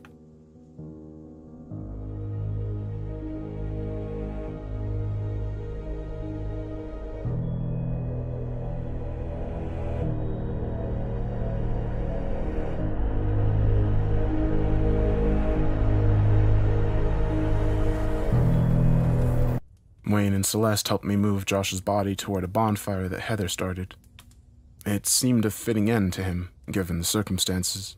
To keep us warm is a noble sacrifice. As we pushed his body into the flames, the sun dipped almost out of view. The twilight was taking hold of the mountains as we sat there, all of us in some way lost and confused by what had transpired. I can barely see out of my eye, and I'm doing my best to keep from getting an infection as the rain drizzles down over us. Then, as we settle down around the fire, Melissa's phone is the one to chirp, and all of us begrudgingly look to see what the latest task is. 17. Rest. No arguments here, Wayne said as he laid down and rubbed his sore leg. I shook the cold, wet rain off my body and sat crisscrossed as Heather muttered, I've never made it this far before. Is the game really rewarding us? I shrugged, too tired to even talk, but I still knew that I needed answers about what Josh had just told me. We need to conserve battery power, Celeste suggested, and dimmed the lighting on the cell phone while also switching it to silent mode. Is it going to last the rest of the day? Melissa asked worriedly. I don't know, Heather admitted. We were now all in uncharted territory. I sighed and looked at them. Time to confront the elephant in the room. I scooted over to where the one-armed lady and her partner were at and said, Before we go any further, there's a few things I need you two to answer for me. Celeste looked toward Heather, and the two of them nodded without hesitation as I asked my first inquiry. Charlie, what happened to him? Challenge 13, Heather whispered softly. Last year, when I lost my arm, we were all being held up near an abandoned school in South Ontario. It was so fucking hot. It was middle of fucking August when we played, she added. But 2 years ago, you cut off his finger, and the game didn't accept that. No new message, I said as I drew my own conclusion about what happened next. Charlie killed himself, didn't he? The rules said to lose. I thought, we all thought that meant that we had to sacrifice something, Heather said, her voice shaking. I just sat there in silence and looked toward Josh's body. So after you lost, you were instructed to recruit others for the game. People like Lionel and that pilot, I assume. What about Josh? I thought you said you didn't know him. Not by that name, no. We've been through this before, Daniel. We wanted to have a strategy about how the game would force us to play. Certain elements were common. We knew that it would be the same time zone when it started, so we all maintained clear communication with each other. When the game started, we all knew eventually it would bring a total of 12 contestants together in one way or another. Never knew what it might lead to, Heather said. And you two started together. You worked this all out from the very beginning, I guess. Neither of them said a word. We need to get some rest. We got to follow the rules, Celeste said as she laid down and closed her eyes. I looked toward Josh's corpse as the flames grew into the evening sky. That's what you two have been doing all along, isn't it? Following the rules.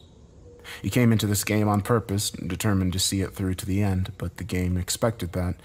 It's been playing both of you this whole damn time, ever since it forced you both to participate, I said, firmly convinced that my theory was right.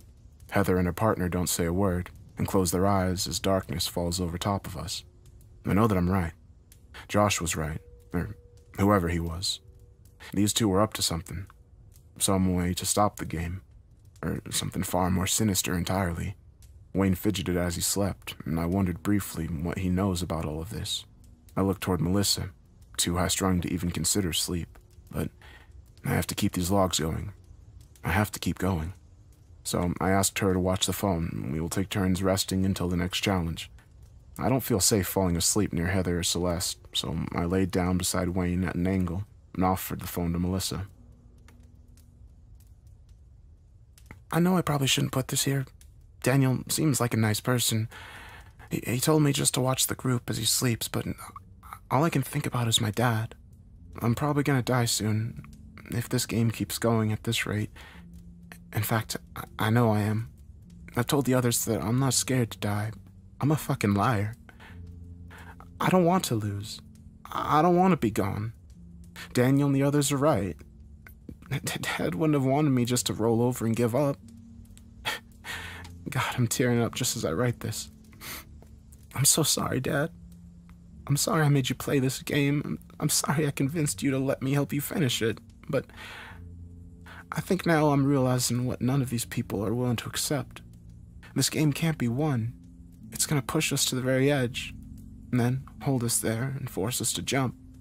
I can feel it. I'm so fucking scared. I don't want to be. I need to do something to stop this, but I know I can't. All I can hope for is that maybe saving one of the people I'm here with. If push comes to shove, I'll do it. Dad, I'll sacrifice myself to save them. The way you sacrificed yourself to save me. I promise. The hour's almost up. I'm gonna have to wake them up soon and get some rest myself. I gotta follow the damn instructions. I'm going to wake Daniel up now. I hope he doesn't read this. Fuck it anyway. Melissa passed the phone back to me about 10 minutes ago. She asked me not to look at what she added to my log, and I can't help but feel obliged to honor her request. I get the sickening feeling that these few minutes where all of us caught some rest were the last threshold before something beyond our capabilities. I thought at first that this was some sick reward, but I'm certain it's not. The game forced us to rest, the way it forced us to retrieve that phone from the icy river. Once again, playing a mind game to make us all comply. Was it stringing us along to make us lose everything? A final checkmate? The only question for now, though, is whether or not the people who I'm playing with are also playing an endgame of their own.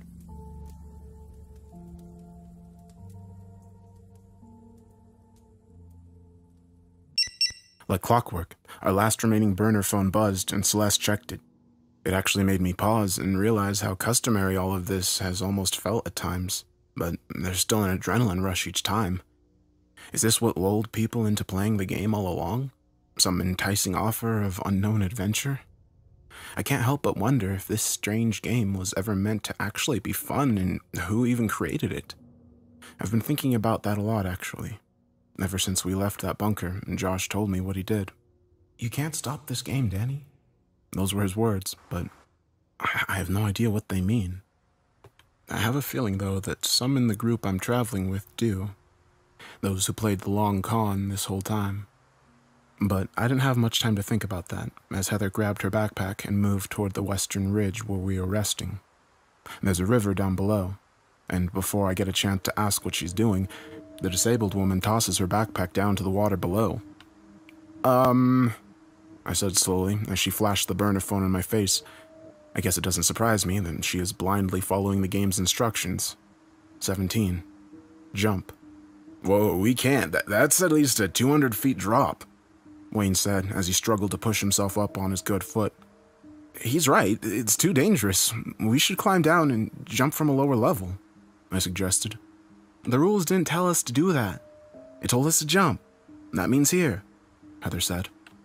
She doesn't even bother to argue, and Celeste screamed out in shock as her partner went over the edge. Shit! Melissa yelled as we all watched the one-armed woman dive into the frigid river below. For a moment, none of us said a word as I scanned the river for any sign of her. There was no doubt that all kinds of rocks could have easily broken half the bones in her body. Finally, Heather resurfaced and her partner squealed in delight as she watched her swim downstream. Good enough for me, Celeste said as she shivered in the evening air. She passed me her pack and made the dive herself. Again, all of us watched and waited, nervous to see if she too would survive the descent. Well, I guess that settles it, I muttered, still uncomfortable with the whole thing. Oh, I can't, Wayne said, shaking his head and looking toward his foot. I won't make it, he added. I sighed and looked at his injury. I know he's probably right. With that sort of wound, a fall from this height would only compound whatever else we was dealing with at this point. We have to try, Melissa told him. Fuck, he said, shaking his head and trying to think. He started to pace back and forth on the ridge, looking for a way out. Then he stopped and looked toward me. You got that flash drive, right, Daniel? The one Jack gave you? He asked. Yeah, I got it right here, I said, taking it out of my pocket. Give it to me, and the phone, Wayne replied. What? Why? I asked in surprise, and then realized it. You know what's on it. What matters is that we're about to jump into a fucking river, and I'm the only one that is wearing a waterproof vest under my clothes. If you want that drive to survive, I'll need to take it down, Wayne said. He shook his head and muttered, this is what I get for signing up for this shit twice. I want to ask him so much about what he was saying, but I know that each moment we waste, he might reconsider his position, so I offered him the drive. Melissa and I watched as he braced himself, slipped the drive into his protective suit, and then leapt down the cliff wall. Come on, I said. Finally, we saw him wash up against the rocks, swaying against the muddy shore as though driftwood. He's unconscious, Melissa realized frantically. We've got to get down there, I shouted as I placed the burner in my pocket and then extended my hand to her. The teen redhead swallowed hard and took it. We jumped together over the edge of the precipice. Pain shot through my whole body when we hit the river, cold and pain. I held my breath and closed my eyes as I fell. Melissa screamed as we hit the water. We plunged below the surface, my body crashing against the water as I lost hold of her. I couldn't see or hear anything. I felt the river push me downstream as more rocks hit my bruised stomach and abs. Finally, I grabbed at the surface of the shoreline, gasping and coughing for dear life. As I opened my one good eye, Melissa was close by doing the same, both of us exhausted and wet as we tried to recover. Heather and Celeste were nowhere in sight. I know they've pushed on ahead, likely already receiving another message from the game in some shape or form. Wayne laid against the rocks, unconscious but still clinging to life. I looked down at him and reached into his suit to procure the flash drive and the burner. Neither of them are damaged. That's the only small trade-off I can make in this hell we are experiencing. Wayne woke up as I finished up the log, checking all the reports that our viewers were making. He coughed up some more blood and he mumbled, Won't be long now. I'm gonna have to tap out. I shook my head, trying to keep my spirits up. Don't talk like that. You'll be fine, I said. He laughed and grabbed at my arm. I can't feel my legs, Daniel. I wouldn't consider that a good sign, he said. Melissa's there trying not to cry. Neither of us have much to say as the man lie there dying. You need to take that drive. Find your family. Stop this game. I looked down at it, trying to even comprehend what was so special about it. What is this? It's the way out, Daniel. Don't let it close to those bitches, though. If they find out what it is, they'll kill you. He closed his eyes as we stood there and refused to leave his side. And I touched his scars. What did they do to you? I whispered.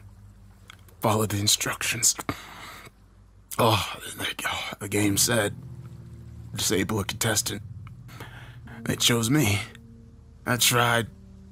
God damn it, I tried to stop this. He groaned.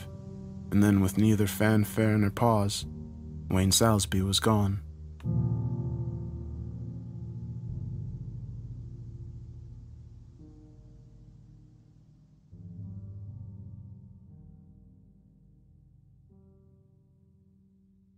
Melissa and I moved toward the deep forest, the long rainstorm that we've had to deal with for the afternoon passing away as we trekked through the trees. Our steps are the only ones we heard. I can't help but wonder if Celeste and Heather assumed that we died in the jump.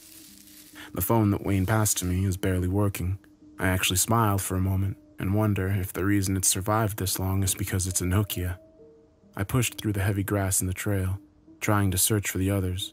A long time passed and neither of us seemed to really know where to go next. Do you think that we failed the challenge somehow? Is that why it's gone dark? Melissa asked as she gestured toward the burner cell. Again, I didn't have the answers. I just stumbled through the dark, trying to find something to still hope for. Then, amid the shadows, I saw a looming silhouette and ran towards it. The flashlight on the phone fizzled out as we moved into a wide open area, and I looked up toward the shape as it took form. It was a building. It was a mansion. As I stood there trying to take in what it all meant, the cell phone vibrated. 19. Explore. Melissa is at my side a moment later, and we don't waste a moment entering the gloomy estate. The door creaked open and I peered into the dark, unlit manor, looking down at the tile floor, and barely seeing the footprints of Heather and Celeste on the dusty, grimy surface. "What is this place?" the redhead asked softly. "I don't know. Stay close," I told her as I looked around the interior. None of the rooms on the first floor appeared to be touched by anything except cobwebs and more dust, as though no one had been in there in quite a while. We moved from room to room, examining each artifact and item that I felt offered a clue. None of it was registering in my tired brain, though. "This door's locked," Melissa said as she rattled it. Looks like it might be the dining chamber or something," I said as I tried to shove it open, but the thing wouldn't budge. "And too bad we still don't have those bolt cutters," she quipped. "There's someone in there. I can hear voices," I said as I moved toward the furniture and tried to ram the door open with it. Again, it just refused to open, and I strained my sore muscles before muttering, "Something must be barricading the door. We need to see if there's another way in." Maybe on the second floor," Melissa suggested. We moved back to the vestibule, a loud grandfather clock making a thudding sound as we reached the half-hour mark. "This place gives me the fucking creeps," she muttered. I don't bother with any more small talk.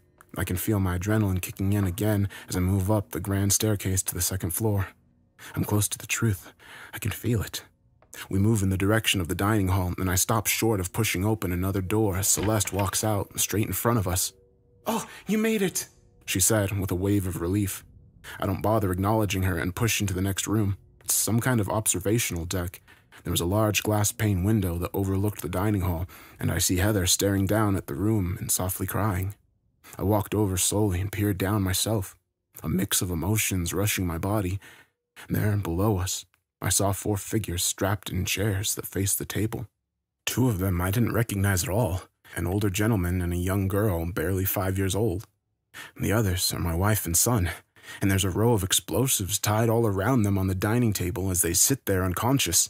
I slammed my fist on the glass. "Motherfucker!" I said as I reached over to Celeste's backpack and grabbed a weapon. "Don't! It's reinforced bulletproof glass," Heather told me. "We've got to get down there," I urged them, about to move toward the door. Celeste blocked my path. "Move out of the way, or so help me, I will bust a cap in your ass," I told her. "Daniel, it won't work. There isn't any way in," she responded. I moved back toward the window and looked toward the 2 doorways that led into the dining hall. Both of them are also lined with heavy crates of toxic chemicals, likely from the very same dump we were first led to. "Fuck," Melissa said softly as she looked down at the scene. "We have to do fucking something," I urged them.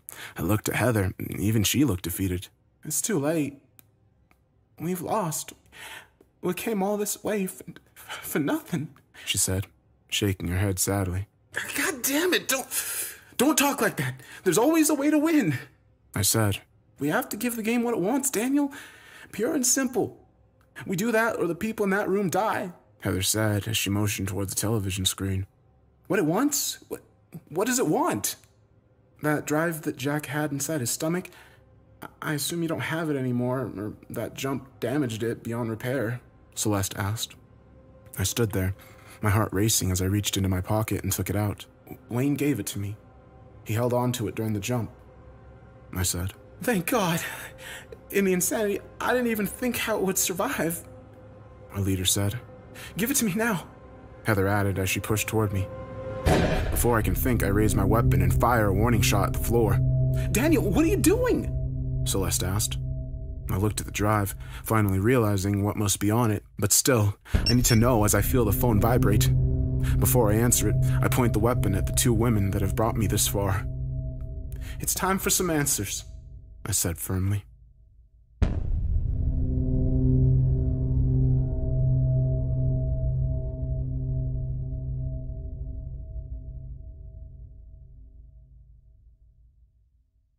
"Daniel, this isn't the time for this," Celeste said. Heather was clenching her fist, trying to decide whether or not to attack me. "I think it's the perfect time," I said as I checked the burner to see what the new hour was telling us to do. "Step 20. Trade. But you both knew that all along, didn't you?" I asked as I waved the gun toward the glass. "That girl down there, she's your daughter?" I guessed. The two women didn't have to say anything. The fear in their eyes was enough to tell me that it was the right answer. "And the man, who is he?" I wondered aloud. "His name is Simon Lazalier. We built the 24-hour game 5 years ago," Heather explained. "Built it?" I repeated. It's all there on the tape. A self-recorded message from Lazalier, explaining everything, and when this is over, we can answer any lingering questions that you have, but right now, the only thing that matters is you need to give us that drive," Celeste said. "I assume that you came here to trade this for your daughter's life," I asked. "Yes, goddammit, now give it to me!" Heather screamed as she tried to rush me again. I kept the gun level and tried to comprehend what I was finally understanding. Melissa was the one that made it all fall into place. "It's the kill switch, right? That's how you stop the game?" the teen asked. Heather again falls silent, but I know it's the truth. "Your dad worked on it," I guessed. "He joined the group in 2016, just like I said. Responded to an online forum from a group asking anyone with skills to help create some sort of algorithm that would shut down the game.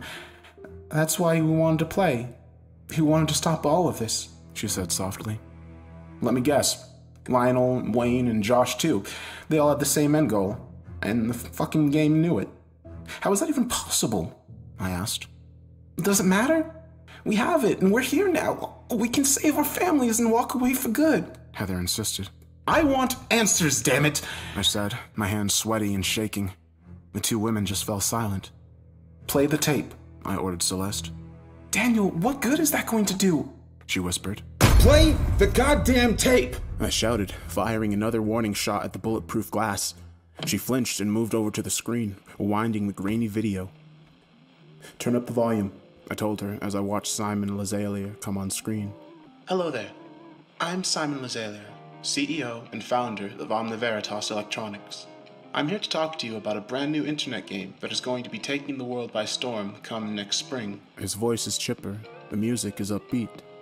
I see the familiar symbol, the one from Josh's package and on the bunker. It actually makes me feel like I want to vomit as he keeps talking. "The 24-hour game is unlike any other game of its kind, designed to pit 12 people against one another in a globe-trotting